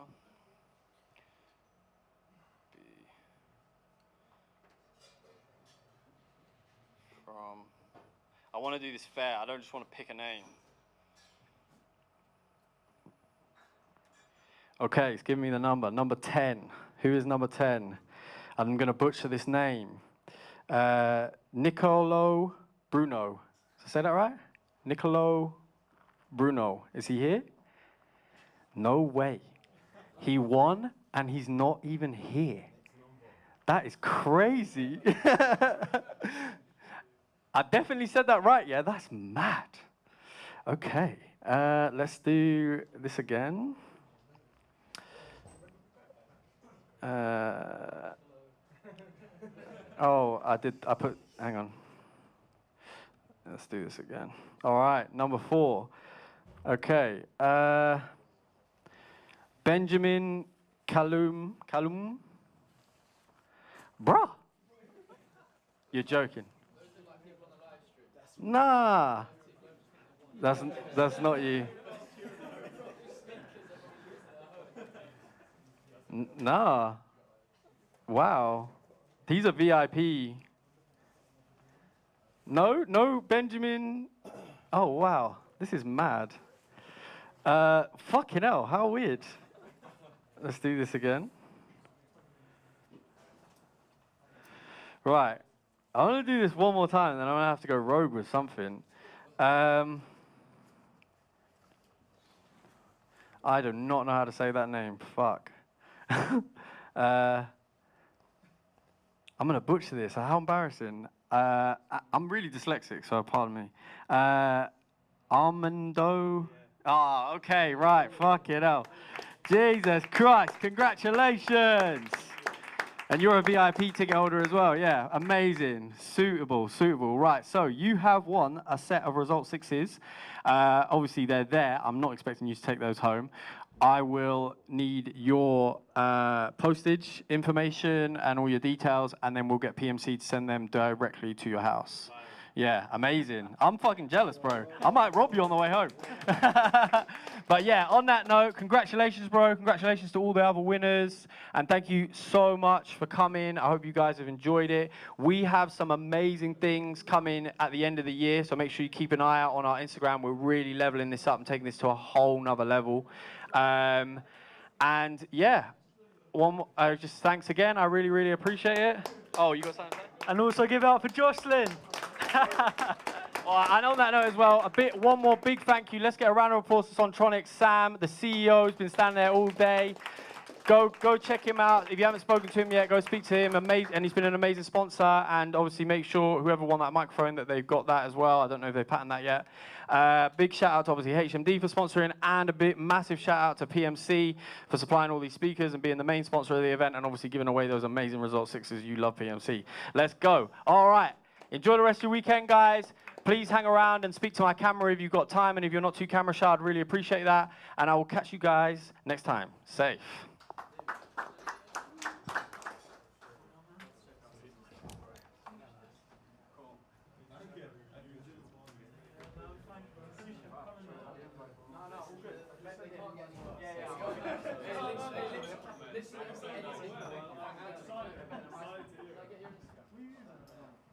I'm just on the ad looking forward to figure out